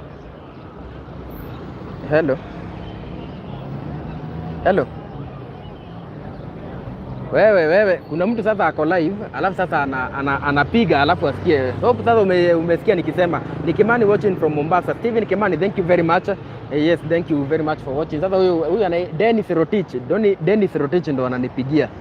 Dennis, wewe nimekuona unanipigia na uko kwa live, unapiga ukinisikia. Waithera ni Waithera. Wewe Joseph, wewe acha kucheza wewe bwana. Ukitaka tuongee unaweza ni text, ama ni muhimu ipewe nafasi hii mambo yashughulikiwe. Watching from Tiati West live, anaitwa Faith Gen Z. Aya. Fiti kaka, I am Big Papa. Thank you very much. Naendelea kuona messages zenu. So hapa tuko hapa tao. Nataka kila mtu aniambie where are you watching us from now. Na mninulie tumaji guys. Tumaji, hello, ni Baite kutoka Mweki Jelad. Yes, alafu wewe hata niweke tena. Wewe Kariuki, wewe Joseph Kariuki. Wacha enda archive, show us the relevant news. Tumekuwa archive saizi, hakuna kitu inaendelea. Ndio maana tuko hapa, na the reason yenye tuko hapa hivi, ukiangalia pale kuna lori ya polisi. Na the other side ukiangalia kuna wanahabari ni wengi sana. The reason yenye tumekaa hapa hivi ni kwa sababu kunasemekana hapa hivi ndo Gen Z wanaanzia hii maandamano yao. So lazima tukae within the vicinity so that in case of anything tunakuwa tunatokea mara mara chap. So that's why I'm here. Alafu ni kama Gen Z walichoka. Joseph Kamande watching from Homa Bay, home of Kenyan Treasure B60. Yes, alafu mtu mwingine anaitwa Felix Obita anasema Gen Z are preparing for 8 March, reject tribalism. Alafu kuna mtu mwingine anaitwa Margaret Waithera, leo watu wataenda home, hakuna watu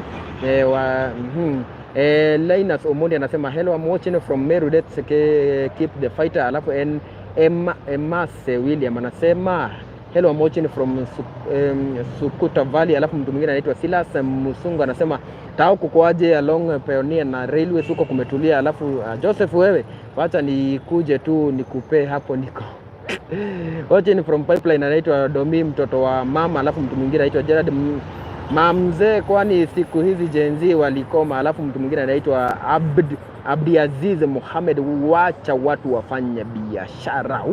Gen Z, we will not give up.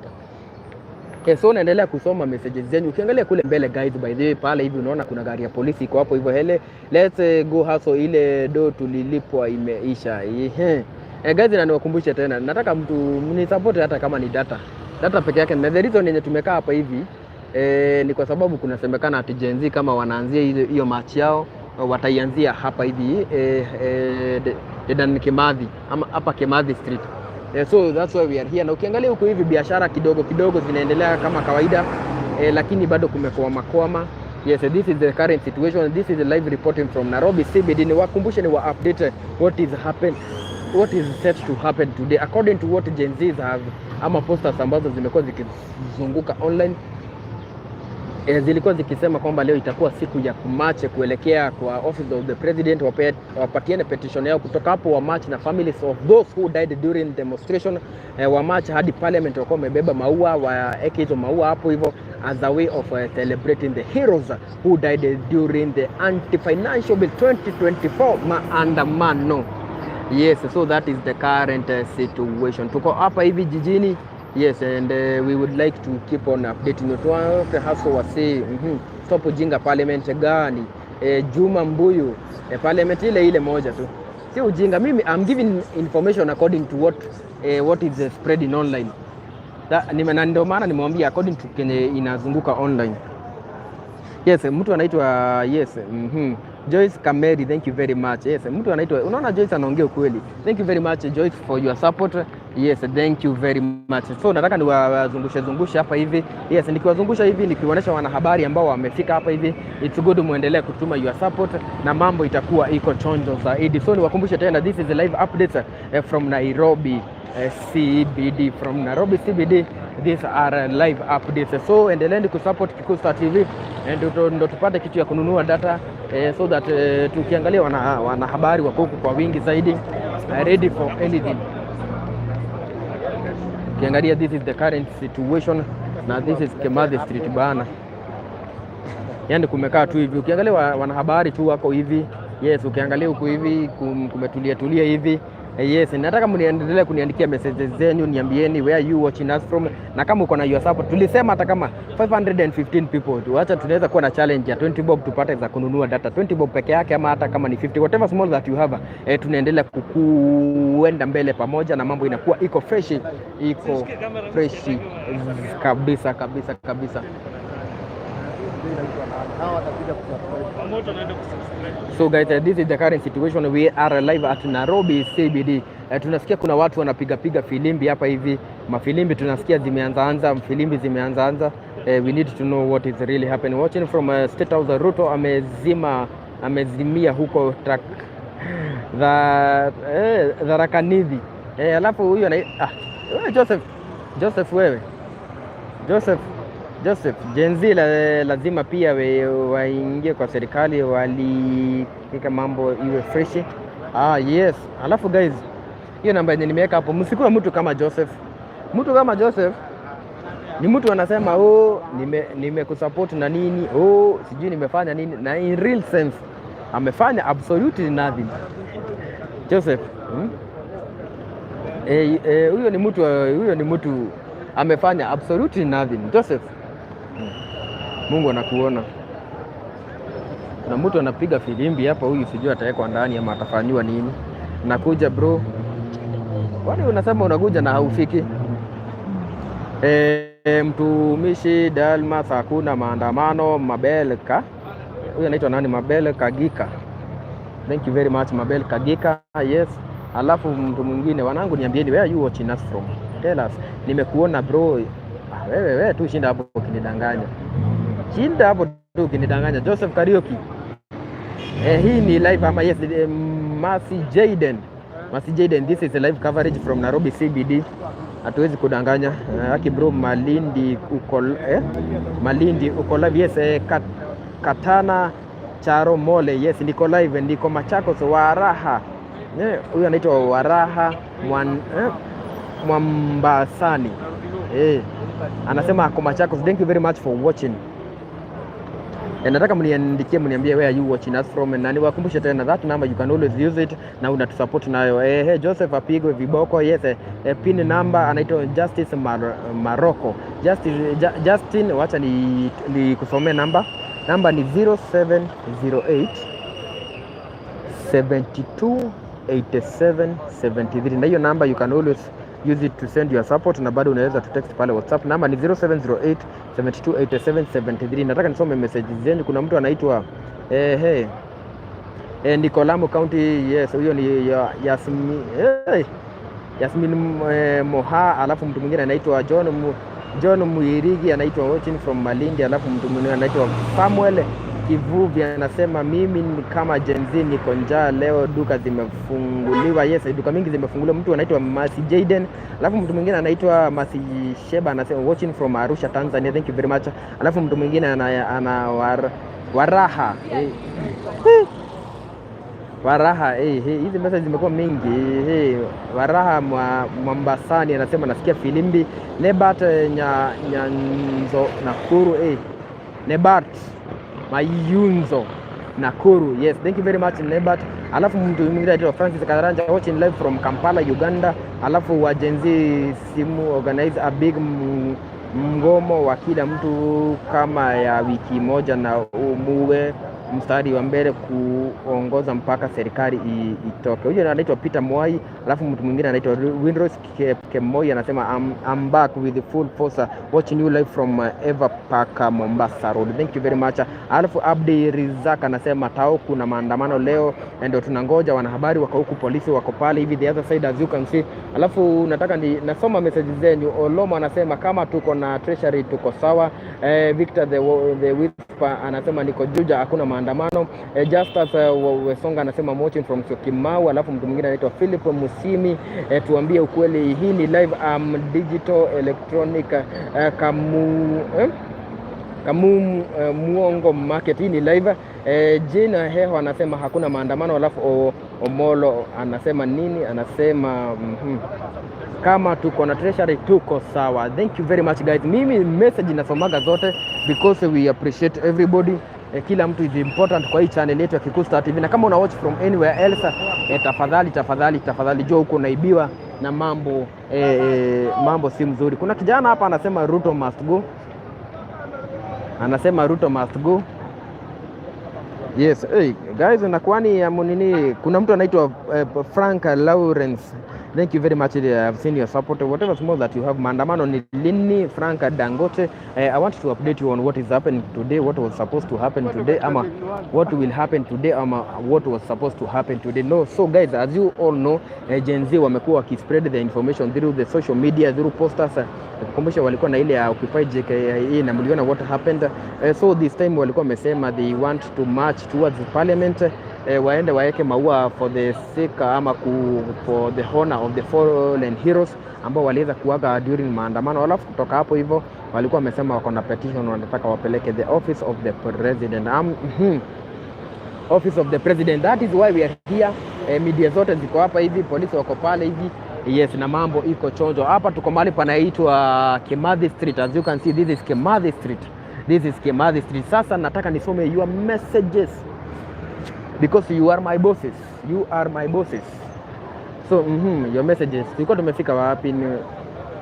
Nimepea chuma moto, atakupatia wewe Joseph, acha maneno yako. Samuel Kivuvi anasema hawa viongozi wetu ni tumbo mbele tu, I'm not happy. Alafu Frank Dangote anasema maandamano ni lini? Philip Ngeso anasema hatutaki kelele za Gen Z sahi, sasa tumechoka na siasa za Kenya tafadhali. Justus Maneno anasema niko Kilifi low court, hakuna maandamano, hali iko shwari kabisa. Victor the Worshipper going to Nairobi, are we partyless? We must continue. We are partyless, that is Ezekiel Langata anasema we need a peaceful country so that everyone can go on with their work. Maandamano aina maana yoyote. Andrew Peter anasema watching live from Kansas City, alafu mtu mwingine anaitwa Frank Dangote, update ya Biden ako wapi, amenyuria.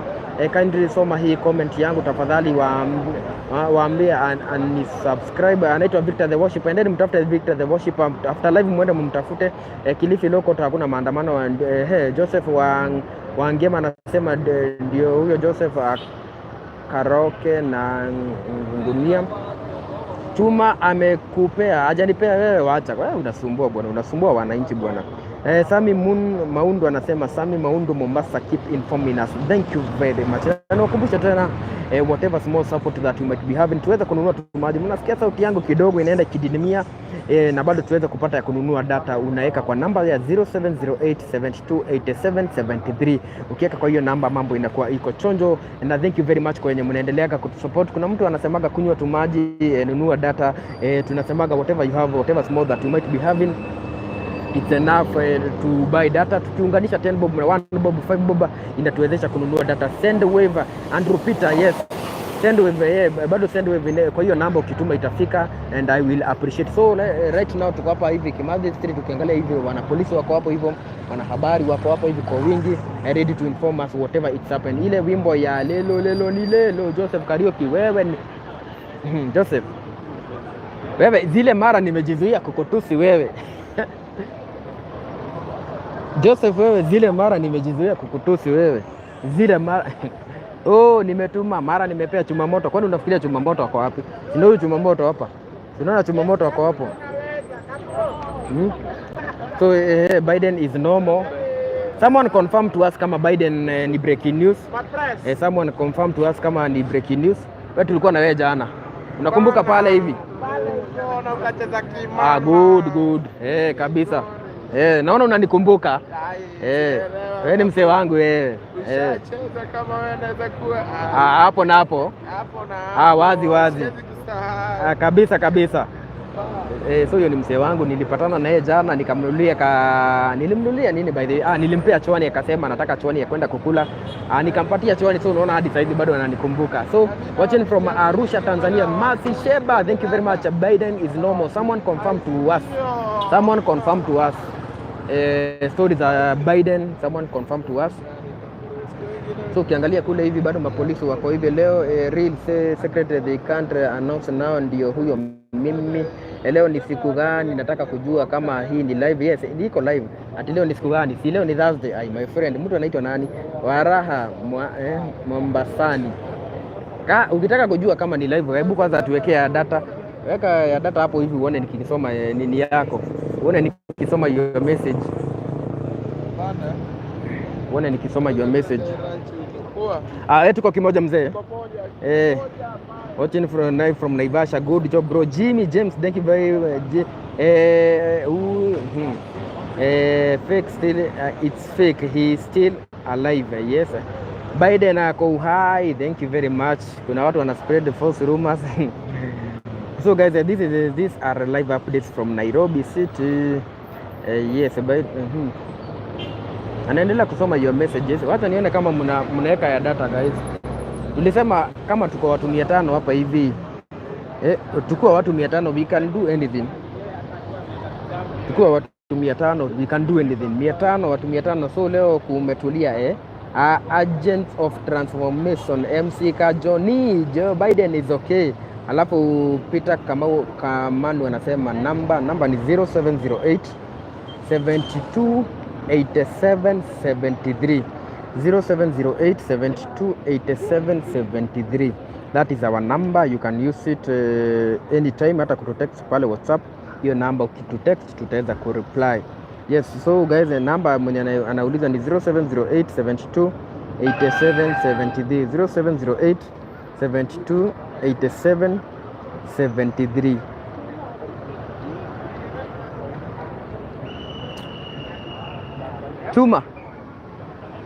Chuma.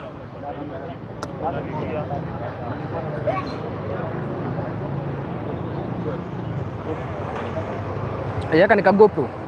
Kanachukua sauti? Yote. Kanachukua video yenyewe. Kanachukua video.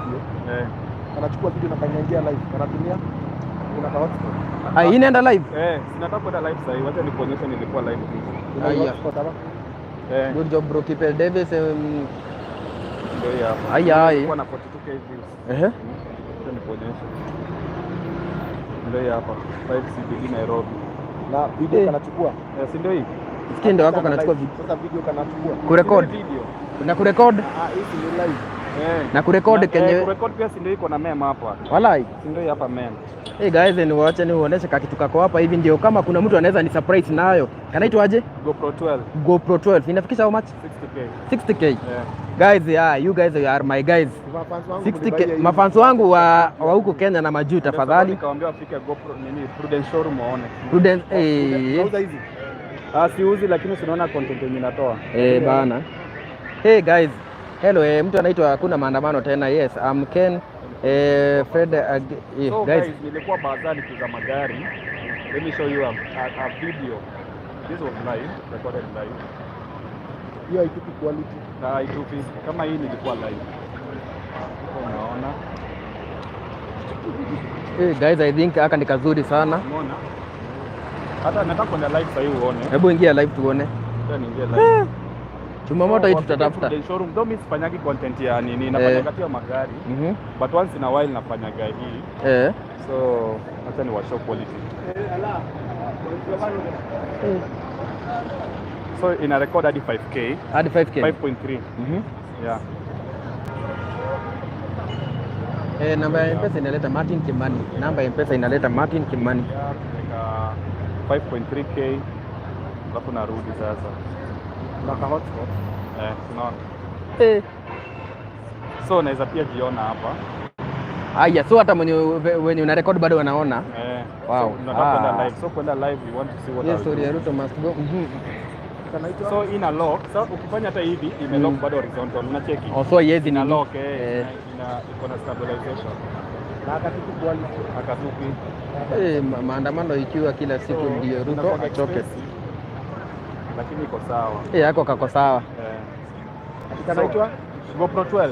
GoPro 12. Kuna 7, 8, 9. So the latest one is 12. The cheapest unaweza pata now maybe 57k. Unaweza pata kwa sana. So hata niende live uone iko na app. So na connect na app. So guys, this is the live update tena. Tunawajulisha the current situation. Naweza kucall kweli Vincent Okuka. Yes, unaweza sasa hapana usinipigie saa hizi, lakini after live unaweza nipigia hiyo namba, ama hata unaweza ni text WhatsApp. You can always send text us on WhatsApp. So this is the live this is the live on Thursday uko Kimathi Road. Wapi nikifika nikusalimie. Unaona hapa hivi nje ya nini? Sarova. Hapo tu kwa entrance ya Sarova hapo utaniona tu. Utatuona hapo tuko na chuma moto. Hiyo GoPro 12 ni how much? Hiyo ni 60k. 60k.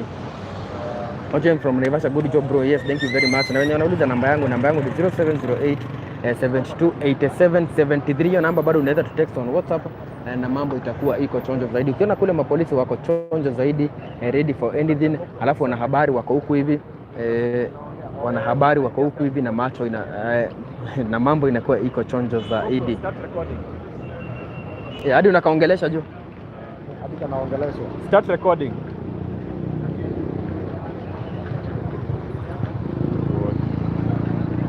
Ukiongeleza GoPro turn off.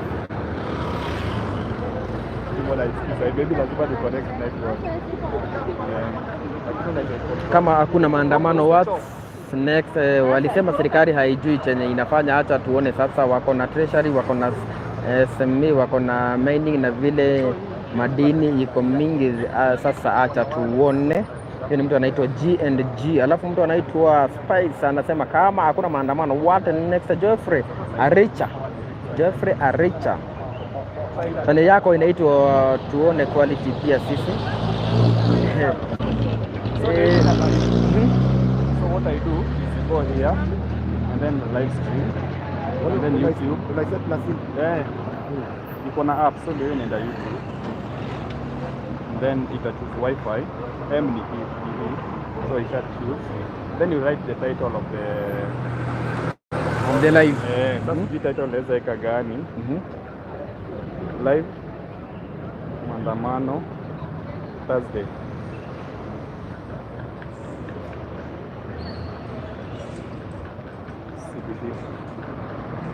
So guys, hapa kuna itwa GoPro 12. GoPro 12. Lakini mafans bana hawa watu tunawaambiaga watu support na hawa wetu hawa wanaga jokes. Kuna mtu ameniita bega hapa. Mtu amekuita bega. Sasa bega. I want to tell you Mtu anakuita bega. Shwari. Anaingia tu kama ameniita hivi. Na yako majuu. Lakini kuna mapanzi ya simu yangu inaweza record hivyo kweli. Vincent Buhaka inaweza record. Bora uko na hii GoPro 12 kuwa nayo utaweza kurecord. Unaweza record. Simba na content. So this is the live update from Nairobi.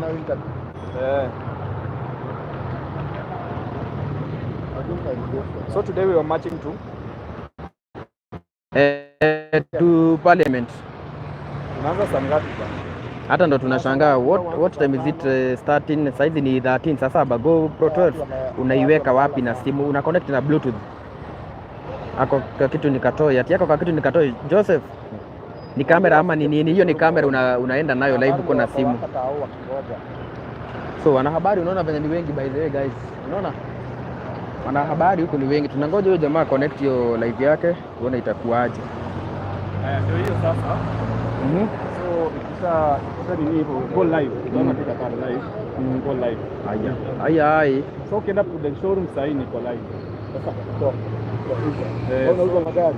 Nauza magari. So nikienda hapa Prudence showroom ndio hapa. Hiyo channel yake inaitwa Prudence showroom. Hiyo UDENCE ndio ile. By the way. Ndio hapa.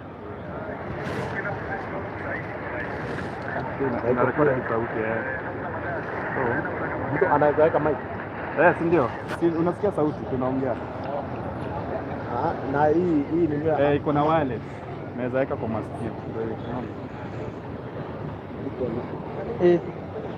Pro 12 ni how much? Ni 60k. Ile natokaga. Hello guys, ni ajeni. This one is online. Hapa tuko na Kikosta TV, tuko na Chuma Moto.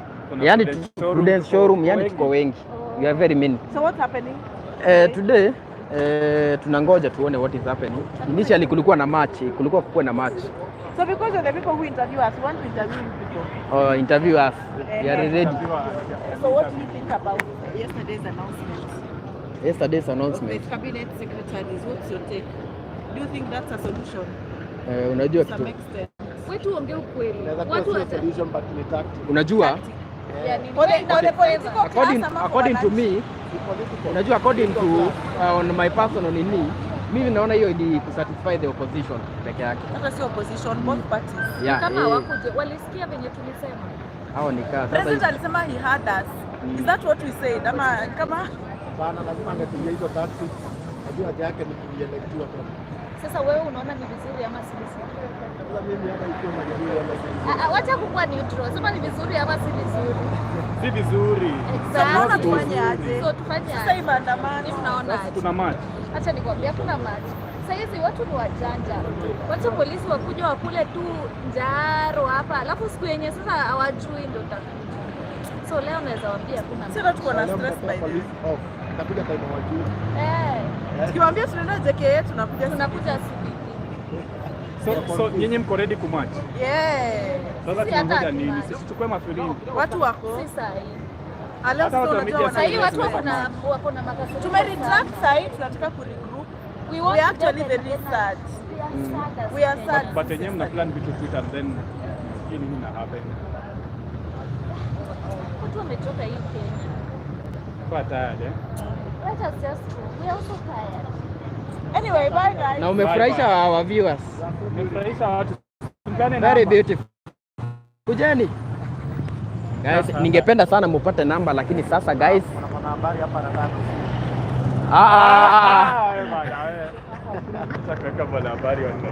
Unajua watu wako, ona Chuma Moto ananianika bwana.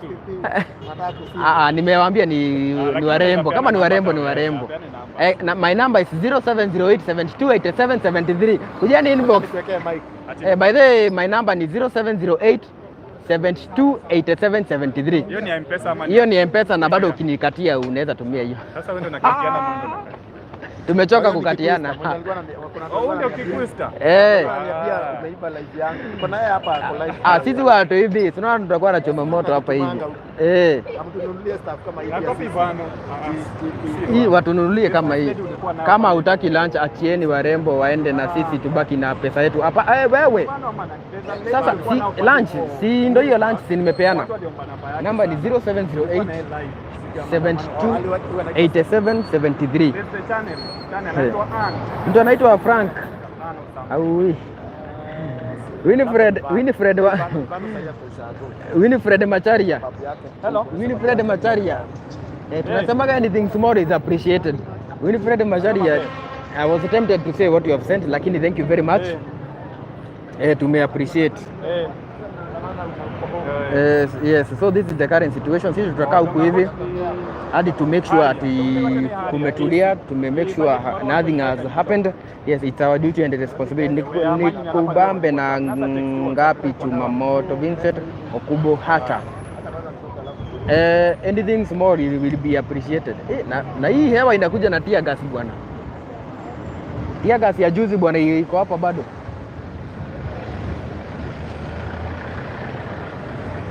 So guys, tunasema whatever small that you might be having, hiyo ndo tunataka tunanunua nayo. Tuna hadi ambulance ya polisi inapitia hapa.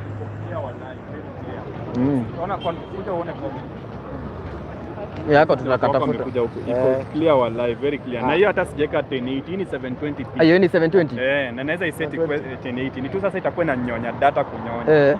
But inaweza shoot hadi 5.3. So kuna 720, 1080 and then 4K and 5.3. Haka tutakatafuta hako. Unaweza nunua iko poa.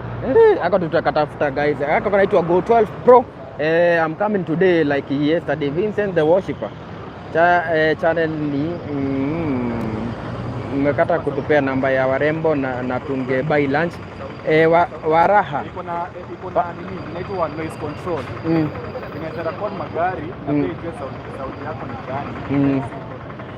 So guys, unajua venye tunasema kwani hamkulagi lunch. Sasa si Lydia Mudheu, sasa si ndio tunasema that's why you are here guys. Sasa si unajua tuna update na nyinyi kazi yenu mnanibaia lunch. Mimi sijakataa kubaiwa lunch. Si nyinyi ndio huyo dem namjua. Unamjua? Mike. Today is maandamano. So guys, this is the current situation. Na watu wanasema leo kuko sawa. Joseph Wangangi. Yes, wanauliza kama kwani sikulagi nini naweza kukatia. Mary Mwikali. Mary Mwikali nikatia inbox. Nikatia WhatsApp. Hiyo namba yenye napeanaga hapa hivi inakuaga bado ya WhatsApp. Enda WhatsApp uniambie unataka kunikatia. So Lydia, Yes, so guys, we are continuing to update you. Nesa Wahala. Hey you guys, Mary Mwikali. Mary Mwikali.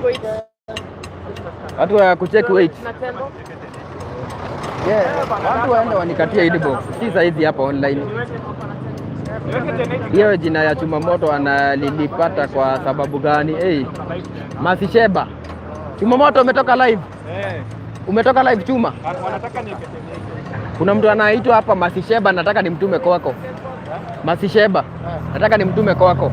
Akuje. Masisheba, enda hiyo swali umuulizie hapo kwake kwa Chuma Moto Media. Kuna swali yako nayo nimemwambia akuje kuulizia hapo. Enda usache Chuma Moto Media.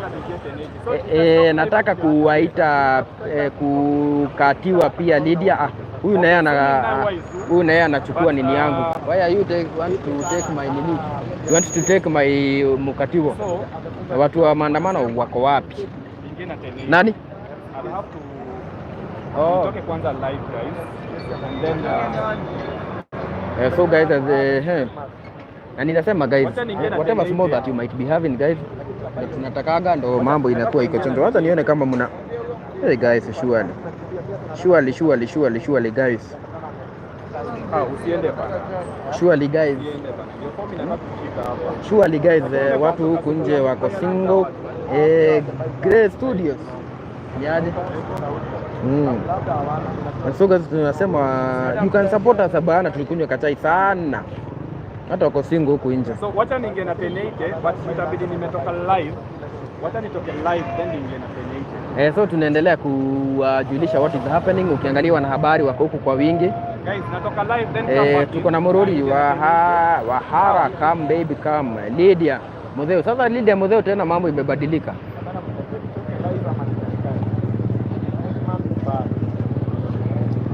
Jefa, karibu sana. So guys, chuma moto mademu anakumezea mate wa Vincent Obu. So guys, thank you very much. This is Kikusa TV kama kawaida, it's your number one update channel, na siku ya leo ni siku ya Thursday maandamano. Na kukumbusha tena Gen Z walikuwa wamesema siku ya leo watakuwa huku kumarch towards the parliament, ambako watapeleka maua in honor of the departed, wale ambao waliweza kuaga wakati wa maandamano, na wakasema kutoka hapo wataweza kupeleka petition yao kule kwa office of the president. Looks peaceful. Joseph Mulinge, yes. Lydia, namba yako please. Hii ni biashara gani bwana? Which business is this one? Lydia, which business is this one surely?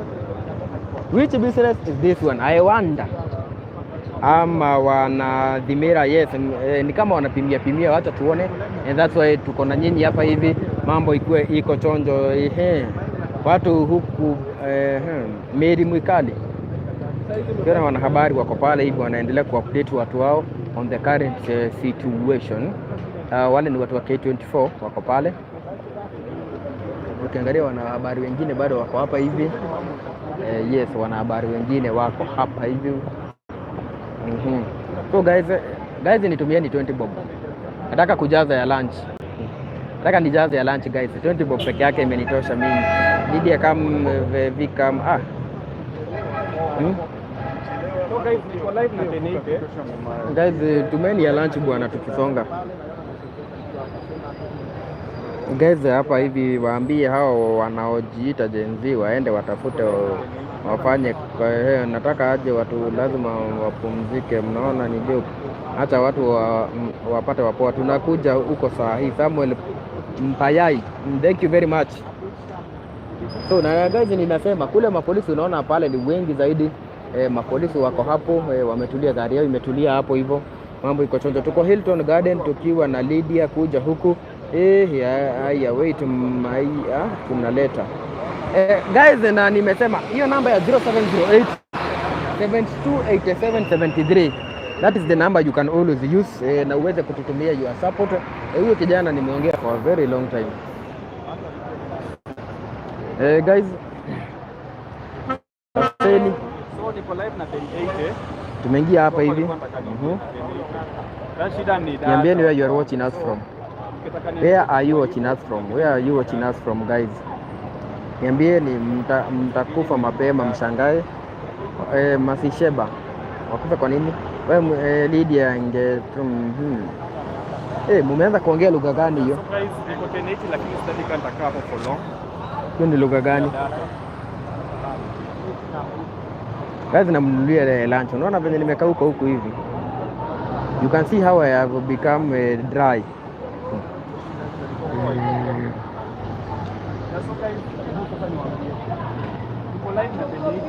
This is the current situation.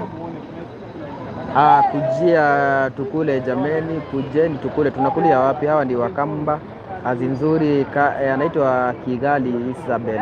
Watching from Juja, thank you very much. Kuna kiongozi hapa amesema hana ubaya.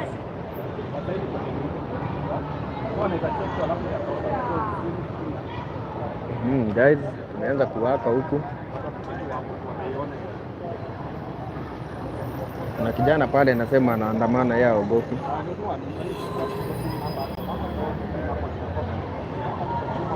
Wakitaka watching from Kitui, thank you. Mary Mukali, thank you very much. Huyo anasema atafuta job, tumejaribu kukosa na diploma zetu. Haya. Naona bado mna conversation ama mna converge ama converse. Hii noise ni ya nini? Hiyo noise ni ya nini? Kuna noise, ni noise gani hiyo mnasema? Precious GN.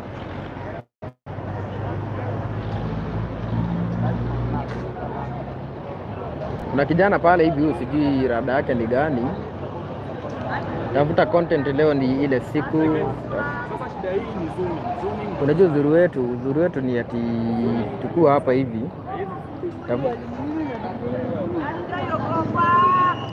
Namba mwanangi. Ishaanza. Guys, natoka.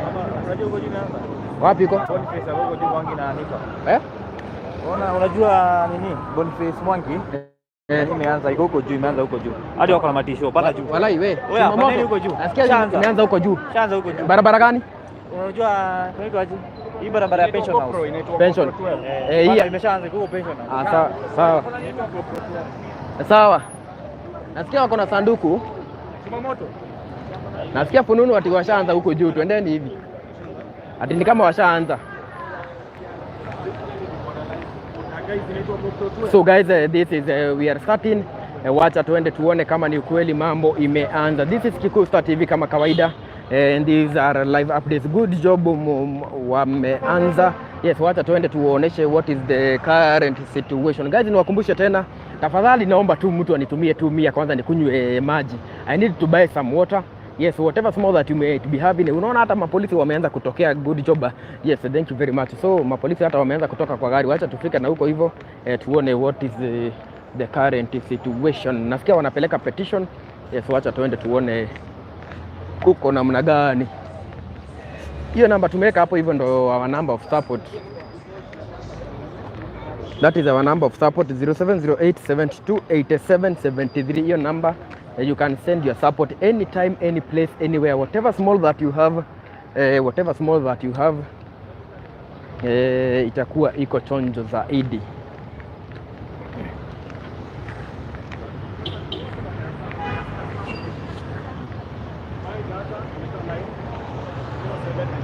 Kina hata mapolisi wameanza kujiandaandaa.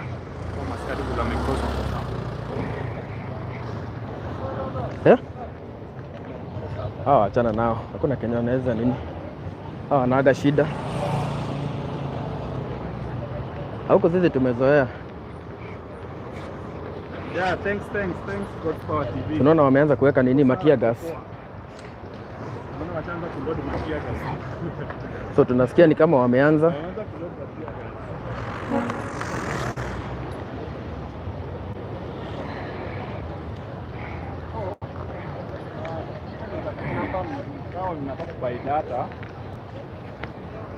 Kama mnataka kubuy data, yeah.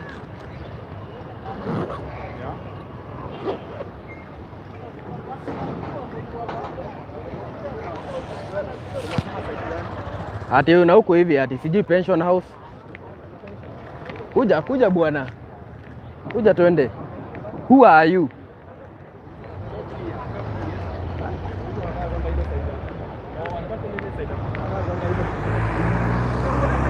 So guys, ndo tunaelekea.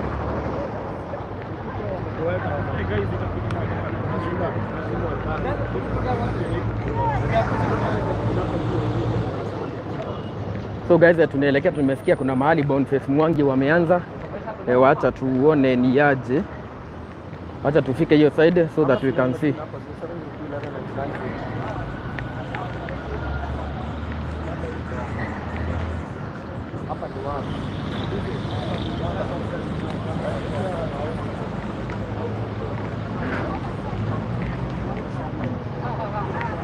So guys, wahala so umeenda wapi?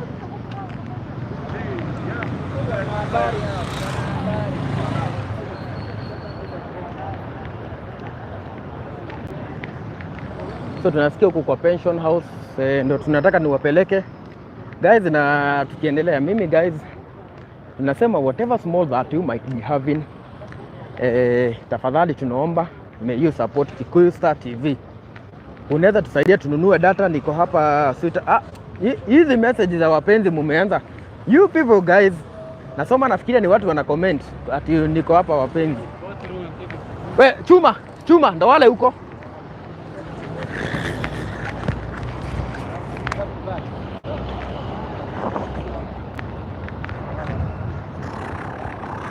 So guys, tumewaona. Thank you very much.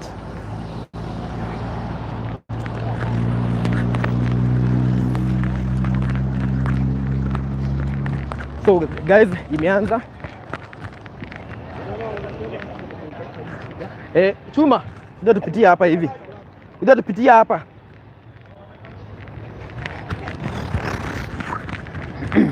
So guys, kumeanza.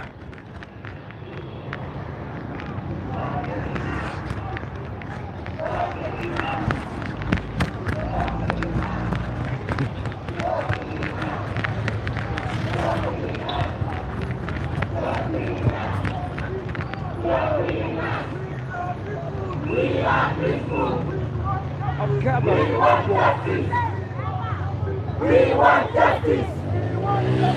We want justice. We want justice. We want justice. We want justice. We want justice. We want justice. We want justice. We are peaceful. We are peaceful. We are peaceful. We are peaceful.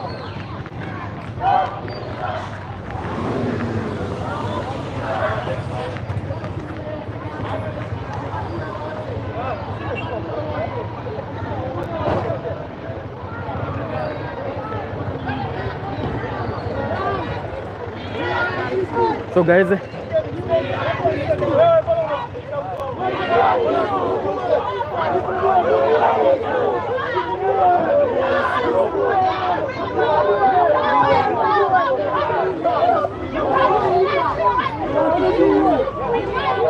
want to see you. I want to see you. I want to see you.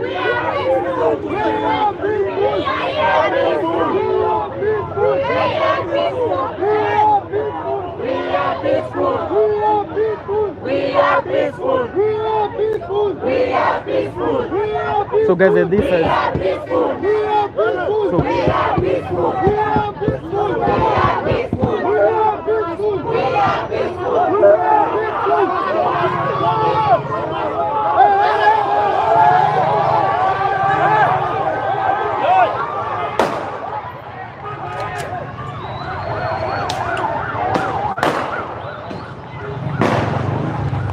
guys.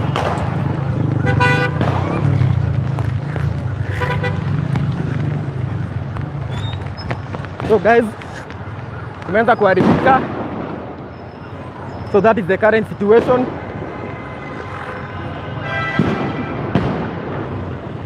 So guys,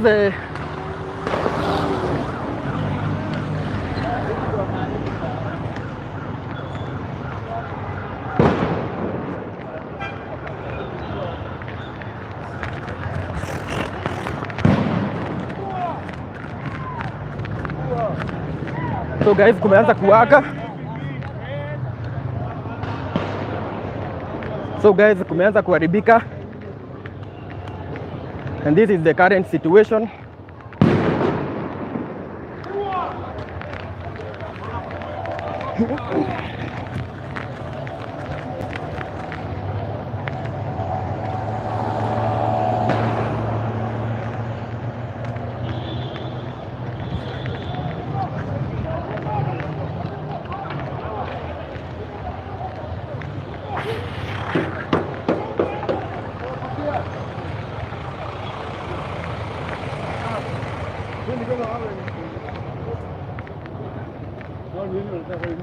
Hao walikuwa wamekuja na misalaba. I guess ni watu wenye walikufa.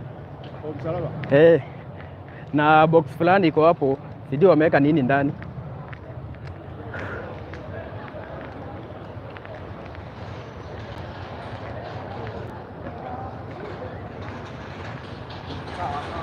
So guys, this is the current situation.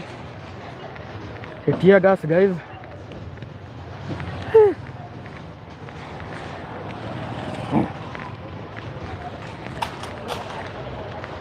Pole afande.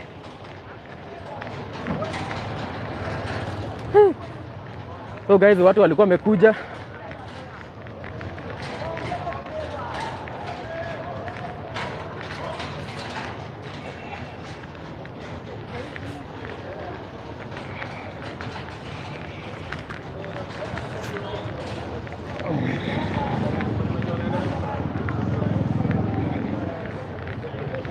So guys, hiyo namba yenye iko hapo niwekeeni tu kitu nunue maji kwa sababu siku nzuri hata kidogo. Tear gas tumepigwa naye. Guys, tear gas. Ni kubaya guys. So that is the current situation. Watu waandamanaji walikuwa wamekuja na kumeanza kuharibika. Ni aje? So guys, so that is the current situation. Tear gas huku imechacha. Kila mtu ni mbio. Kila mtu ni mbio sasa tao. Yaani kumeharibika. Kumeharibika, watu washaanza kufunga maduka. Watu wameanza kufunga mabiashara. Guys, niwakumbusha tena, this is Kikuyu Star TV and this is Tuesday. Nikukumbusha Gen Z walikuwa wamesema watakuwa wakiandamana siku ya leo. Na kumewaka kuwaka. Kiangalia Wakenya, kila mtu wako kwa mbio. Kila mtu ako on the run. Yaani kumekuwa kubaya zaidi. Kila mtu anatoa machozi huku. Walikuwa wamebeba sanduku, sijui ilikuwa na nini ndani. Ilikuwa na misalaba. Wameweza kupigwa tear gas. Yes, that is what is happening. Mimi nawaambia nimepigwa tear gas. Venye nasikia guys, I need to get some water. Na ukisikia from afar bado kuna bado tear gas zinaendelea kurushwa. Ukiona gari za polisi bado zinazunguka huku. So this is the current situation. We are at Nairobi and this is the current situation. Kumeharibika zaidi. Yes, so ni kubaya zaidi guys. Ni kubaya zaidi. Yes, ukiona polisi wako pale hivi na bado wanarusha tear gas. Ni wakina Boniface Mwangi walikuwa pale hivi. Boniface Mwangi? Wamekuja na masanduku na mamisalaba. So wamepigwa tear gas. Bana. So mbogi yake imepigwa tear gas, ni kama imetawanyika. So guys, this is the current situation. Today is on a Thursday. Na nikukumbusha Gen Z walikuwa wamesema leo watakuwa na march wakielekea kwa parliament. And unfortunately hawakuwa wamefika. Walikuwa wamebeba sanduku, alafu walikuwa wamebeba misalaba. Yes, na walikuwa wamevaa white, walikuwa wameandika na rangi ya red. So guys, this is the current situation. Kila mtu saizi tao ni mbio. Kila mtu ni mbio. Yes. This is a live update from Kikuyu Star TV. Yes. So walikuwa wanajaribu kwenda side za parliament wakisema they are peaceful, lakini unfortunately it have turned out that wamepigwa tear gas na polisi, and that is what is happening. Ukiangalia saizi kila mtu, nikukumbushe hali ilikuwa shwari from morning until hii masaa saizi saa 8 ndio kumeanza kuharibika. Ukiona lori za polisi bado zinaendelea kuzunguka huko hivi. Ukiangalia gari za polisi zinaendelea kuzunguka. Na ukiangalia pale hivi. Yes, gari za polisi zimeanza kukuja kwa wingi zaidi. Yes, na they are ready kukabiliana na anybody ambaye ana demonstrate. This is the current situation. Today is on Thursday. Yes, wanasemaga ni maandamano Thursday. Kikuyu. Mimi ndo napeperusha bwana. Mumeona venye nimetoka hapo mbio guys. This is the current situation. Ukiangalia maafisa wa polisi wako huku hivi. Tunataka tujaribu tuone kama tutaweza kufika huko. We see what is really happening. Bwana milionea how you? Guys, tafadhali. Tunaomba whatever small that we might be having. Hiyo ndio tunaomba tuweze kununua nayo maji kwa sababu siku nzuri hata kidogo. Unaona kila mtu sasa hivi ni pilika mbio za hapa kule. Kwa sababu ya vende kumeharibika. Unaenda wapi sasa? Wewe huko siku nzuri tear gas bwana. Yes, so kumeanza kuharibika huku ni tao. Nataka tuweze kusonga huko. We see what has happened.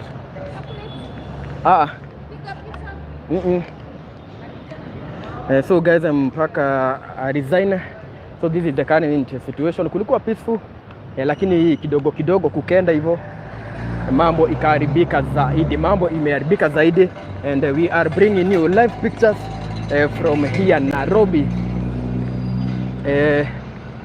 CBD. This is Nairobi CBD. Nataka nisimame mahali nione kama nitaweza kuonesha the current situation. Kiangalia kule mbele kumeharibika zaidi. So pale ndo walikuwa wamefika, lakini wameweza kupigwa tear gas na wote wakapotea kabisa. Bro, I like your strength, thank you very much. So this is the current situation guys.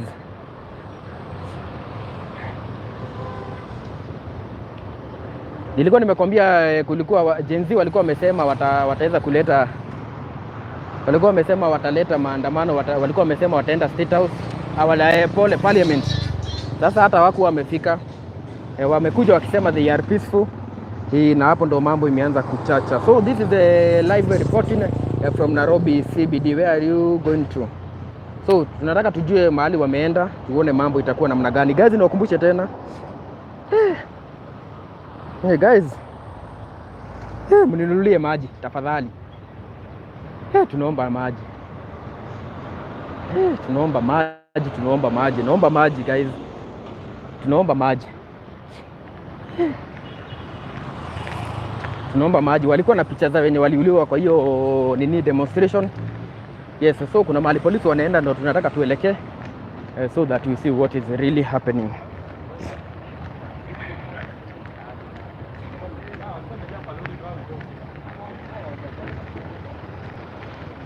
Kuna polisi wako hapa hivi. Hiyo namba yangu ya 0708728773. Hiyo ndo namba you can always send your support. And sasa we need to load data and you at least we can know whatever is happening. Kwa hivyo whatever small that you have, hiyo namba itatusaidia sana so that we can be able to get some data.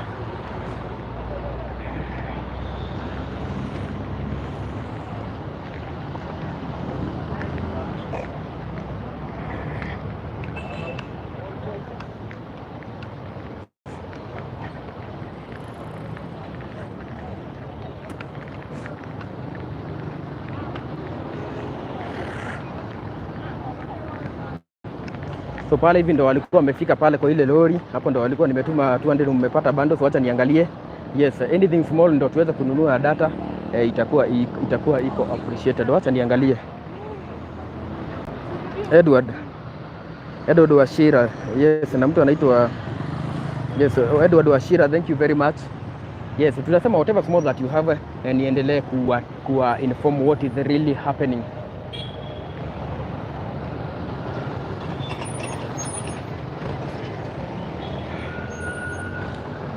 So this is a live coverage from Nairobi CBD. This is live coverage from Nairobi CBD. Na ukiangalia maafisa wa polisi, they are very very set.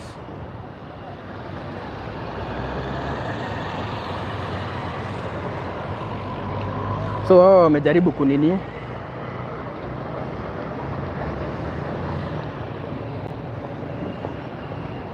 wamejaribu kuandamana hapa hivi, wamepigwa tear gas vibaya sana.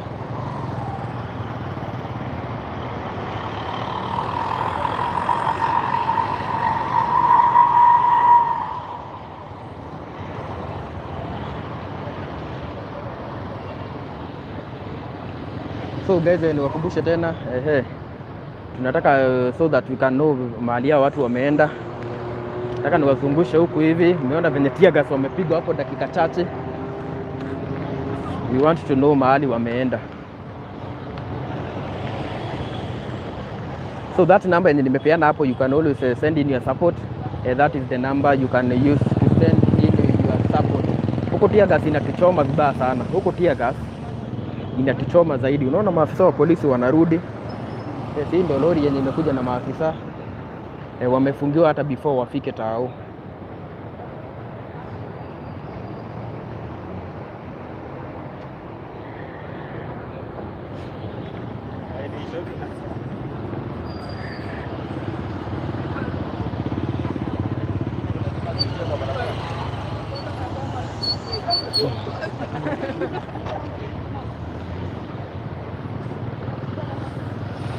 Ukiangalia maafisa wa polisi wako hapa hivi. Yes, na wanaangalia whatever might be happening.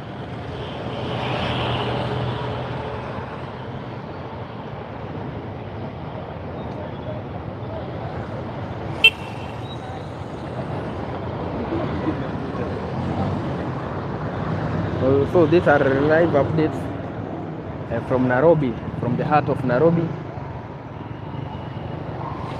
Tunataka tujaribu so that we can know what is really happening.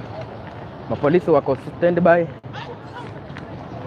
Tuna Wakenya ni kukimbia kila kona.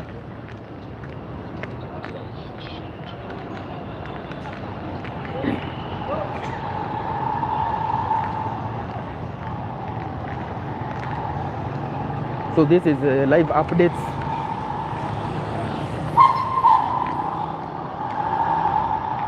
And we want to see what is really happening.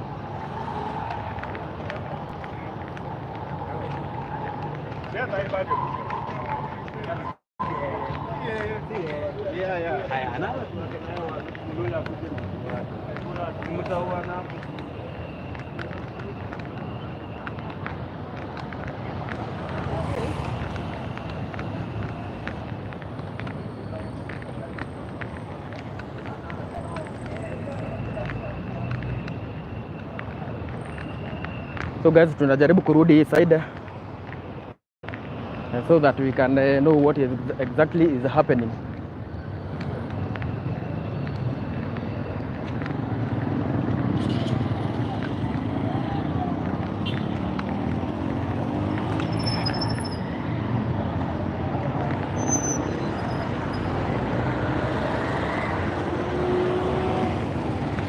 Sasa watu walikuwa nafikiria kumekuwa kuzuri. Yes, na nakukumbusha hiyo number, you can always use it to send in your support.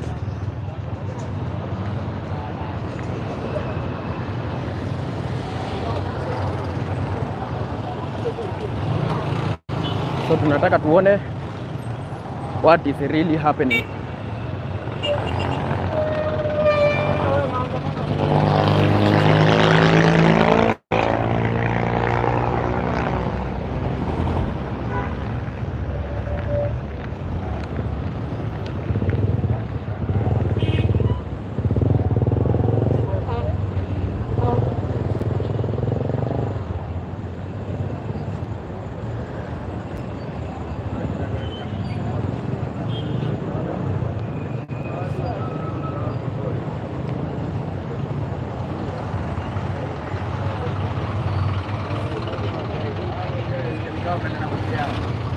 Walikuwa na mwili.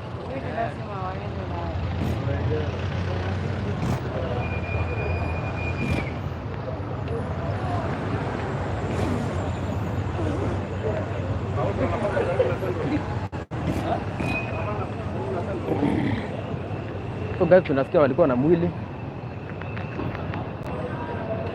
So guys, we want to follow so that we can know what exactly is happening.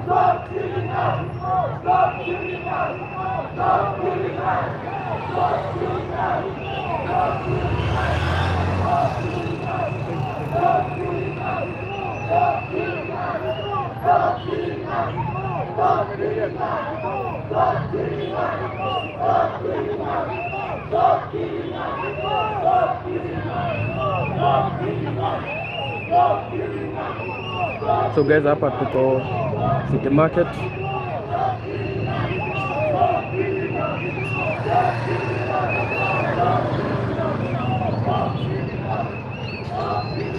So guys, hiyo number you can always send in your support whatever small that you have. 0708 72 87 73. Aje bro. Poa sana.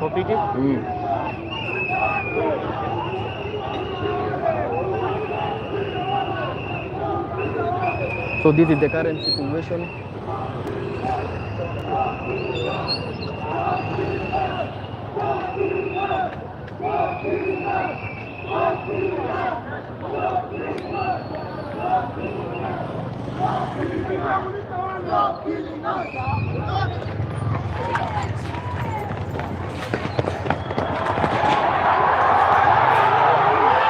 Tear gas. Tumesikia tear gas.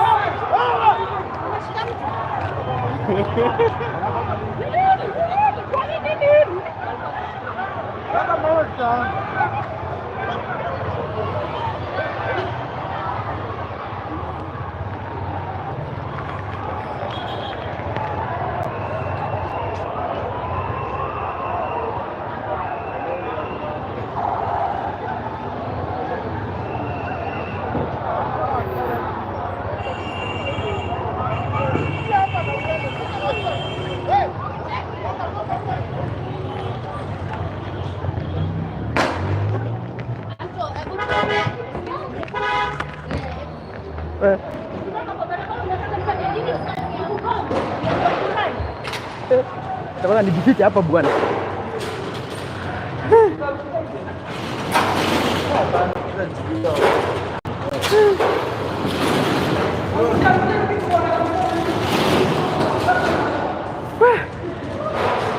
So guys, ni kubaya. Si record. Sawa. Huko ni tear gas tu. Huko chini ni tear gas tu azuka nje. Wewe, ni mimi niko mahali nimejificha guys. Yaani kumewaka guys.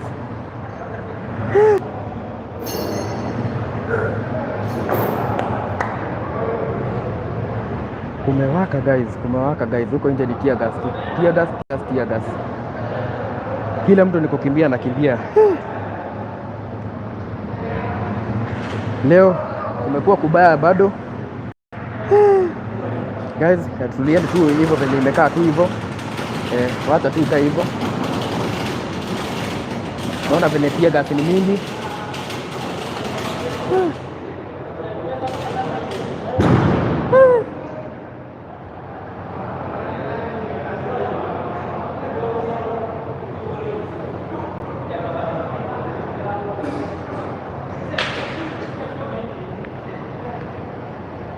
Kwanza tuangalie kama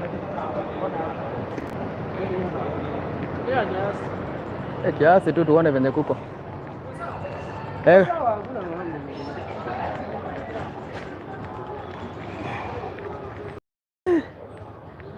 Guys, nawaambia nitumieni ya maji. Pia ni kubaya guys.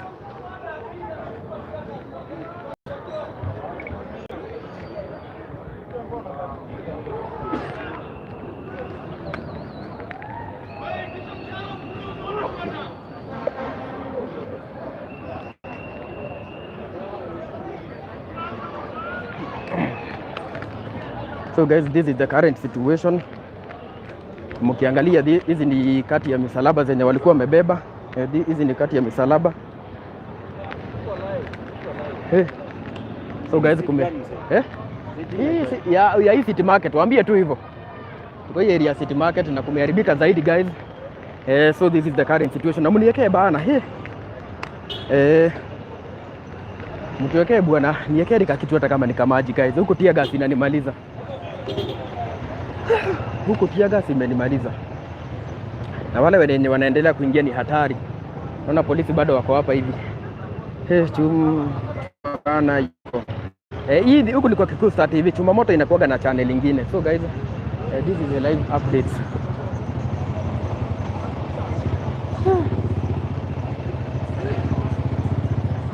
These are live updates from Nairobi CBD. Kumeanza kuharibika guys. Yes, kumeanza kuharibika. So these are live updates. Kisikia kila mtu huku ni kukohoa tu. Yes, polisi wanarusha tear gas kila mahali. Yes, kuna vijana walikuwa wanasema stop killing us. Yes, and that is the current situation. Hapa tuko Nairobi. Ukiona polisi wako hapa hivi kwa wingi. Wako hapa kwa wingi. Hao ni polisi. And this is the current situation guys. This is Kikuyu Star TV. Na ukiona bado wanajikusanya kule. Bado wanaendelea kujikusanya kule mbele, as you can see.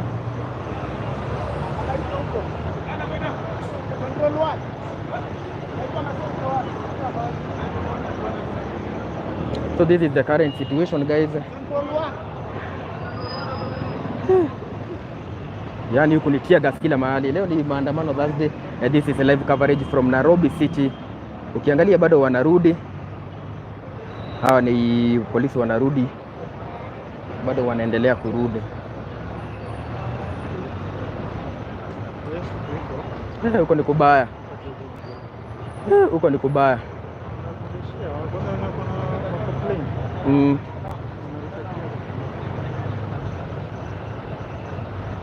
So these are live updates from Nairobi CBD. Tena maafisa zaidi wanaendelea kukuja. Maafisa zaidi wanaendelea kuingia. Maafisa zaidi wanaendelea kuingia. As you can see, maafisa zaidi wanaendelea kuingia guys. Kumeharibika huku tao, kumeharibika. Na nakumbusha tena, the only way you can support us guys ni kutuwekea data whatever small that you might be having guys.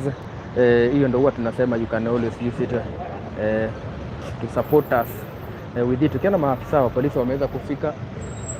Yes, gari karibu 1 2 3 4 5 karibu gari karibu 5 zimeweza kufika. So this is a live update. Mtabai maji yekeni do ya maji kwa 0708728773. Hiyo ndio namba, you can use it to buy ya maji 0708728773. Unaona hadi wana habari huko tu ni machozi tu, kwa sababu hiyo tear gas ni hatari sana. Yes, ukiona reinforcement imekuja. Yes, leo ni siku ya leo ni Thursday na kama kawaida kunaga maandamano, lakini leo umeona vijana wamejitokeza. Yes, and this is the current situation. Namba yangu ni 0708728773. That number you can always use it and send in your support. This is Kikuyu Star TV and this is a live update from Nairobi. Yes. So ukiangalia kule mbele bado wanakuja.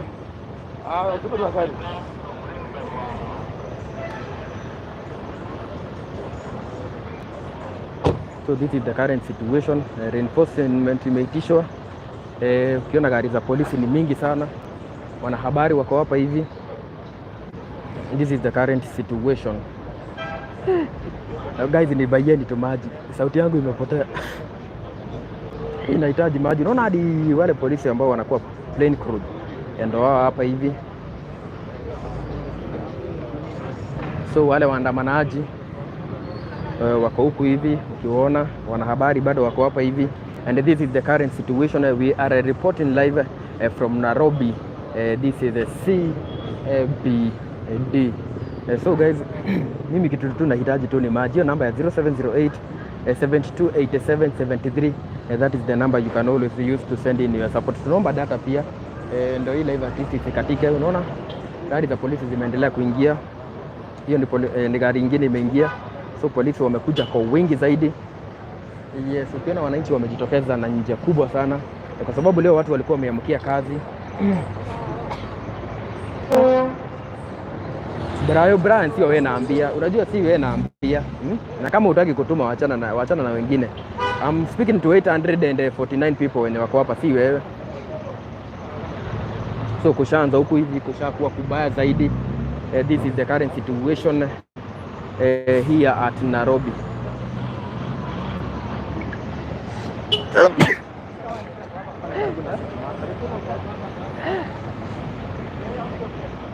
Tuko na chuma moto hapa.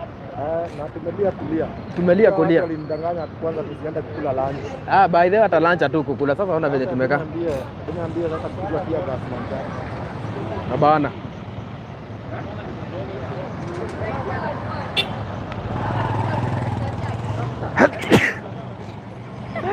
assistant mmoja.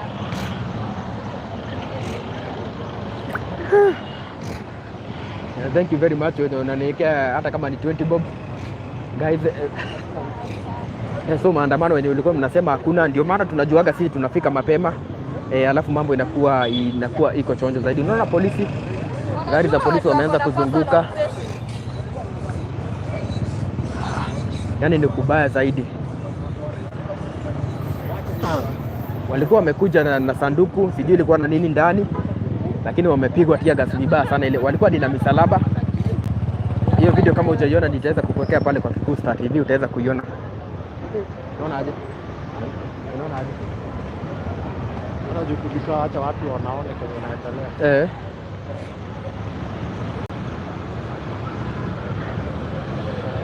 Hapa ya mbele iko sawa, kamera ya mbele iko fiti. Huko ni kulia tu tunalia.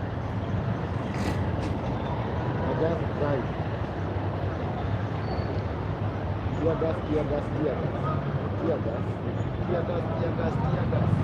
Unaona hawa kuna wanasema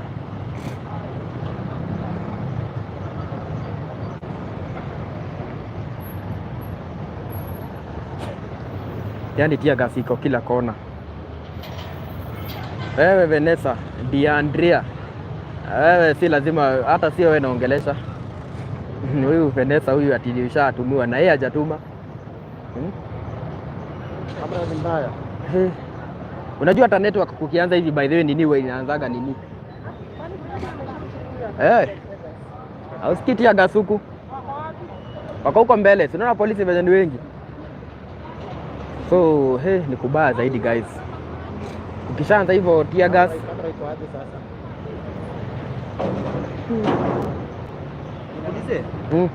Kuna mtu niliona ameshikwa, ni nani? Kuna mtu ameshikwa pale hivi? Ameshikwa kapeleka hivyo. Hata ni Boniface ameshikwa? Uko unanipigia. Yule mwana harakati sio?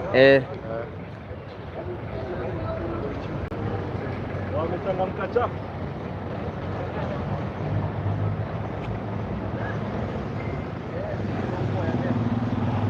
So guys, tuko tu hapa hivi. Tunangoja to see what will be happening. Watu kwenye watu. Tutakaribia watu huko sana. Huko ni kubaya jo. Hiyo pia gas imepigwa karibu ni fail.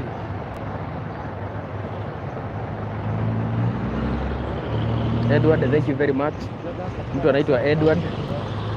Acha tujaribu kusonga pale mbele. Yes, thank you very much Edward. Hii tunasemaga hii ya kusupport, ndio maana inasema support. It's out of your own willingness. Yes, hiyo inakuaga, hiyo ni mtu mwenye tu anataka hiyo. Hiyo inaaga maneno mingi.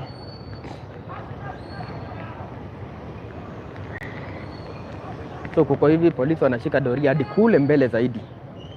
Kule mbele.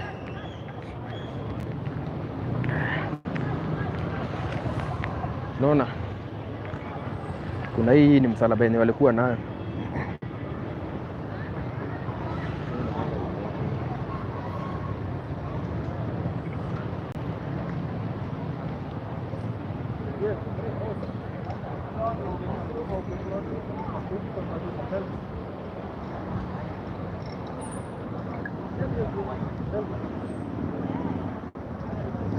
Huyo anaitwa Kevin Mwawasi. Yes, huyo anaitwa Kevin Mwawasi, ni moja yenye nilikuwa nayo. Watu wako tu hivi hapa mahali tuko ndio watu wako. Yes, hebu mwambieni huyo mwenye anasema hii inakuaga ya support. Tunasemaga for support peke yake. Inakuaga for support peke yake. Hiyo ni mtu mwenye anataka.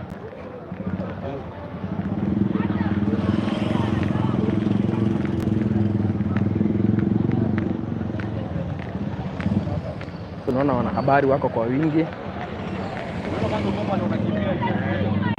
Huku ni wapi? Hapa tuko karibu na City Market. Huku tuko karibu na City Market. Kiangalia kule mbele kumetulia tulia.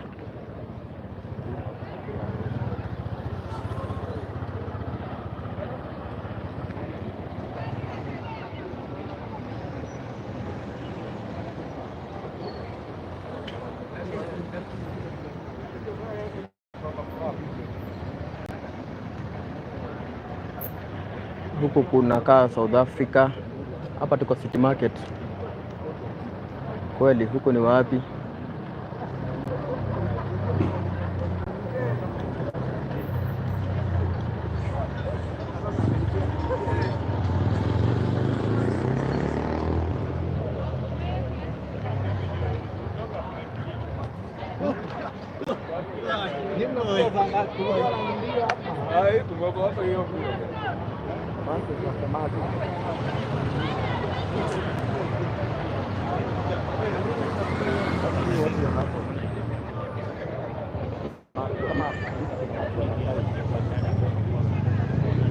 Ni ile namba. Unauliza namba gani? Namba gani unauliza?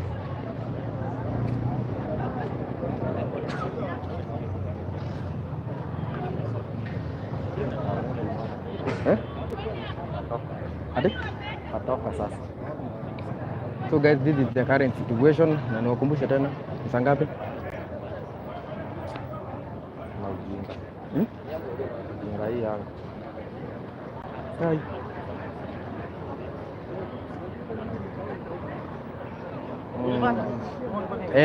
Tumewapata. Thank you very much. Mimi naona tuende. Ndio.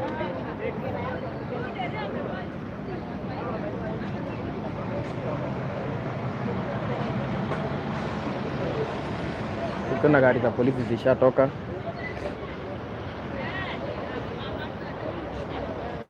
Hebu ambieni wenye wanaleta za ovyo ovyo. Nikisema mnisupport ni mtu mwenye nataka. Ndio hizo gari za polisi ni kutoka zinatoka. Pelekane nao huko chini. So guys, this is the current situation.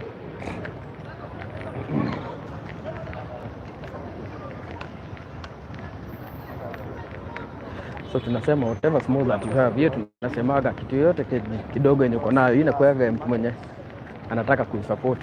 Hiyo ni mtu mwenye anataka kusupport. Yes, gari za polisi zilikuwa zimekuja kama gari 10 hivi. Kama gari 10. Ati nimeonesha hii msalaba. Hii ni msalaba yenye walikuwa wamebeba. Unaiona? Kevin. So leo ndio maana tuliwaambia ukutao sisi tunajuaga. Ndio maana ukiona tumeingia live asubuhi, you know there is something. Na ndio maana tunataka tunakaa tukiku update. Sasa kama wewe uko nyumbani saa hizi umejua kuna watu wametokea wamerushiwa tear gas, which means mambo na maandamano ni kama inaendelea. So tunaendelea kuwazungusha huku bado. Sijui tupitie side ya parliament tuone venye kunakaa. Hapo kuna kitu. Situpitie hivyo tukiteremka hivyo. Pengine wamefunga, tuone kama wamefunga. Tunakatia tu hapa. So guys, tumetoka huku umeona kumechacha. Kwa hivyo wenye wanasema maandamano hakuna, mumejionea leo ni.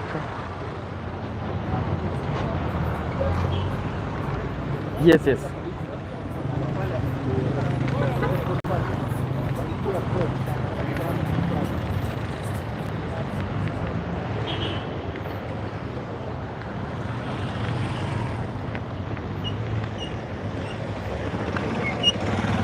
Hata tuzunguke hivyo, tuende tuoneshe.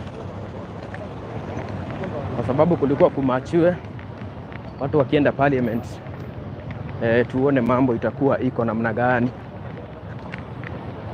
So this is the current situation here at Nairobi CBD. I'm out. Mbona hawa vijana wako video Kwa nini?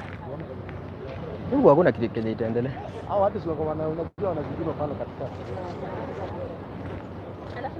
Hata ilifika tu hapa. Tusimame hapa basi tu huko mbali.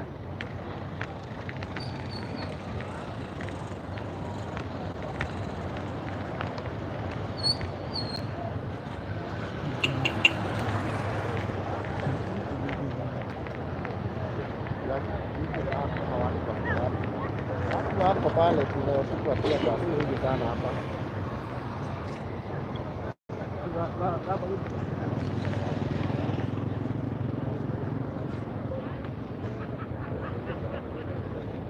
Nyinyi wacheni watu wafanye kazi, tembea huko. Tawachukulia if there is anything that will happen, tawachukulia vipi?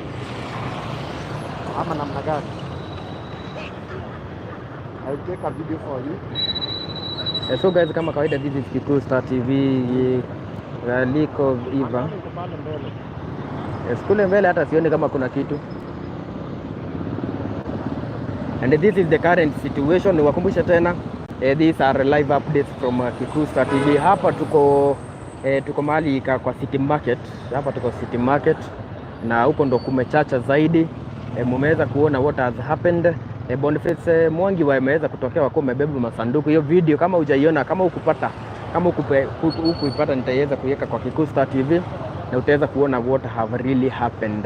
So these are live updates from Kikuyu Star TV na hapa tuko tao na mambo imeanza kuchacha. Wenye mlikuwa mnasema hakuna maandamano, mumejionea what the current situation is here at Nairobi CBD. Ukiangalia maafisa wa polisi, gari zimekuwa zaidi ya 10 ambazo zimeweza kukuja hapa, zilikuwa zimejaa wana polisi.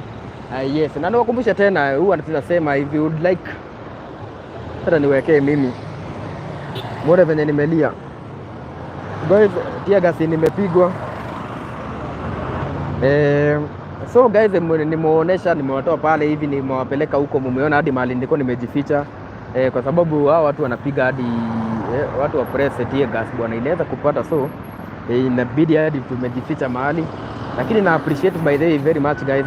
Sisi tunawaambia mkiona tumeingia live, we have been live for the past 4 hours. Tumekuwa live nikiongea 4 hours continuously. Yes, ndio niwalete updates, ndio kama uko hapo nyumbani you can know what is really happening. Na ukiona bado gari za polisi zinaendelea kuzunguka huko hivi, just to make sure that everything is going on very well. Ukiona hii ni gari ya polisi, ndio hiyo hapo hivyo, hiyo imesonga hivyo. Haki nyinyi we. Wacha mambo mengi nyinyi. Nani hao bwana huku kuna watu ziliacha wakikatiana hadi katikati ya maandamano, bado mnakatiana shwari. Pole, acha hasira. Huyu msee pale anakutuweka live unatulia, acha vile amejitolea lipi. Hebu ambieni, unajua watu wenye okay, kuna watu wenye huwa wanaelewa, and I'm happy the biggest percentage wakati nimesema support, they usually support. So hakukosagi watu 2 3, lakini hao tumewazoea na tunasemaga inakuaga ukiona it's good, ukiona you can support, tunasemaga it's for whoever mwenye anajisikia anaweza support. Ndio maana tunasemaga any amount inakuwa imekubalika. Kama sasa hivi nimekuwa live for the past 4 hours. You can imagine 4 hours kuwa live for the past 4 hours, wenye wanajuaga hiyo maneno. You can know how it usually inakuaga. We use a lot of data. Yes, kuzunguka hata sasa hivi nikuonesha, ilibidi hadi nikadunga hadi power bank hapa hivi. Yes, so kuna kuaga hivi. So lakini hakukosagi watu 2 3 wa kusema sijui nini na inakubalika. So hii inakuaga kwa mtu mwenye tu unajifeel anything, na inakuwa mambo iko chondo, kwa sababu sisi kitu tunahitaji. Niliwaambia morning, mimi nikiwa na data I can be live for a whole day and you at least you know what is really happening. Ukiona watu ndio wanatokea job, watu sasa ni kama wako confused, kila mtu sasa imekuwa ni mbio kujaribu kufika nyumbani. Mtu anaitwa Austin Osinda anasema uko fit bro, thank you very much. Kuna watu wana appreciate what we are doing and we are very very happy. So ukiangalia kule mbele nothing is happening, and wanahabari wako pale hivi, na so tunakaa hapa hivi kwa sababu hapa ndio gari za polisi hapa ndio zinapita. Yes, tumeona lori within like 10 minutes kulikuwa hao washatawanywa na tear gas zimerushwa. Mmejionea, kama hujaona vizuri what has happened, hiyo video nitaweza kuiweka hapo kwa Kikuyu Star TV wahala. So huyo mwenye anasema sijui nini, good job Martin, to keep informed. Thank you very much. Yes, kutoka asubuhi wenye tulianzia na nyinyi asubuhi, you can attest. Sijatoka live kutoka asubuhi. Kuna watu wananipigia simu, lakini usinipigie simu saa hizi.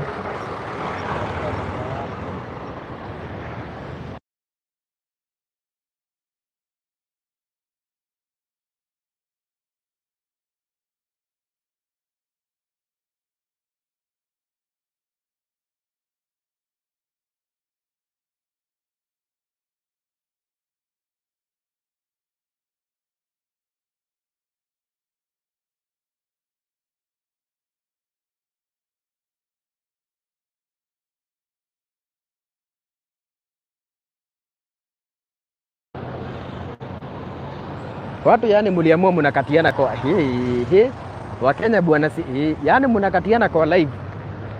Watu surely Surely. Watu wanakatiana kwa live. Naona mababes, naona mara nini. Enyewe. Aya, huyo ako na maua. Kwani huyo ni mmoja wenye alikuwa abebe maua? Naona amebeba maua. Sasa tusonge hadi kule mbele tuone what is really happening. So thank you very much for wenyewe. Niko hapa sitting hawa ni watoto wa kukatiana. Sasa hata nashangaa hizo message zenyu za kukatiana surely nitasoma kweli.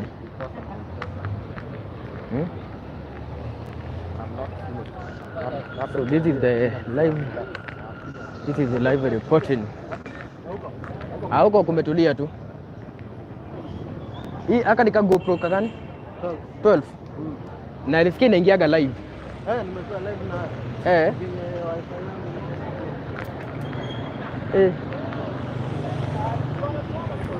So guys, this is the current situation.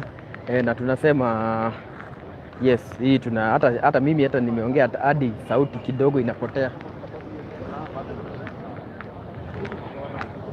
Sauti yani hadi imepotea. So unaona hali imetulia.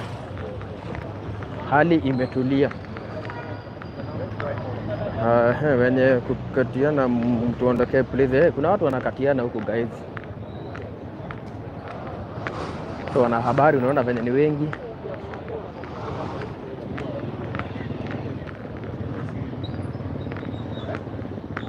So ukiangalia kuko hivi. Fike pale. Ukiangalia kuko hivi guys. This is the current situation. Ukweli yes, mwache hivi Lakini sasa hata kama ni kukatiana kwa comment section bwana. So guys,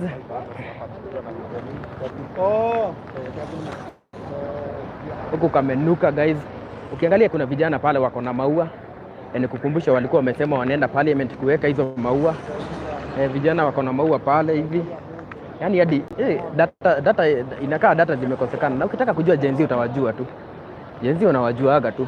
Ndio hao wako na maua huko.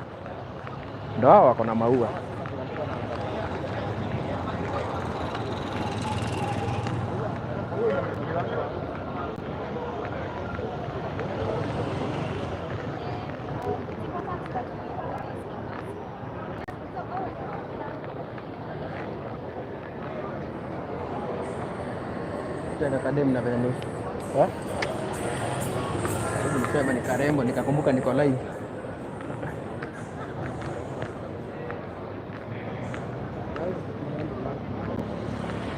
So this is the current situation. Ipo sana.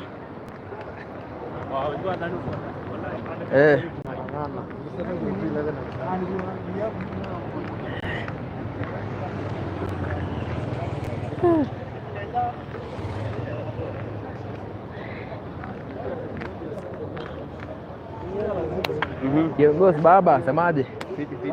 Niaje? Poa sana. Bado umeni hotspot.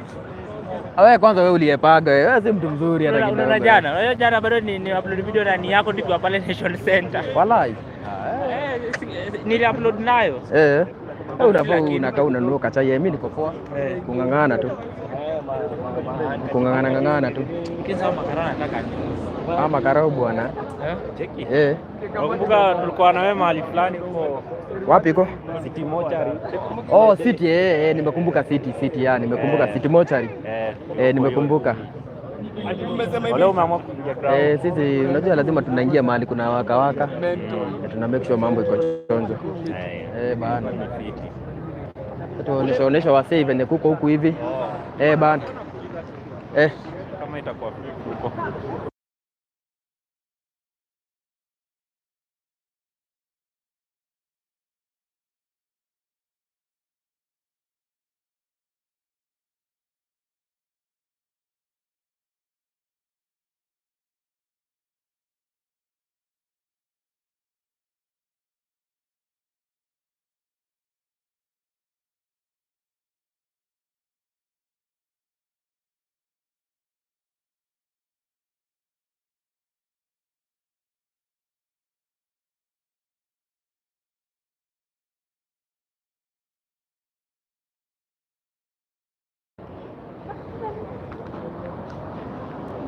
So guys, kumetulia tu hivi. Ama watu wameenda side nyingine. Hata ndo naona. Wanaweza kuwa wameenda wapi?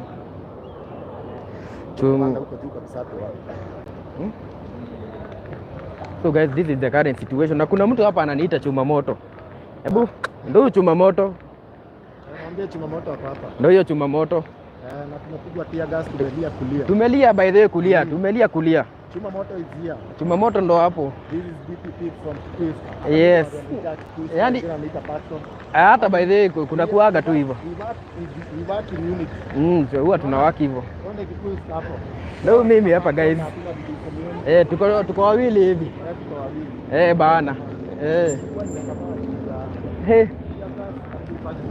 Mimi hata chuma moto nataka tutafute mahali kuna maji. So sisi by the way tuko njaa. Tia gas na njaa huwa hazisikizani. Sasa sisi tuko njaa sijui. Nani anakuita mwizi? Sasa why call us mwizi? Ngoja tutafute rada sawa? Safi. Unataka tu kidogo tu na chukua hiyo namba alafu una nini? Unaandika namba 0702 11 99 40. Hata ni rahisi basi. 0702 11 99 40.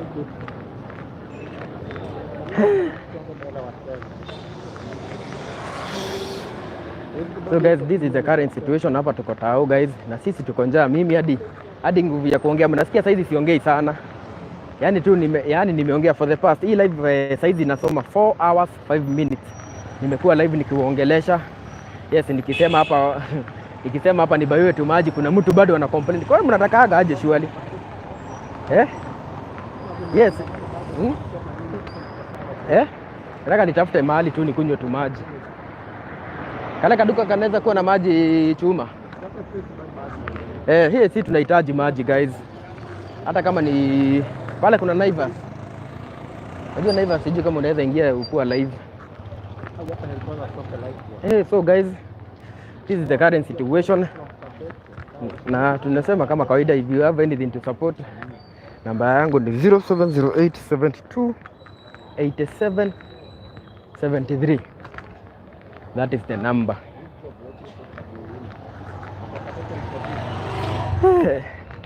Guys, mnaona aje hapa tuko karibu na Naivas. Bana hata 20 minutes sijui kama zimeisha. Baada ya 20 minutes sijui kama zimeisha kama hawajafurushwa, lakini watu kama 100. Polisi walikuwa watu kama 5,000. Bana. Watu kuandamana. Sijui chuma. Tutafute mahali tukunywe maji. Chuma moto hiyo jina nayo huyu kuna mtu anaitwa Vincent Obuhaka. Yaani watu wanakuwa na mind mbaya huyu hata anashangaa hiyo jina ulitoa wapi? Chuma, mimi nataka tutafute mahali tukunywe tu maji. Ankoshaka kwa wapi? Yako ka namba.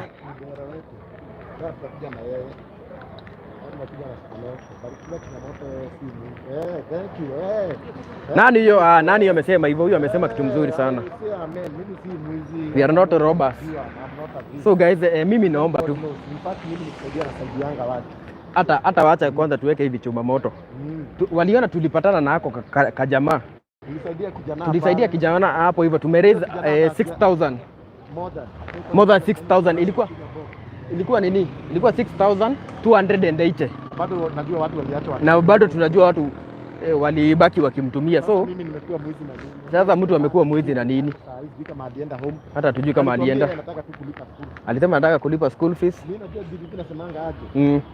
Kama jana bado kuna mtu hata alikuwa alinitisha, alikuwa best yangu wa kitambo, akanitisha 500, akaniambia hapo na shida. Na nikamtumia. Mimi sikutaka kujua. Mimi sikutaka kujua kama ananidanganya ama ananiambia ukweli. The most important thing ni aliniambia may God bless you. Amen. Hata mimi the same thing. Hata mimi the same thing 500. Kuna mtu nilitumia 500 jana. So sisi tunasaidiaga tukifika mahali nini? Tunataka usaidizi, tuna nini?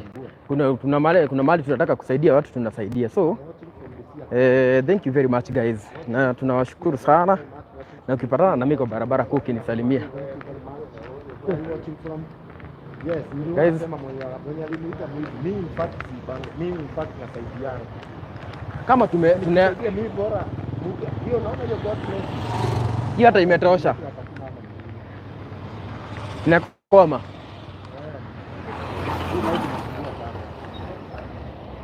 Kwani unatumia Safaricom? Tumiaga Safaricom bwana.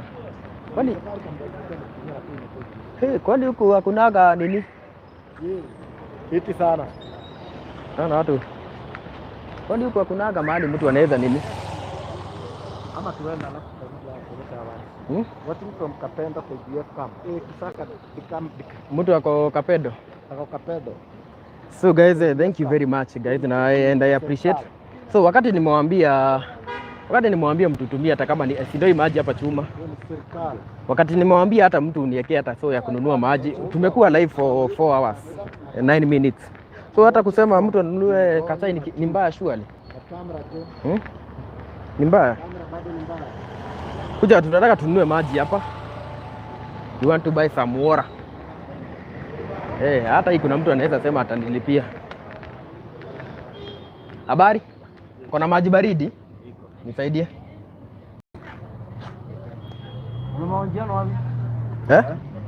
Tulikuwa huko chini bwana mahali waandamanaji walikuwa bwana. Hapa City Market. Na wameisha ama wako? Wamevurugwa vibaya sana. Gari za hiyo ni gani? Nisaidie tu hiyo kubwa.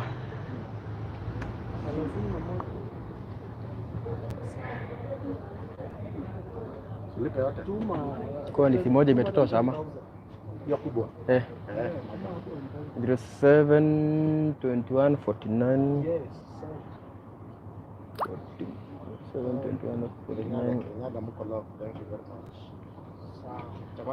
Ni how much? 60. Kubwa.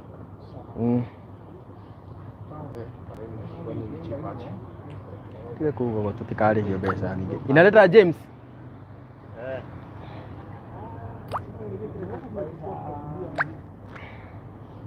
Imefika?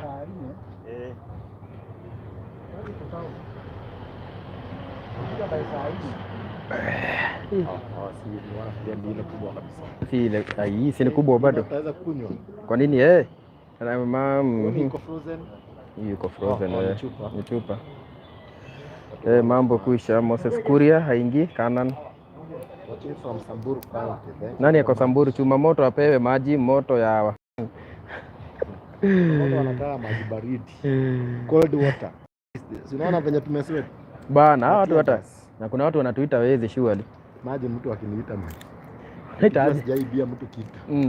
Sisi hata watu wenye tunapata ndo tunaweza nikiamka mapema hivyo nikuja kuibia. Imagine. I can't be waking up early. Kwenda kuibia watu surely. Kuamka tu kujituma kufanya job. Hii ndo kazi yetu. Tunakuja lunch. Shix Justin anakuaga wapi by the way? Shix Justin ni mtu wako. Mtu ndio anajua kwa Shix Justin kama jina kama mwanaume anaambia hiyo waduka maandamano imekuwa mwambie atae mwanaume sio mwanaume. Naongea kitu mingi ndio. Huyo ni nani? Na ninajua ameandika wrong spelling. Ndio niko na maji. Hii maji tumenunua tunatakuja hii moja. Hakuna pesa bwana. So guys, person akowea, person leo yuko.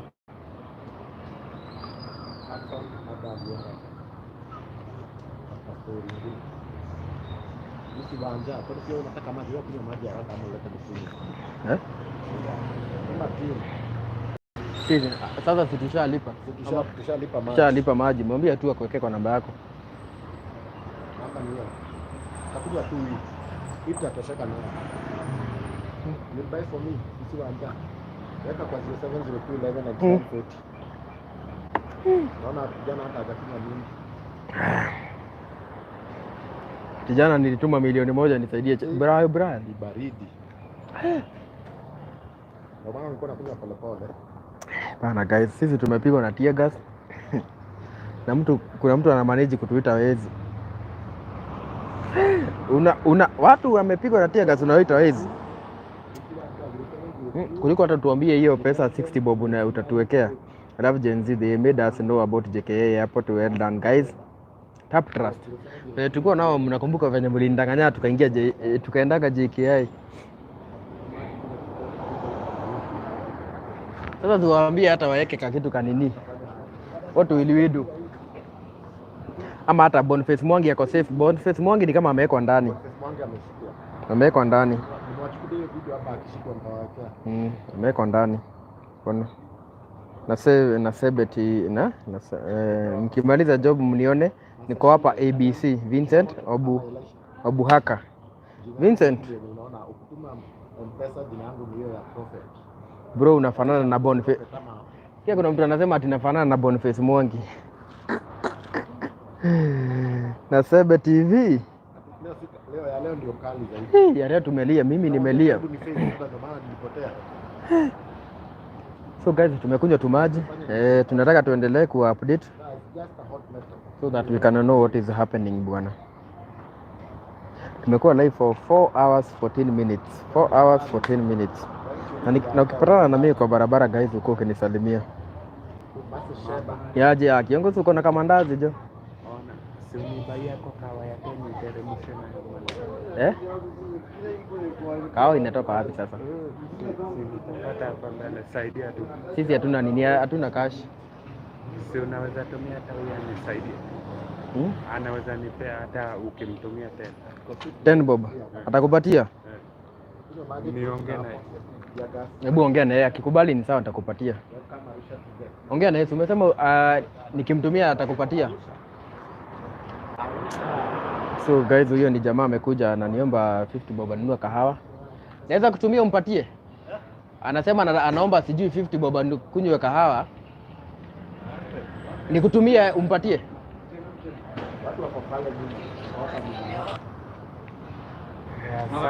Sawa, enda ukunywe kahawa.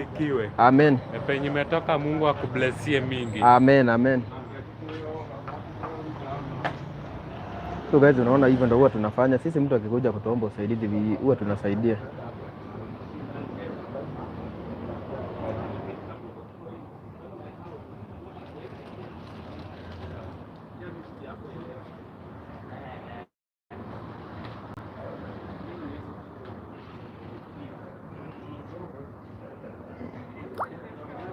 James, jina M-Pesa ni gani?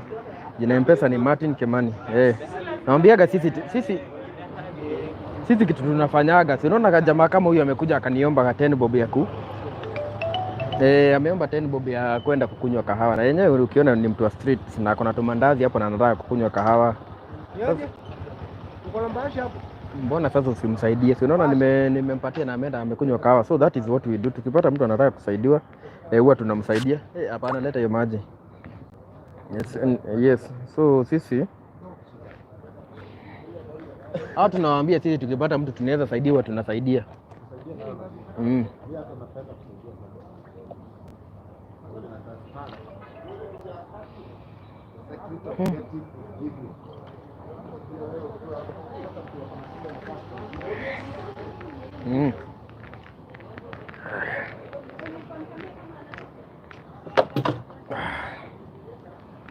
So guys, safari yetu inaweza endelea. So simuona sisi we live by example. Sasa unaona kama for example hiyo 50 bob yenyewe hata nimesaidia huyo jamaa. Unaona na Steven ameniwekea. So the hand that gives ni yenyewe na receive. So hata wewe Steven, barikiwa sana. Yes, what you give is what you receive. So jamaa amekuja ametulilia na anataka 10 ya kukunywa kahawa, nikampatia 50 bob. Na the same na Steven ameniwekea kakitu. So unaona, so sisi mahali tunaweza kusaidia huwa tunasaidia. Yes. So guys, tunaendelea. Ndio nasemaga pia wewe wakati nimekwambia nini ya kukunywa maji, ni hivyo tu ya support. Hii inakuaga tu kusaidia, na the hand that gives hiyo ndio ina receive. Hiyo nayo inakuaga tu kama kawaida. So thank you very much. Na Sebe. Ukitoa na wewe utapokea. Ukitoa na wewe lazima utapokea with no doubt. with no doubt. Only the way to fight this issue ni ati watu wakulane, maandamano ijirisha kweli. Tunataka kurudi kwa tukua kutafuta maji.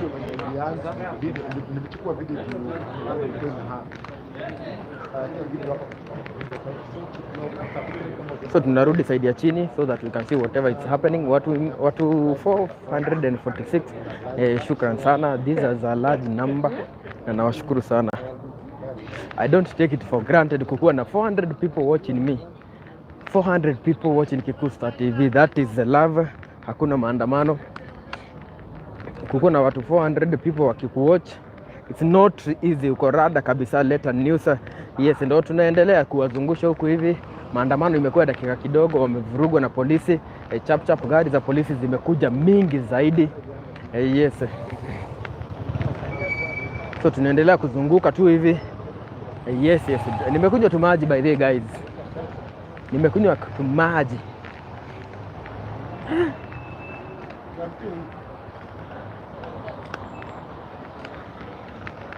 Huku ni kama kumetulia. Sasa hivi hali imerudi kawaida. Yes. Kabisa watu wana Thank you very much guys. So tunaendelea kurudi huku side ya chini so that we can know what is happening. Lady uko wapi bro? Imehesabika maandamano day. Hii ishahesabika nakwambiaga mimi ukiona wakati nimeingia tu anytime, hebu subscribe hapa kwa Kikusta TV. Siku yoyote ukiniona nimeingia live, kaa kwa hiyo live, kwa sababu sisi tukiingia live tunajuaga there is something that will happen. Tunajuaga obvious there is something that will happen. So ni vizuri uko kinini.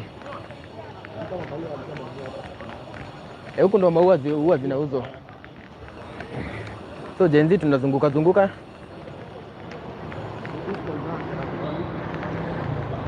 Tunaona pale hivi mapolisi wako pale. Nani? Ako wapi huyo atoke? Huyo Rubis Koinange atoke bwana, tumsalimie. Rubis Koinange ndio ile pale tunapita. Polisi hapa wamejihamu. Polisi hapa ni mahali maua huwa inanunuliwa. Hii inaitwa City Market. Haya. Hapa kuna vitu kama fani zinakuwa. Thank you very much. Mnasema nini guys? Kenyatta Road watching. Thank you John Washira. Thank you very much for watching. Sisi hakuna mahali huwa hatuoneshi. Mliona hadi mahali nilikuwa nimeenda kujificha. Hiyo tear gas ni hatari. Ai wewe, hiyo tear gas bwana si mchezo. Ilipigwa side yenye tulikuwa.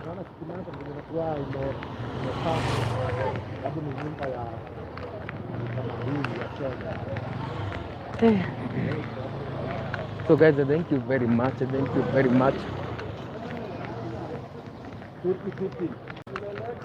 Once more guys, nawashukuru sana for the love and support you usually show us. Kusubscribe, kulike, kushare. Nashukuru sana.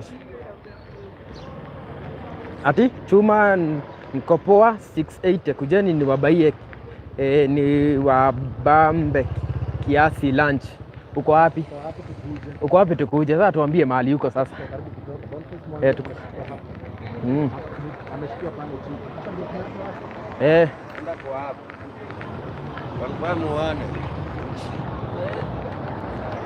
Huko tunaona. Huko kushatulia, hata gari za polisi zilikuwa hapa hivi zimeenda.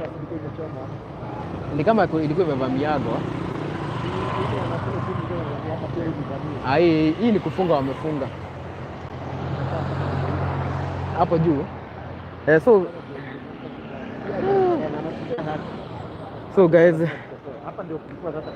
hapa ndio kulikuwa kumewaka na mumeona venye kulikuwa kumejaa polisi, kwa hivyo gari imewapita. Onyesha penye Boniface Mwangi ameshikiwa. Please guys, allow me to leave. Yes. Hata mimi nimekuwa by the way, nimekuwa live for 4 hours guys. Live for 4 hours at 23 minutes.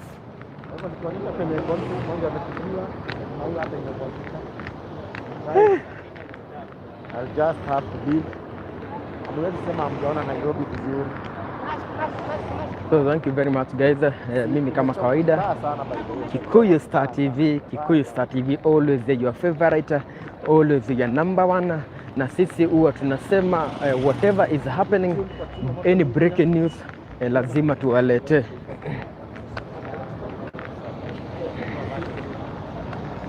Mimi mkisikia hata energy ya kuongea sina, mjue ni venye nimechoka. Yani unaona wanahabari wako hapa hivi, mkiona hata sina energy ya kuongea, ukiona wanahabari wako kule hivi, ni venye kumekaa. Unaona hali imerudi shwari. So guys, niwakumbushe tena tukimalizia huwa nasema hiyo namba yenye nimeweka hapo, you can always text me on WhatsApp na mambo inakuwa iko chonjo zaidi. So guys, thank you very much, thank you very much, thank you very much. Yes,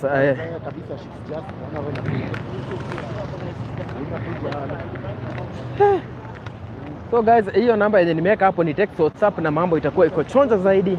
Na hiyo namba yenye nimeweka hapo bado tunasemaga you can always send in your support, na hiyo support ndio muamini inafanyaga kazi. For the past 4 hours hatujatoka live kwa sababu kenye mnaniwekea ndio natumiaga kununua data, na tukinunua nayo data mambo inakuwa iko chonjo, ndio maana tunawezaga kukaa live for all that time.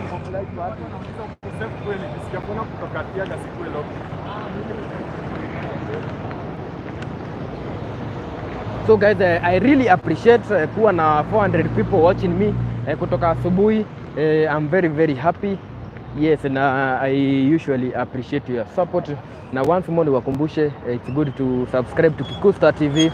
Ukipatana na video yote ya Kikuyu Star TV, ni vizuri you watch it, you like it and you subscribe it. You subscribe to our channel na mambo inakuwa iko chonjo zaidi. Yes, inakuwa iko chonjo zaidi. Hii barabara hapa hivi ndio Boniface Mwangi ameweza kukamatiwa. Hiyo video nitawekea hapa venye mambo imeweza kuhappen. This is the live coverage from Nairobi CBD.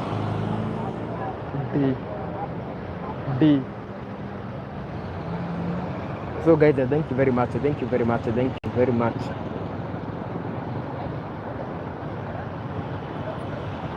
So unaona hali ya kawaida imeweza kurudi.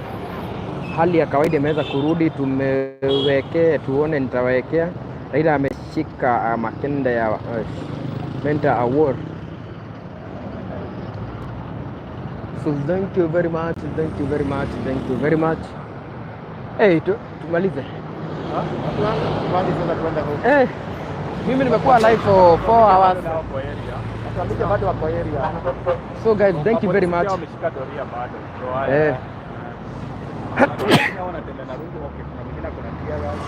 So guys, thank you very much. I really appreciate your support. Na till next time, wacheni tupatane. Mnasikia sauti yangu hadi imepotea. Nimeongea kuanzia asubuhi hadi saa hizi.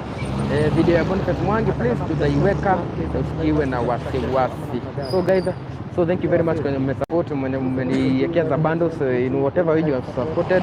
Hata kutuwatch hapa hii mambo iko chonjo. So mimi sauti yangu imepotea na siwezi endelea. Tia gas bado tumekumu na umechoka haki nimechoka sana.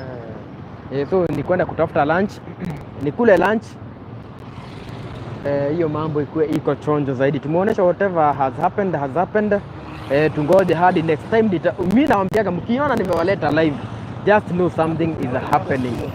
Know something is happening. So usiwahi doubt ukiona tukua live. Tuwaletea live lazima ikuwe kuna kitu ina happen. So guys, thank you very much. Thank you very much.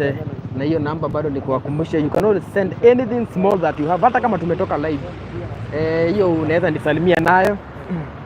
Tukimalizia 0708 72 87 73. Kila siku baraka follow you. Kwaherini. Thank you very much.